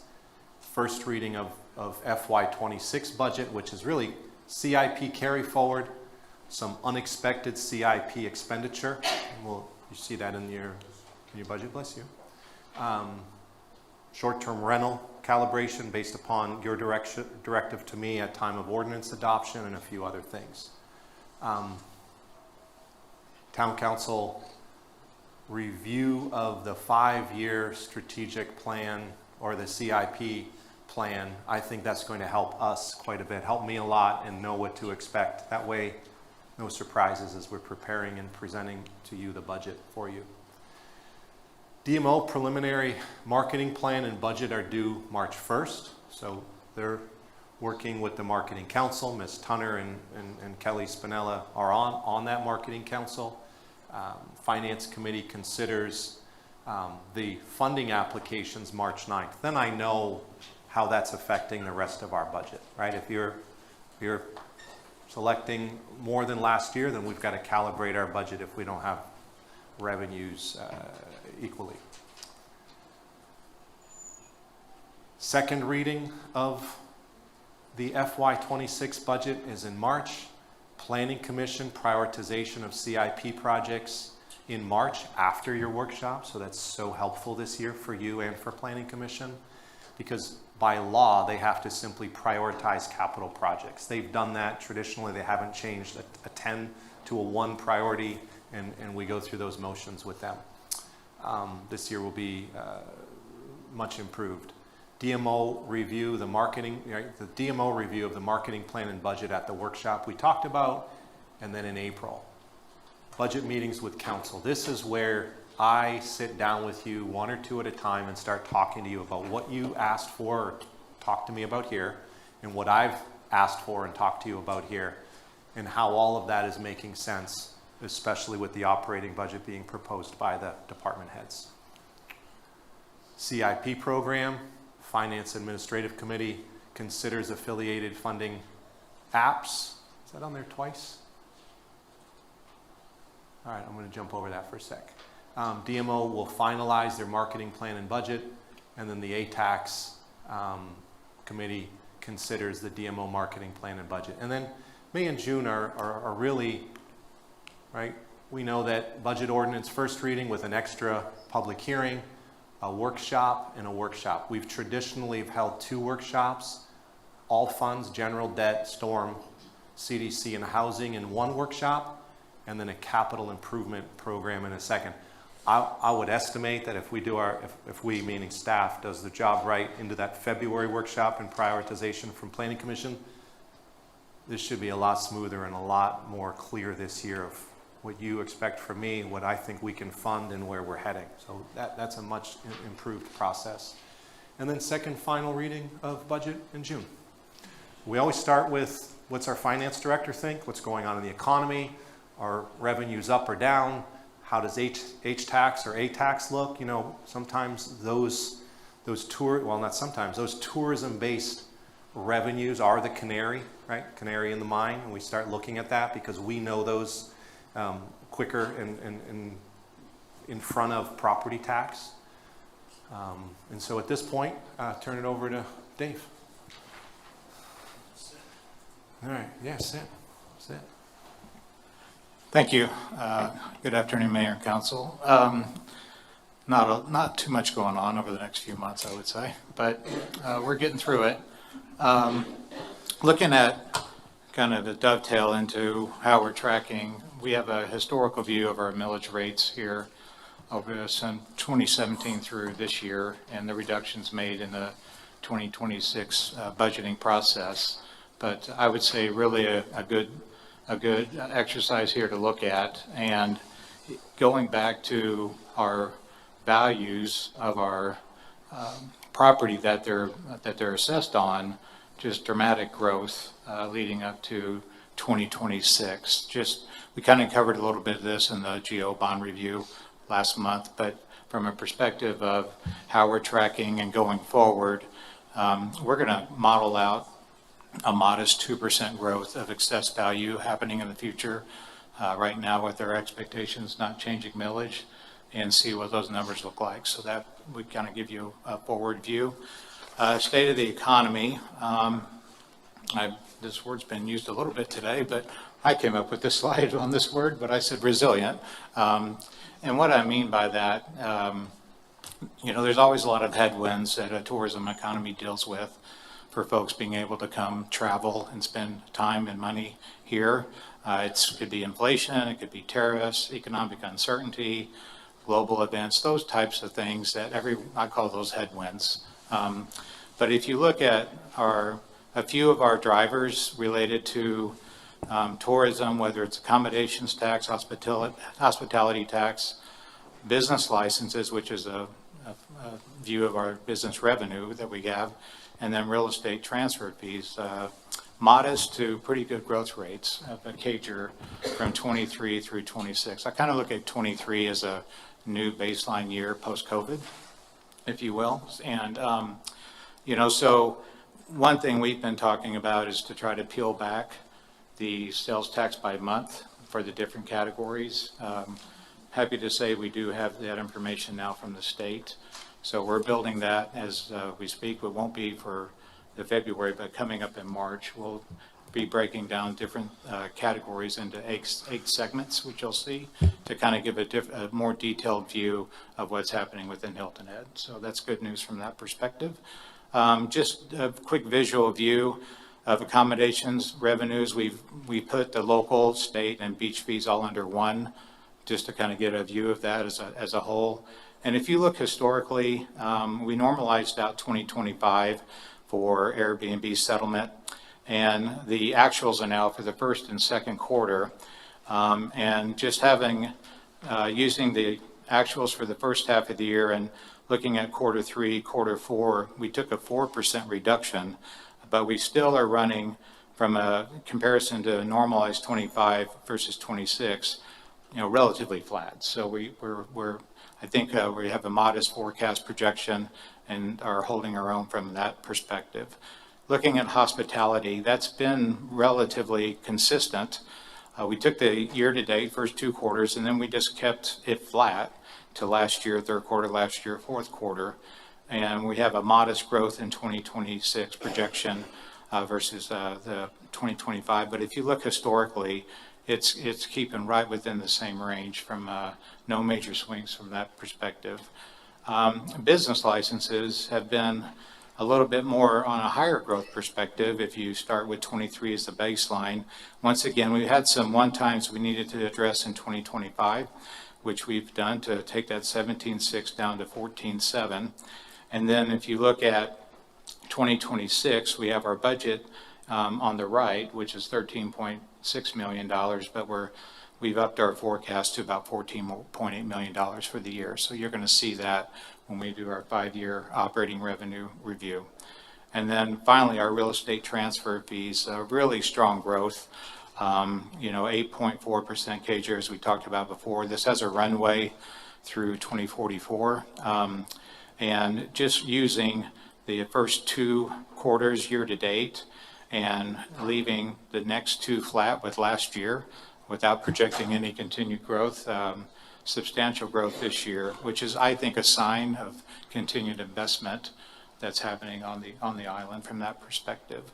As Mark mentioned, we have done a roll-up of the 5-year.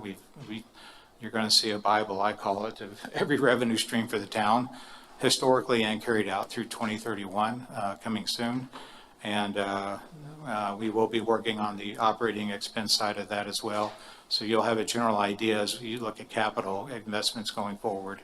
What are we looking at from that perspective of what we can afford? So that's it. So, as you reported at our last Finance Administrative Committee meeting, I don't see any red flags on revenue. It looks like green flags. Well, I would say going forward, there are no red flags as we see today. And when you see the future, I think the CAGR from 27 through 31, if I remember, was with a lot of different assumptions, which you'll see, rolled out to be about 1.5%. So not any aggressive growth. I don't have any grants in the future. I always say let grants be upside. So from a perspective of that, just a modest growth based upon what we're seeing today.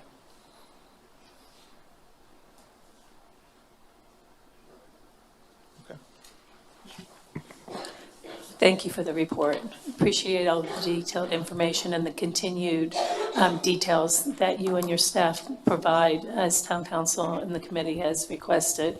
It makes things very clear and easy to understand and to see the continued conservative position that we put ourselves in so that growth suits the town and we fare well into the future as we have in the past. Thank you for all of the work that y'all have been doing. Well, thank you. I want to thank the team back at Town Hall because they're putting up with me.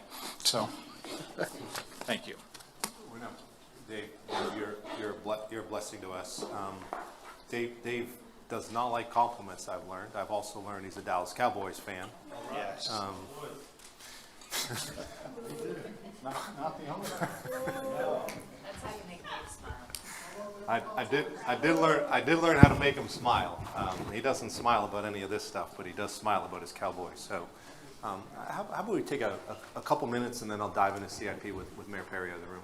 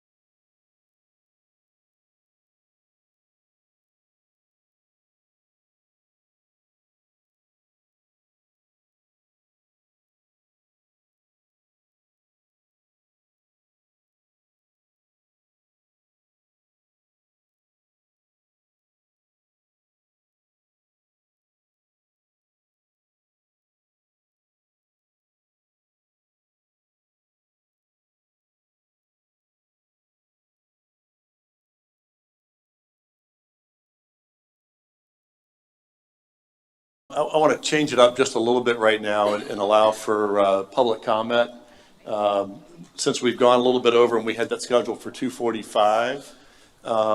Kim, do we have anybody signed up to speak now? No? I know Dave Ferguson had. We have just our normal. Yeah. I know Dave Ferguson had signed up to speak, but he had to leave. So who would like to speak? We'll start in the front and go back. Jocelyn? This is tall. Jocelyn Steiger, Government Affairs Director for the Hilton Head Area Realtors and the Beaufort Jasper County Realtors. Just wanted to mention two items that had been in my head as I sat through this. And I thank Alex Brown for bringing up what he did about affordable housing. I sat through the LMO rewrite for 3.5 years, the last time it was done. And back then, the push was it's too restrictive, it's unfriendly, developers can't do things, builders can't build, it's too hard for citizens, and we've got to come up with a way to make it user-friendly and easier. Well, now you see what that's resulted in. The pendulum's going this way now, and everybody wants to make it more restrictive and more regulations. I'm afraid affordable housing's gonna get lost. So I've been saying for about 6 or 7 years, you can't be anti-growth and pro-affordable housing at the same time. It's a conundrum. What do you do about it? So my suggestion is look at those areas where we actually can have the density. You're not going to build affordable housing with just density, but you certainly can't do it without it. So the other thing is we made it possible for Native Islanders or people of Gullah descent to have family compounds and to have businesses on their property. This was needed. They fought hard for that. Don't reverse it. Please don't reverse it. So all I'm asking is you move forward with the LMO rewrite, see where some of these things went wrong.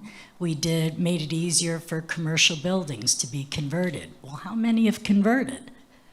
So some of the ideas were great, but obviously it didn't work. All I'm asking is we don't completely reverse course and then lose affordable housing completely, which is part of economic development and a diverse, healthy community.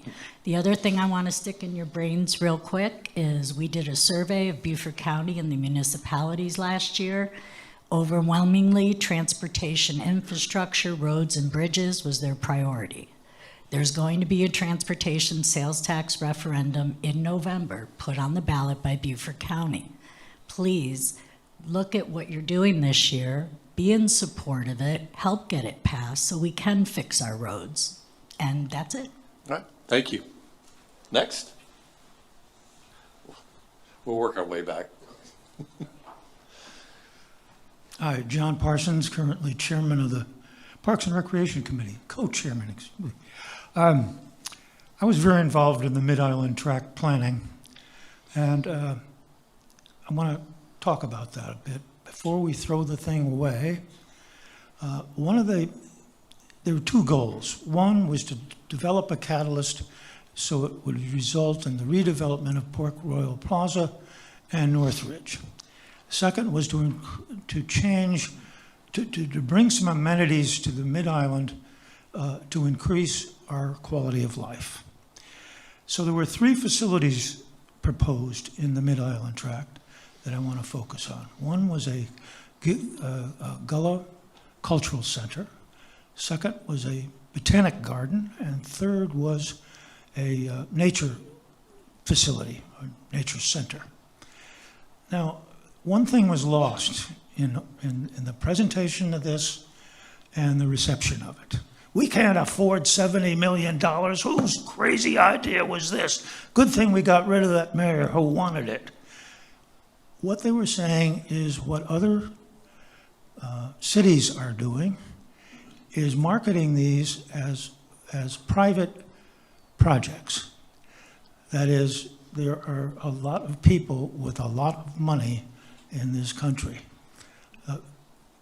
Recently, a lot of people have done quite well in the stock exchange. So we're talking about not raising nickels and dimes like the Salvation Army. We're talking about people who've got $80 million to get rid of.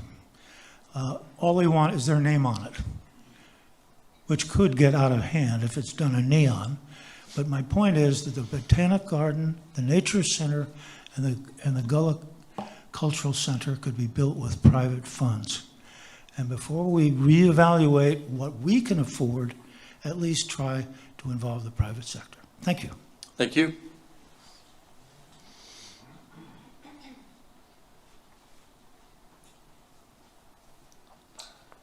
First of all, I'd like to thank all of you for doing what you do for the community and for allowing us to come up here and present. I'm not sure if this is the right venue to do this, but Melinda assured me that it would be all right, so I'm going with what she told me. So my name is Rick Gillette, and I live in Hilton Head. I've lived very many places around Hilton Head and had several businesses here, but my primary residence now is in Mitchellville. And there's a new community you may know, which is Hammock Breeze, which was developed over there about 3 or 4 years ago. And I became interested and became involved in the HOA there to help the community grow. We're in the process of getting a boardwalk to go to the beach. We'll make it more valuable. We're trying to add more value into our homes and specifically in that area. So I spoke with Melinda and told her we would really like to volunteer as a community to go out and try and help the area, because we have people that come down Bagall Road. I don't know if anybody's familiar with that or not, but it looks third worldish at best. And that has a tendency to have the property values go down, and they are starting to go down now, and I think it may be because of that. Anyway, we wanted to volunteer to go in and clean up the areas, and I think you've done that in a couple of neighborhoods around Hilton Head over the years with some success, where the town cooperates and helps with people and power and money maybe and dumpsters, and then citizens to come in and help that initiative too. So we proposed that. I think it was approved to do in October 25th of last year, and then for a reason having to do with some issues going on with potential ice and so forth coming into the area, that was canceled, and which anyway, it needs to be put back on the table again. Maybe it has, and my community, I could tell you, stands ready to help build that back up so that we can improve Mitchellville. And we had a realtor who maybe a lot of you know, which is James Wedgeworth, that came by yesterday, and he says, nobody knows about this area of the island. And so I don't think it gets the attention maybe that other places do. And anything we can do to improve that, I want to help do that. And one of those things that was mentioned was to put into there's no property maintenance code there, and that could be maybe written into LMO, and so we're trying to facilitate that. That's really what I want to do, just bring focus to that and let you know we're here to help the community. Right. Thank you.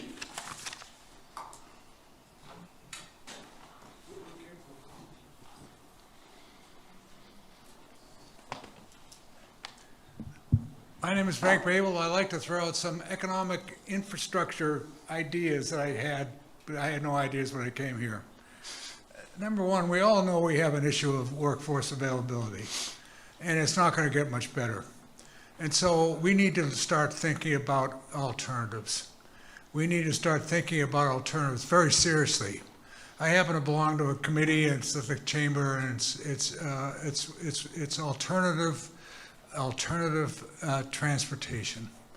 And we've looked at different alternatives. Brian is the head of the Breeze, he's the chairman, and we're looking at different ways of getting people across the bridge back and forth.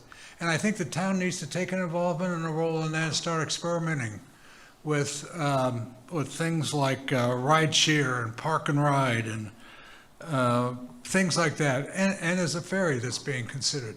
So I'd encourage the town to get some involvement and start experimenting with that before it gets a little bit too late and we have to do it too fast. The second is another idea. We have somewhere between 20 and 25,000 bikes that are for rent on the island. And about every 5 years they have to go, and they go to the scrap heap or they get reconditioned. We have a lot of people. We have 34 companies that rent bikes. They need mechanics, and we have a lot of people who need jobs, and we need to reskill people. So we should think about putting together some sort of an organization or nonprofit that gets people who perhaps need jobs, need to be reskilled, and can teach people how to be bike mechanics with these 5,000 bikes that come up every year like a machine, and and rebuild them, send them up to Beaufort, keep them here, keep them in Memory Manors, and a lot of other places. I think we ought to seriously think about something like that, and it's being done all around the United States. We have a new gentleman who used to do it up in Colorado. Another thing, another idea is we need to start getting more people on bikes going to the beaches. They've done it in Sea Pines. They don't use cars. They use bikes there. And, I just hate to see some places that have 50, 60, 70 jobs that don't have the jobs anymore because we have to park cars there, If they were on bikes, those jobs might still be there and these restaurants may still be alive. So I just encourage you to, again, I keep on standing up here and talking to you about do what Sea Pines did. Just look what they did. And they got people to ride bikes to the beach. And you can do it, and it's really easy. The very last thing is we got a lot of, oh, no, we don't. Okay, thank you. Thank you, Frank. Thank you for being here, everybody. Thanks for what you do. Next. Heather. Amber, you'll be next. Good afternoon, Heather Rath for the record. Thanks for allowing us to all be here, and thanks for giving us a great lunch. And Mark, great job on your management and your presentation. I just have 2 comments. One of the things that I think that I heard from council, and I just followed up with Melinda and I'll follow up with Alex, is that there is an appetite to do more of the home repair program. I represent a client on a federal level that does bring matching funds. These are funds that are already allocated, they've already been pushed down, and that's something that we can partner with the town on and perhaps go through the affiliated agency process or whatever. So Mark, I'll get with you on that program, and I'm excited that I was here today to hear y'all say that. The second is on a county level. I don't know if y'all are aware of what's going on with the residential boat landings here on Hilton Head Island and what's going on at the county level to turn them into commercial entities to allow for jet skis, kayaks, boat rentals to operate out of them on an unfettered basis.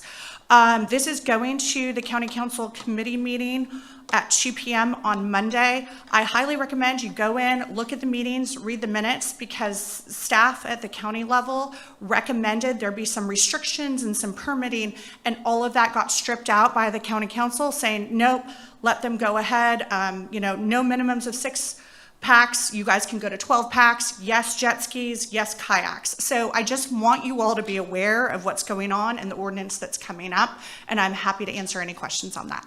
Thank you. Thank you.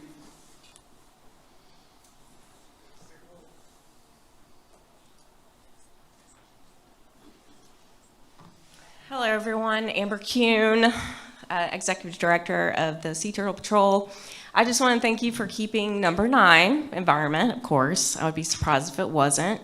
9.7, creating a campaign for ecological education in the schools. Just remember that a lot of our nonprofits already do that. Sea Turtle Patrol has one that has all grades in elementary and middle school, public school, all but 3rd and 6th grade, just because their pace and their schedule doesn't work. Another thing is the beach, and I'm excited about being done with the beach renourishment and also replacing all of those beach markers that was mentioned, which we have budgeted for, you have budgeted for. But with all of that, remember that some of us have worked on the beach for over 20 years. So the resources with some of these nonprofits, definitely there. So please lean on us, because I would like to make suggestions on what goes on that traditionally known as the no sign, which we don't call it that anymore. But we'll have to redo those because of the ordinances. I was participating in the revamp of the lighting ordinance in 2021, and I will tell you that it made a huge difference. And I can prove that with the data that I have for misorientation of hatchlings. It is a dark beach now, simply because we put that ordinance into effect in a current mode. The environmental co-op.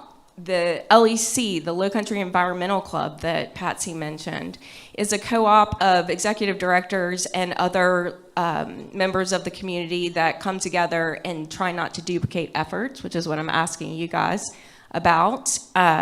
We collaborate to make sure that we're not both doing something. For example, my school program, Jean does the 7th graders through that, Ecology Kids in Kayaks. So definitely check with us and lean on us because we can help and we can not reinvent the wheel. I think that's really important. In April, South Carolina Resiliency Conference, it's Tom Milliken, who's also the executive, well, he's the director of the SEDNR now.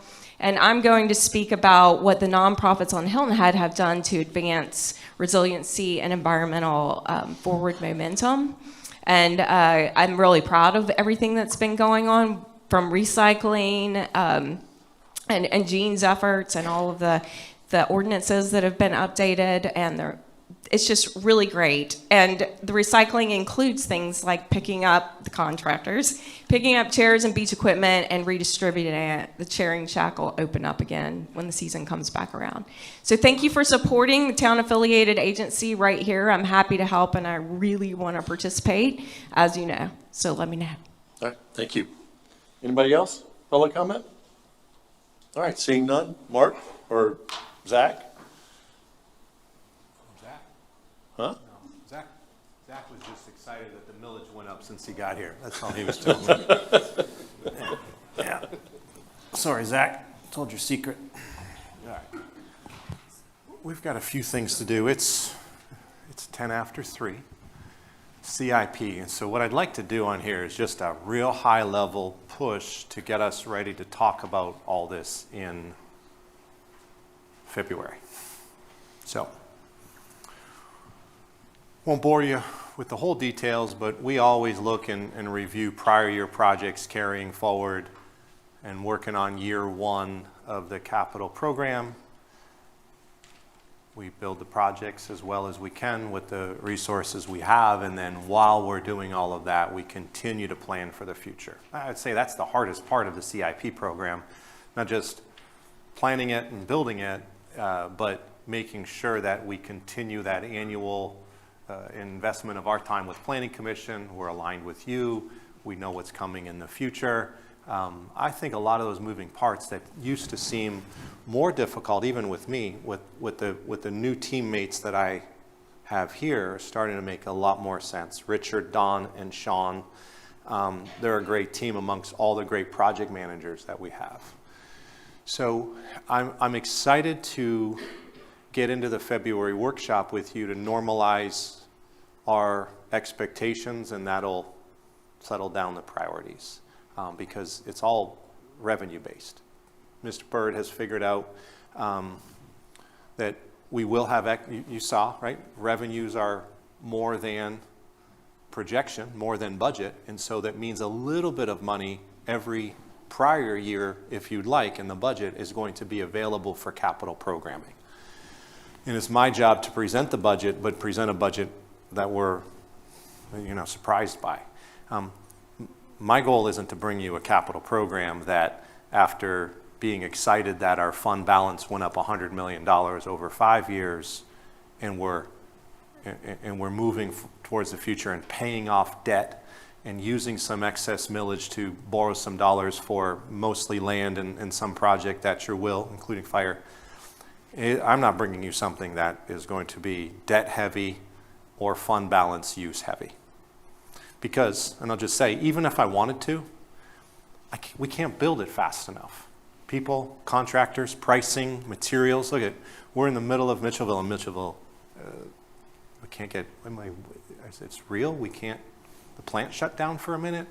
And so we have those. And so I think that I want that to sound a little bit chaotic, because we are managing some of that unknown within a really refined project management system, right? They're building projects. On your mark, get set, go. They're great project managers. It's this other unknown, learned new employees, let alone we haven't had new contractors until one of our last bids. We had a new contractor show up. And so I think that we're learning and we're getting way better at CIP. What's really important is that we stay aligned, and in that February workshop, we're going to talk about a lot of these CIP projects. These projects, the CIP project map is on there on purpose. It's to remind us that the capital improvement program, right, you can be specific here, Coligny Beach Boardwalk, right, crossings, phase 1 and 2, pickleball, Jonesville Road, Jarvis Creek Pump Station, Patterson Park, Palmetto Hall Outfall, Island Rec, North Point Access, Coastal Discovery Museum. Taylor, I think it brings to life that our capital improvement program is well organized and it's well spread out through our entire island. So I'll show you a little bit some of the FY26 progress to date. I think it's real important for us to just peek at those priorities in 27 through 30. I talked a little bit about balancing funding with priorities, and that's going to be our real heavy work to do in the February workshop. We have a $77.6 million CIP program budget adopted. That will change in the budget amendment. It will change a lot.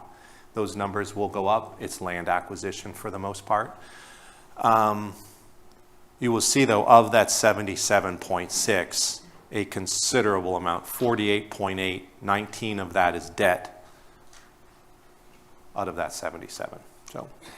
So what we've done here, and a big help from Kelly, for me, just to jump out at the page for you, I have made a bright green star, a darker green star, and a blue star. I didn't know a better way. We talk about astericking things. Those are your planning commission prioritization. This shows us design, permitting, construction.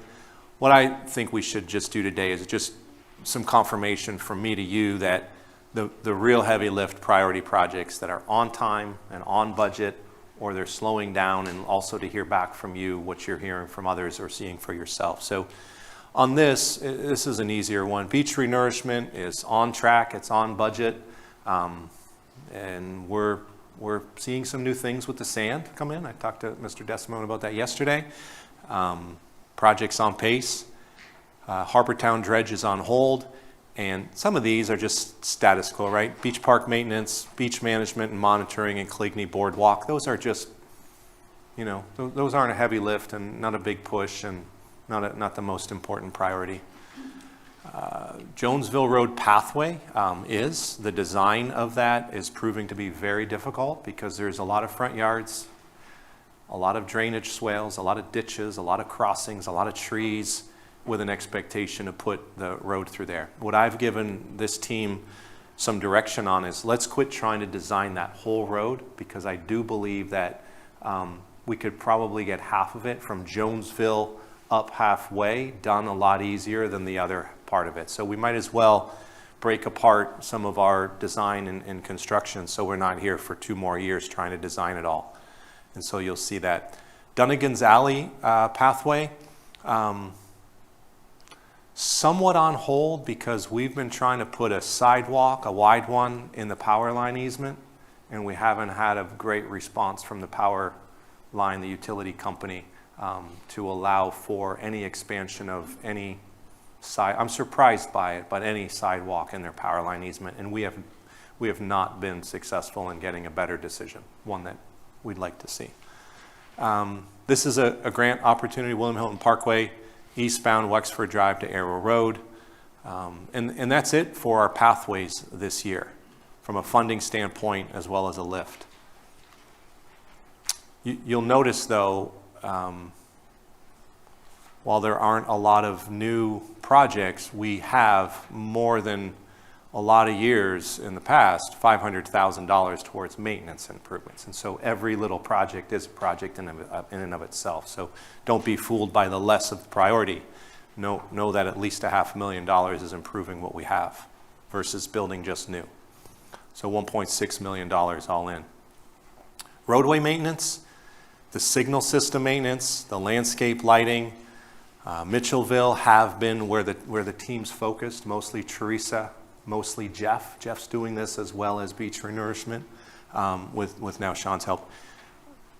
These projects right, you can see them designed, some permitting, none of them in construction yet except Mitchellville, but I think that we're building some momentum, and we have to talk about how to properly advance right-of-way acquisition. Hypothetically, you have 12 folks on a street, 11 people say, I agree, and one doesn't. Project stops. And so we have to talk about that. And in my opinion, you know, right-of-ways are acquired through an easement or right-of-way acquisition, and we make it part of the project cost.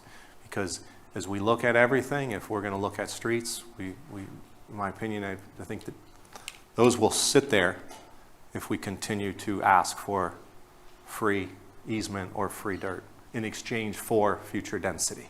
I just don't feel like that strategy is current.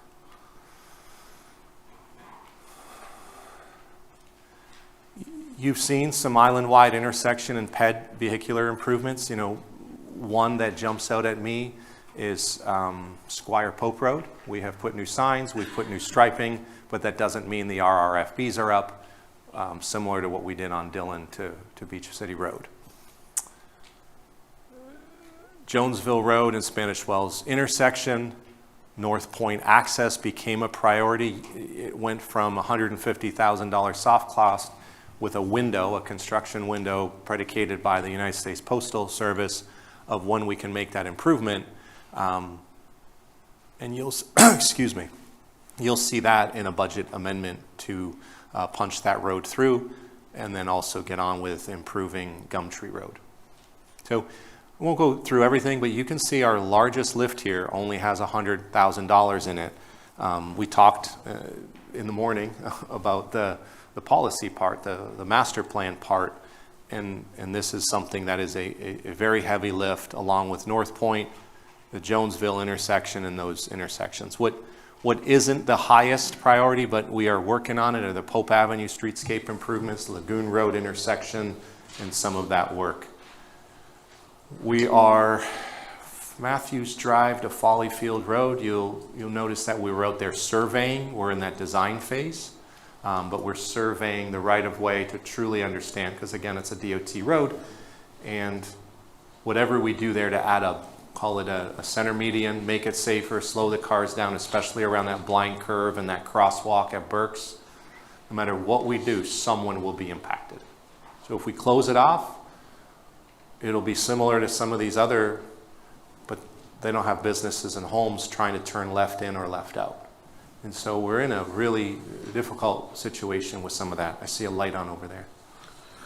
Yeah, just the previous slide, Mr. Orlando. You know, we've, number 41, we put a lot of time, energy, brain power into that. And obviously, I'm not looking to look in the rearview mirror, but look forward. It is a critical part of our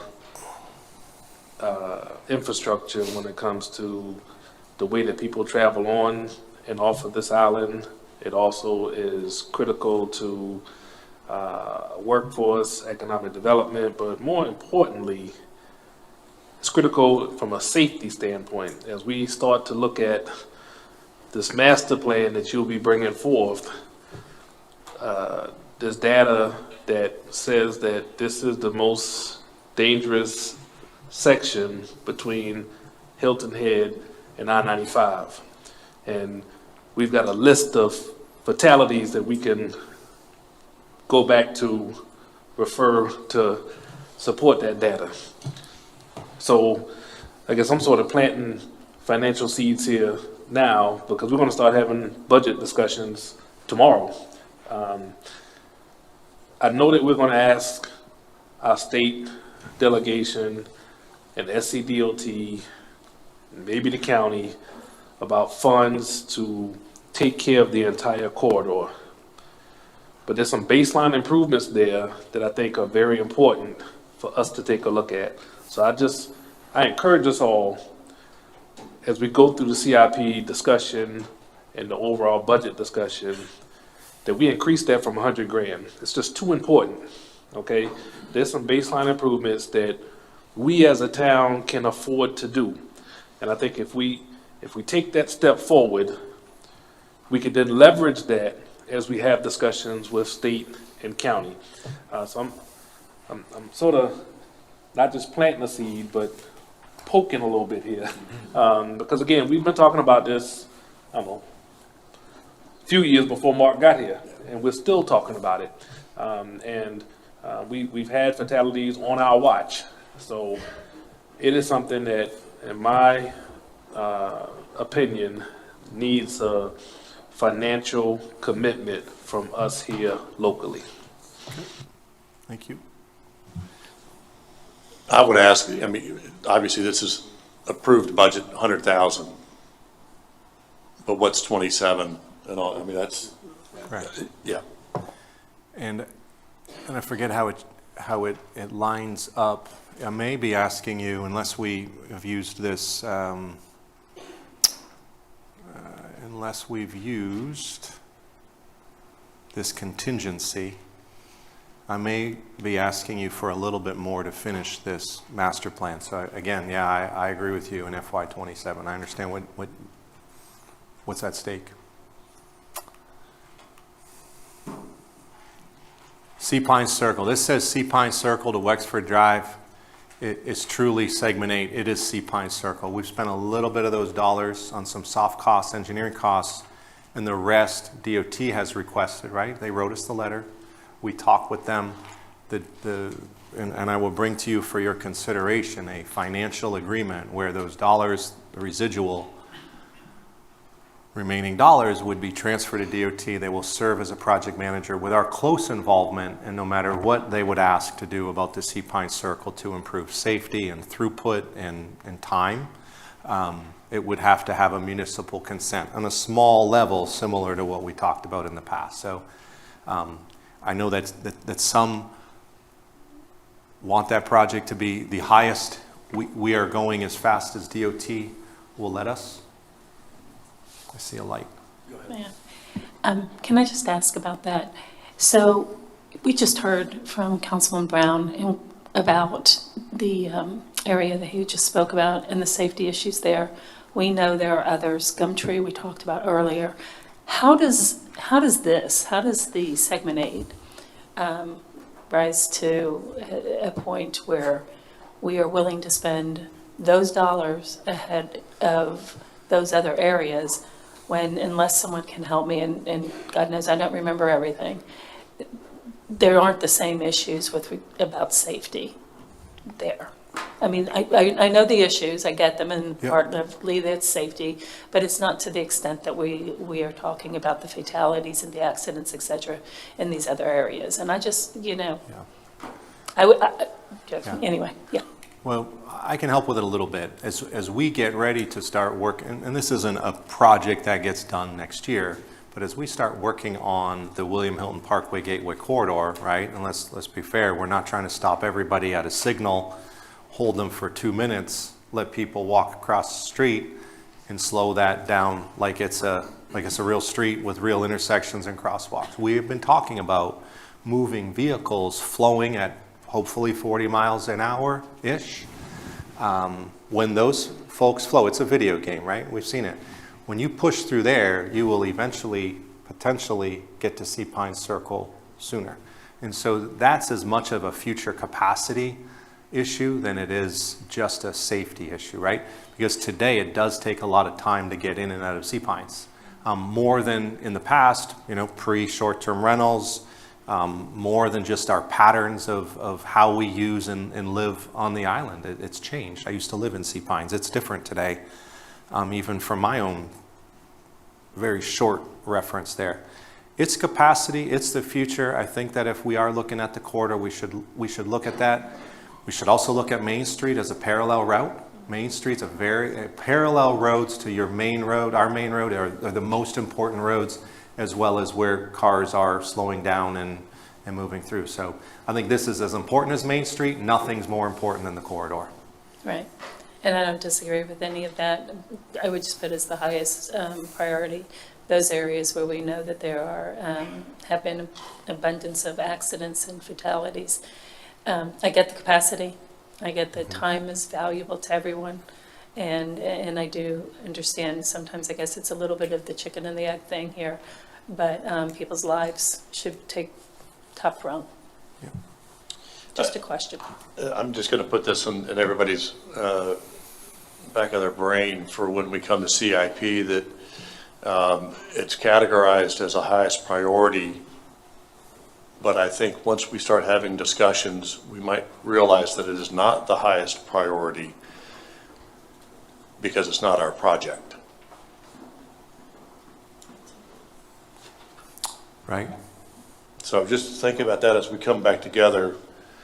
And why would we make a DOT project our highest priority? So keep that in the back of your mind for our CIP meeting. Exactly.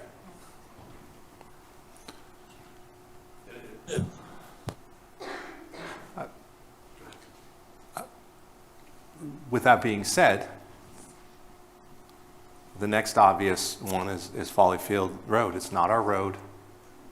It is a pedestrian situation, and we've never really parsed out what the priority is. That's not our road. And to that, it's a great point what you're making, but that also needs to stay a priority, and we're getting close to that working with DOT. It did take us a couple years for them to understand how we think and for us to understand how they think. The difference is segment 8, number 55, is a DOT, they're the project manager. Folly Field, they're not the project manager at this point in time. That's the difference in my mind. Okay. Well, the priority is that we do our part. Yeah, absolutely. Whatever it is, we do our part, we do it quickly. Right. Yeah. And then assist in pushing the road. Well said. So. Yeah, I just want to, Folly Field Road is a safety concern with the amount of traffic, foot traffic that is on that road. It's an entrance to one of the beaches, and the speeds at which people travel on just create a situation that needs to be addressed, that can be addressed, that we've talked about, and I believe we have some approvals and some ways to really start moving it along to get it so that folks can travel safely up and down that road. Anyway, I won't go into all of it. Well, But I'll I go do. into a little more of it. I have been working with Mess Becker over time, and what I appreciate, and in all sincerity, there's quite often isn't being asked of me, when is it coming, when's it due, it's past, it's like, have we made any progress with DOT? Have we made the assessment? Do we have the traffic counts back yet? Do we have the analysis DOT has asked for? And what we've done, frankly, over the last couple of years, sadly enough, because it's not our road, we first heard a no, and then we heard a maybe, and now we've heard a yes, right? And we've spent some time, money, and energy on the data, right? So we have asked DOT to allow speed humps up the road. They said yes. I believe they've said yes, right, Sean? Reduction of speed limit, pedestrian signs, including a sign that tells you how fast you're going, right? And those have been very effective to help with traffic calming. That intersection where the road goes towards the beach or turns left towards, right, if you're coming from 278, is very problematic, and we're still working on some solutions there. We've met with community members, we've met with DOT several times, and I think, while that's a small number, it's really paint and signage and time and common sense that we're going to make a much needed improvement where two of our beach parks connect, right? So here's my, going back to segment 8. Yeah. When it's a DOT project, yeah, we do our work, which is just us giving them the money so they can move forward. But I'm afraid that sets up the public to say, well, it's a highest priority. Why aren't you doing anything? Well, it's not our project to do it. So that's why I want to have that deeper conversation at the CIP, because it's misleading. All we're doing is giving DOT $350,000 to go do their work. Right, the others are totally different because we have more of a hand in it. So that's where I want to be careful. Understand. And I just want to follow up with a thank you. And we have been working on the Follyfield area for a number of years. It's in that situation there is exacerbated by the timeshares that were approved without any type of traffic analysis, which we've taken some steps to correct those types of things in the future. So again, more work that's been done for the betterment of the community. And I want to thank Mark and staff for how long and how hard people have been working to see us get to a point where that'll be a better situation for the residents and all of the visitors who go down to Follyfield and Islanders Beach. Yeah, I think it's another great case study. I'm very proud. It's not perfect. It's not exactly what I would do between Gumtree and or between Dillon, and Beach City, but it's a very good case study of county money, town effort, DOT road with an agreement. And that was, I would say, a first in a long time, other than just kind of painting some intersections where pathways are. Follyfield's another good example, and Gumtree will remain that next highest priority. So I think we are building some momentum and learning about what DOT will and won't do. Another significant effort needs to be Squire Pope Road at those crosswalks, not just Gumtree, right? Park maintenance, nothing out of the norm here. We're just working on all of this. I won't reiterate the projects. We know what these are. They're in the FY26 approved budget. You will see Coligny, Crossings Park Phase 1, Crossings Park Phase 2. Coligny's in construction. I'll get out of your way. Crossings Phase 1 is pickleball, design permitting. It'll be complete this fiscal year, ready to go next if that's your choice for funding, and I think it is. It'll be the proposal. Ditto with Phase 2. Skate park pump track, probably not the Bristol Sports Arena, just based on funding. I wish we could figure out that it was all. It would be a lot easier to just mobilize and do it once, but we'll see how that works. But again, both of those will be ready to go, shovel ready for next fiscal. Patterson Park is, well, I think we're missing a construction check mark, but it should say construction. Taylor Family Park is under construction, and Old Schoolhouse under construction. So again, 3 parks, really investments and improvements in things we haven't had before. And I think they'll add a lot of community neighborhood value. 4 Office Way is under construction. We should be in there in late February, very early March. IT will be on the 2nd floor, and all of engineering, which are CAP projects, stormwater, and transportation, sorry, it's getting late, on the bottom floor. I owe you a memo. I have it 90% complete to just let you know about Wild Wing, 4 Office Way, move-in ready for fire rescue headquarters. I'll get you that memo soon, but pushing on some things, right? We've invested, dollars to simply just keep the lights on and improve our buildings, equipment. Town Hall, we've slowed down here.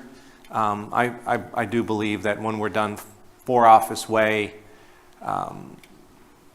fire rescue headquarters, we need to talk about Town Hall at some point in the future. We don't need to get in this. We can talk about a lot of this at the workshop. You'll see these, all of the Coastal Discovery Museum investments.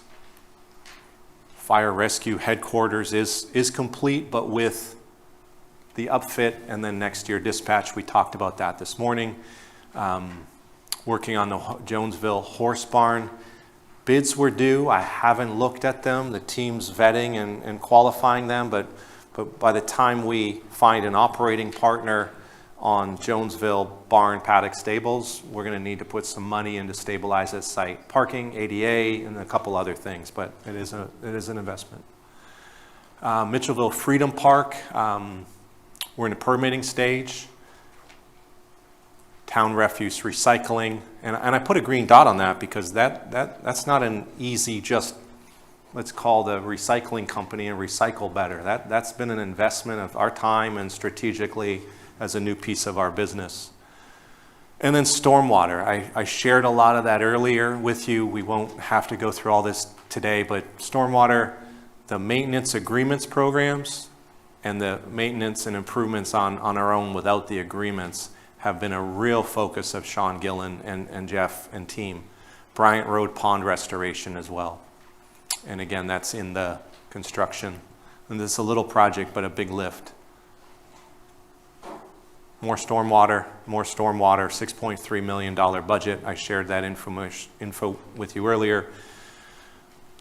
Really fleet staff vehicle replacement and land acquisitions. We know what that is, and we have had a very great 2025. I think we can have a really greater 2026 with some specific investments as well. So funding strategies, we can save this for the workshop, but the way I look at it is we can come to the workshop on the 24th. We can talk about prioritization and sequencing, just like we did today. What are the ones, what are the twos, what are the threes? Funding options, right? Cash. We have an existing 35 million with a 26 remaining. Future bond of stormwater. I do believe it's time for us to at least even just assess a TIF district, since we're closing out the one we have. It's very, very beneficial, especially for projects. Existing and future fund balance. I know that we just need to have a conversation about it, and I've shared with you earlier. I am reluctant to say we've paid down debt, we've saved more money, let's use all of it if we don't exhaust other options for parks. Or 278 is a different story. We have to keep, at least in our mirror or front windshield, however we're looking out the window, we have to be cognizant of the Beaufort County sales tax referendum. It could put some dollars into Main Street. It could. It might not. It might. So I think sometimes when you're shovel ready for stuff, Sea Pine Circle particularly, Main Street particularly, if we're going to keep in the same direction to get it ready, when we do uncover some dollars, we can act quicker. So there's a little bit of that. And then we talked about this with the GO bond in FY 28 and 29. Feels like a long time from now. We'll be in a similar position if all things remain equal, and moving forward without any major catastrophe. We'll be in the same position to look at debt millage again at that point. And at that time, maybe that's a town hall look, or maybe that's different capital projects look, or it's millage reduced. So. All right, thank you, Mark. So, town council discussion. Anybody got anything? Mr. Brown? Yeah, before we leave I've got some stuff for general discussion, but before we leave the capital improvement, so I appreciate the pivot to the 5-year look, but I'm curious to know, Mr. Leonard, how are we going to plug numbers instead of just continuum of a priority? So right now, 77 million, obviously there's going to be a burn there. We got to carry over some of that money to fiscal 27, so we'll have a new bottom line. However, if we start to look at outer years against priorities, there will be a significant number there as well if our capital improvement team has been doing a better job with probable costs. I mention that because we've got to look at funding strategies.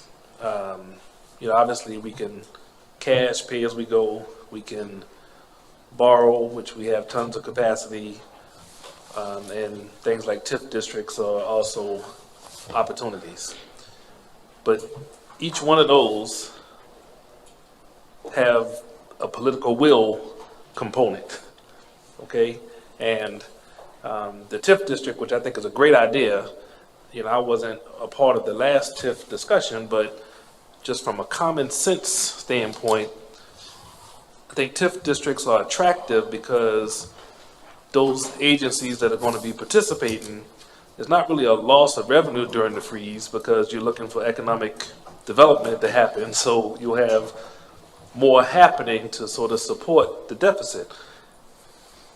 I want to make sure that we understand that opportunity before we go asking our partners. I don't know what that looks like, right? We talked about the Mid-Island area, what that could look like, having a TIF district to support, but are we putting a condition in front of our partners to make that attractive? Okay, and I'm not quite sure that we're there. We're just saying TIF is great because we've seen some success, but there's a lot more to it as far as the political will piece is concerned that we have to consider. So now backing into the debt discussion, that is more of our control as far as political will is. So I want to understand a little bit better within the 5 years what that big number is going to be at the end of it, because that's a more valuable discussion. So. You asked the $40 million question. More than that. What we need to do, and I've got to work with Dave and others to get ready for the February workshop, but my advice always is let's keep this simple, right? We know what the 5-year prioritization looks like right now. It's up there, you adopted it. It helped us understand at least schematically, conceptually, where the priorities are outside of year one. And so as a CIP program, I'm always looking at it as year one is next year, right? For me, it never ends. I never get to year 5. And so we've just got to realize that while it's a 5-year program, and that's what's asked of us from a prioritization standpoint, we will run out of money in year 2.5 at this pace. And so if we just simply look at what the priorities are and what is in FY26 and share with you just real opinion of cost, what we're going to do this year, what we're not going to get to this year, but it's current money, how it rolls forward into 27, and then what those FY27 projects are and aren't. The rest just push out, right? The 5-year CIP, if we put opinion probable cost on it and try to fund it, I don't know how to fund it yet, because I don't know if we're going to TIF district, stormwater bond, Beaufort County sales tax project referendum, or grants. Like we don't know that yet. But I keep it simple, and I've been working on this for a long time with some success in capital projects. Let's just really wrap our head around this year and next, but know what's on the horizon, and what's on the horizon is not either A, affordable, or B, our highest urgent priority. And if we can think like that, because on your end, it doesn't have to be as tactical where we're going to put all the priorities in place and have you all do that. So priorities, opinion of cost, we'll share it with you. It scared me, right? The priorities funded scare me. Here's why. We can't afford it.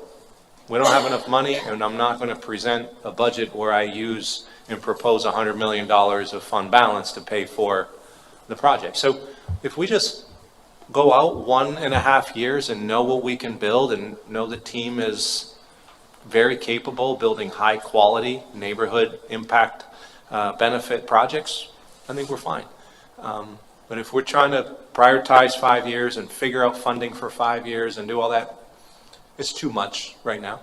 That's just and again, a little bit of perspective. I've worked on this and I've built some real good projects. We've built some real good projects, which has always been why I've been reluctant to put a number on the 5-year priority list.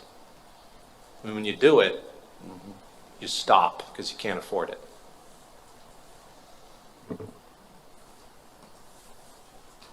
But I think what it does do is help build the business case of looking at these various tools to consider funding.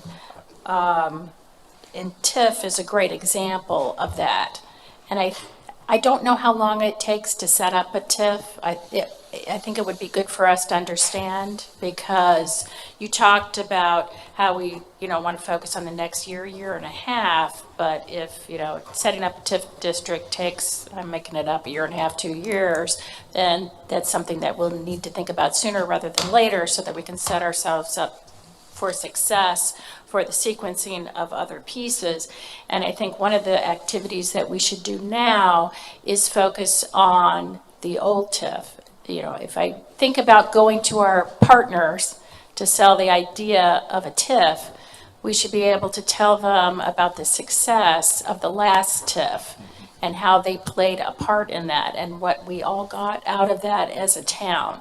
And we did somewhat of a discussion as we were closing out the TIF about some opportunities that we saw in regards to the projects associated with that TIF and, you know, taking that knowledge and moving it forward. But I think that would be a good activity to do. That's great. I will, at the workshop, have a critical path and a high-level schedule for TIF. In my mind, it takes about a year. And to your great point, I agree with you. It's setting up the business case for that TIF, all while we're trying to get ready for 27. So TIF, high level, raised, more than $100 million in the last project. It funded Celebration Park. It funded USCB. It funded a bunch of things in between. And in my mind, it didn't fund some of the, and I'll use the baseball analogy again, the singles, the doubles, and the triples that added value. The crosswalks, the ditches, the stormwater, and some of those eye-level issues. But it's done a very good job funding the big stuff. It's all about your project list, and it's all about your partners. At the end of the day, if Beaufort County is our partner, and Beaufort County School District is our partner, and I think that we have a lower or higher probability with one or the other, and I won't say who, here, but I think it's all about the project list. So we don't walk in the room and say, we need a TIF, we need $100 million because we have Mid-Island Park. To the public comment earlier, I want to make sure I'm not underestimating what that park could be. There is some sticker shock to the dollars for phase 1 and 2 when we know that we need dollars for William Hilton Parkway Gateway Corridor. That's all I'm reacting to. I was part of the master plan for Mid-Island TIF. But if we walk in the door to the school district and we say Mid-Island Park is an outdoor classroom for nature, conservancy, preservation, environmental, and we say that Main Street sidewalks are safe routes to schools, and that shows up on our project list, then our project partner, maybe, there's a higher probability, I would say, I would hope, I would ask, that the representatives that we all lean on at the school district, as one example, would say, I believe in the safe route to school, I believe in the outdoor classroom, and so on and so forth. So even if it was a portion of the dollars, it's compounded on ours. So again, it's project list, it's how we position it, and the project list matters. Everything else is a math equation. So. Go ahead. Thank you. So first I wanted to say thank you to you, Mark, for the presentation and for the opportunity today to have the great discussions that we've already had. And because it was the last thing you said, which struck home for me, the idea of building the case for TIF and utilizing Mid-Island Park specifically for educational opportunities. You named a few, and as you were naming them, they were rattling off in my mind. There is such great opportunity within just that. So I would be encouraged to learn a little bit more about that process, and you as the CEO leader of this town, I would look to you to bring those thoughts to us to consider so that we can help support you in that. Thank you. Can I add a little bit of discussion to the TIF timeline? Thanks, I think high level is good, but I think we also need to remember that as part of that timeline, you have to develop your project list and build your case before you then start the process. And then on the back end, there's some time for the money to roll in before you can actually spend it. Right, Steve? I guess I'm the last one to speak, and the mayor, but I'm going to change the subject just a little bit. You know, for a TIF, you need just economic development. They kind of work together.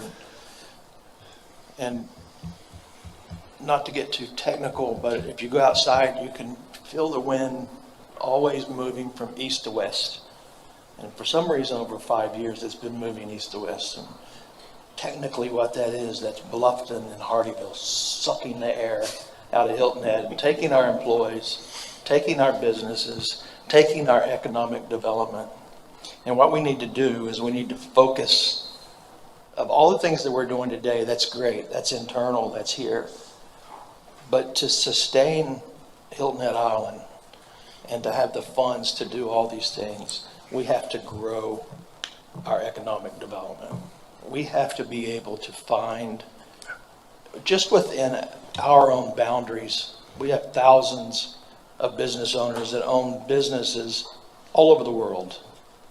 And we should be able to knock on the doors of the people we know and get some of that corporate headquarter, corporate thinking, and build some great economic development opportunities in Hilton Head. And more of a reason for us to not wait for 20 more years for that piece of plywood to lay against the door, but go get these areas, bring those areas into the town of Hilton Head, find this private money, and take care of ourselves, because no one else is going to. And so you get more economic development. And when you look, 25 years ago, there was more business on this island 25 years ago than there is now, because the places that we're looking at, we've been talking about that are blighted, those were all businesses that were thriving. Our mayor's family had one of them. All these businesses were thriving, and now they're closed. So we can't lose that. We got to go back after it. There's so many blighted areas that could be an economic development bonus for all of us to sustain us. So that's my 2 cents. Yeah, Steve, you're absolutely right. I was going to kind of say the same thing about the economic development with the TIF. They do go hand in hand. And it really goes back to the LMO discussion as to what are we going to allow redevelopment where? Are we going to allow mixed use? What are those things that are going to bring in the businesses, but also the employees as well? So, yeah, there's a lot on the table, and I agree with your statement. And you know, I use this analogy often because it's one that I was directly involved with, and that was the expansion of the Island Rec Center. You know, I worked on that for 13 years, and when I started, it was a $5 million project. When it ended, it was ended up being about an $18 million project. Took over 13 years. And I remember my son saying, as these little kids came in the other day with their petition, my boy's saying, "Council, do something, because I want to be able to enjoy it while I'm still in school." It didn't happen. And you're right. That piece of board's going to sit there for 20 years unless we are proactive in creating opportunities for economic development. And I think that, you know, Mark made a statement earlier, and I cringed when he says, you know, we're in trouble. You know, it's a real statement. And, you know, I was interviewed by WSAV and I think TOC, and they asked me about it. And I said, well, it's a challenge. We're good at coming back and making things right. But it is the economic development side of it that is going to secure our future, and we've got to be very careful in how we do that.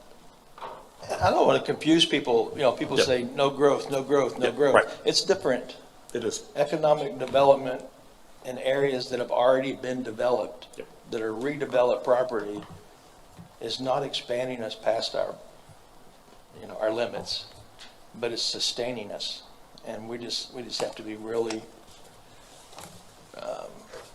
we just really have to go after that, and not let the next council do it, or the council after that. I agree. Because they're not going to get a chance. They're just not. Patsy? Yeah, 2 things. One is that kind of future discussion. I'll set that aside for a moment because I want to go back briefly to the previous TIF and USCB. I do think it's time we put on the table what is going on with that building. Over $20 million of that TIF money spent, and all I know is there's some OLLI classes going on over there. We need to know what's going on and what are we going to do about it. It's time that we answered that we ask those questions and answer them, get answers to them. Now, with regard to the future, I agree, we got to figure out what to do about our economic development, our existing businesses, and what we can do to support our economy going forward. We absolutely have to do that. So that's kind of the inside look. And then there's the outside look. What's going on beyond, on the other side of the bridge, so to speak, all the way out to I-95. We are going to be greatly impacted by all of the growth out there, and it is going to affect us immensely. So as we look in the future, look out the windshield, right? I'm not looking in the rearview mirror. I'm looking out the windshield as what's coming towards us. So we have got to plan for both of those. What in this strat plan helps us prepare for those two? We have one goal about economic development and business retention, but what do we have about the impact of the rest of the world coming towards us? We got to plan on both those two future events. Correct. Absolutely correct. We got 200,000 people in the next 10 or 12 years that when they take a break on the weekend and go to the beach, they're coming to Hilton Head. So Saturday afternoons, the wind blows east. Saturday mornings, the wind blows west. So. I'm staying at home and letting the air conditioning blow on me. Well, go ahead, Alex. Yeah, so I'm gonna get to my closing thoughts here. Yeah, very good. And I agree with all that's been said. I wanted to just circle back to where we started. Obviously, the town council plays a critical role in how we move things forward. But nothing moves without the town manager and the staff. And I think we've done a really good job sort of pivoting as far as process is concerned. I'm just going to reflect a little bit here. We went from 3 subcommittees to 2. I mean, we had some internal arguments about that, but I think that's working well for us. It has now given the town manager more structure or better structure to get us to an end result. I think we've had much better discussion amongst ourselves to help get to that end point. This year we will be changing how many times we meet for policy decisions, right? I'm hopeful that that will also be something that will help us get to success. So, this council has shown the ability to be very agile, okay? And I just want to encourage us to keep that type of mindset. That's very important, okay? And as we're doing that, give the new process time to develop, because it's going to look and feel different for a little bit. Our access to Mr. Orlando may look and feel a little bit different as we go through this new process, but I think that's okay, because we understand that we have some things in front of us, LMO as a prime example, that's going to take a lot of his time that in a normal situation, if he was fully staffed and everybody up to speed with years of experience, may not take his eye on it as much. So I just ask that we as a council and as a community really give some grace there so that we can move forward, okay? And the only way that that's really going to happen is if the 7 of us have a clear message to our community that that is where we're going. We can't let the community beat us up about when is their issue going to get solved tomorrow, when we know that we've got a bigger issue in front of us that we're trying to get through, so that we can start thinking about some of this long-term stuff that's so important. Because let's face it, as we're going through the LMO rewrite over the next 4 or 5 months, we're going to have slippage on this east and west flow that Mr. Decimo's talking about. We'll have slippage that we can't pay attention to. So the sooner we can scrape that LMO off of our plate so we can get back to swimming in a much higher altitude, then the better off will be. But that, again, is going to have to be very clear to our constituents. And I want to say constituents again because not all constituents are voters. So just face it, it's a fact. It depends on what time you're going to go to the polls. That number even fluctuates even more. We got less voters in midterm years than we do in years where we're electing a president, right? So let's get out of the voter count and get into the constituency best interest. That's a whole different ballgame. But I think that's a commitment that we have to make. And I'll just close with Mr. Orlando was whispering in my ear that today has been one of the better discussions we've had as a council. And I wholeheartedly agree with that. I really do. But it has a lot to do with the way we have sort of set the cones out for ourselves. We're having a very structured conversation. Very structured conversation. And this is probably after Mr. Desimone was on council and Mr. Babel's here, Ms. Rath's here. They can attest to what I'm about to say. There were years where you would have a strategic planning session in January and people would come off of the streets and stand at a podium like this, and they get a lot more than 3 minutes, by the way. And depending on their influence in the community would depend if something was going to be a priority or not. We are so far past that. I give Mr. Orlando a lot of credit for that because he has structured us so we're having more qualified conversations. So with that, continue to give him grace, continue to support him as we move forward. Thank you. Any other closing statements? Just yours. Just mine? May Mark, I I'll say give- one thing? Go ahead. Thank you. And Mr. Brown's right. What a day. What a great day. I woke up fired up with a little bit of trepidation on looking at 6 months and trying to figure out with y'all what's first and then what's second. And so I think we did a great job at that today. And what's jumping out is we really talked about high level and in the future. And so, great team behind me. We've prepared. We're ready to roll. I will just tell you a couple quick outcomes from today. We will issue a press release. I think it's very important that the community hear what your priorities are. Website alone, but the priorities and the accomplishments that are all focused on strategic plan. We will see you at the before then, but at the CIP workshop in February and the William Hilton Parkway Gateway Corridor Master Plan workshop in March. Bunch of other, a lot of other work to really start, and then really aligning this new staff member, Michelle Mueller, with Housing Action Committee and Economic Development. I do believe we'll start seeing some real results in those programs to catch up with some of this other stuff. So I appreciate it. I cannot tell you enough how much I appreciate serving as the town manager on this island, and absolutely enthused for working for you, and I appreciate it. Well, we appreciate having you and the rest of the staff. Today was great.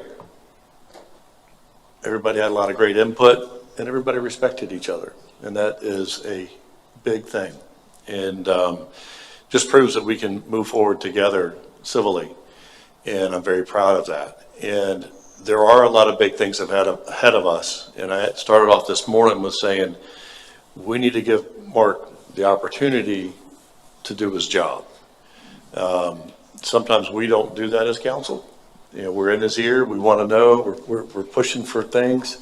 Well, right now we need to step back a little bit and let Mark work with his staff, let them move forward and bring some projects to completion. And by allowing him and creating additional time for him, he can do that because he is in the role to execute these things until those staff members come back. So I appreciate everybody that's been here today, those that spoke, those that stayed all day. Thank you, staff. I appreciate all y'all being here. And it just goes to show, once again, how great our town is And we are moving forward at a great pace, and things are going to be great. We have challenges, but we'll overcome them. So, anything else? Thank you. All right, great. Everybody have a great day.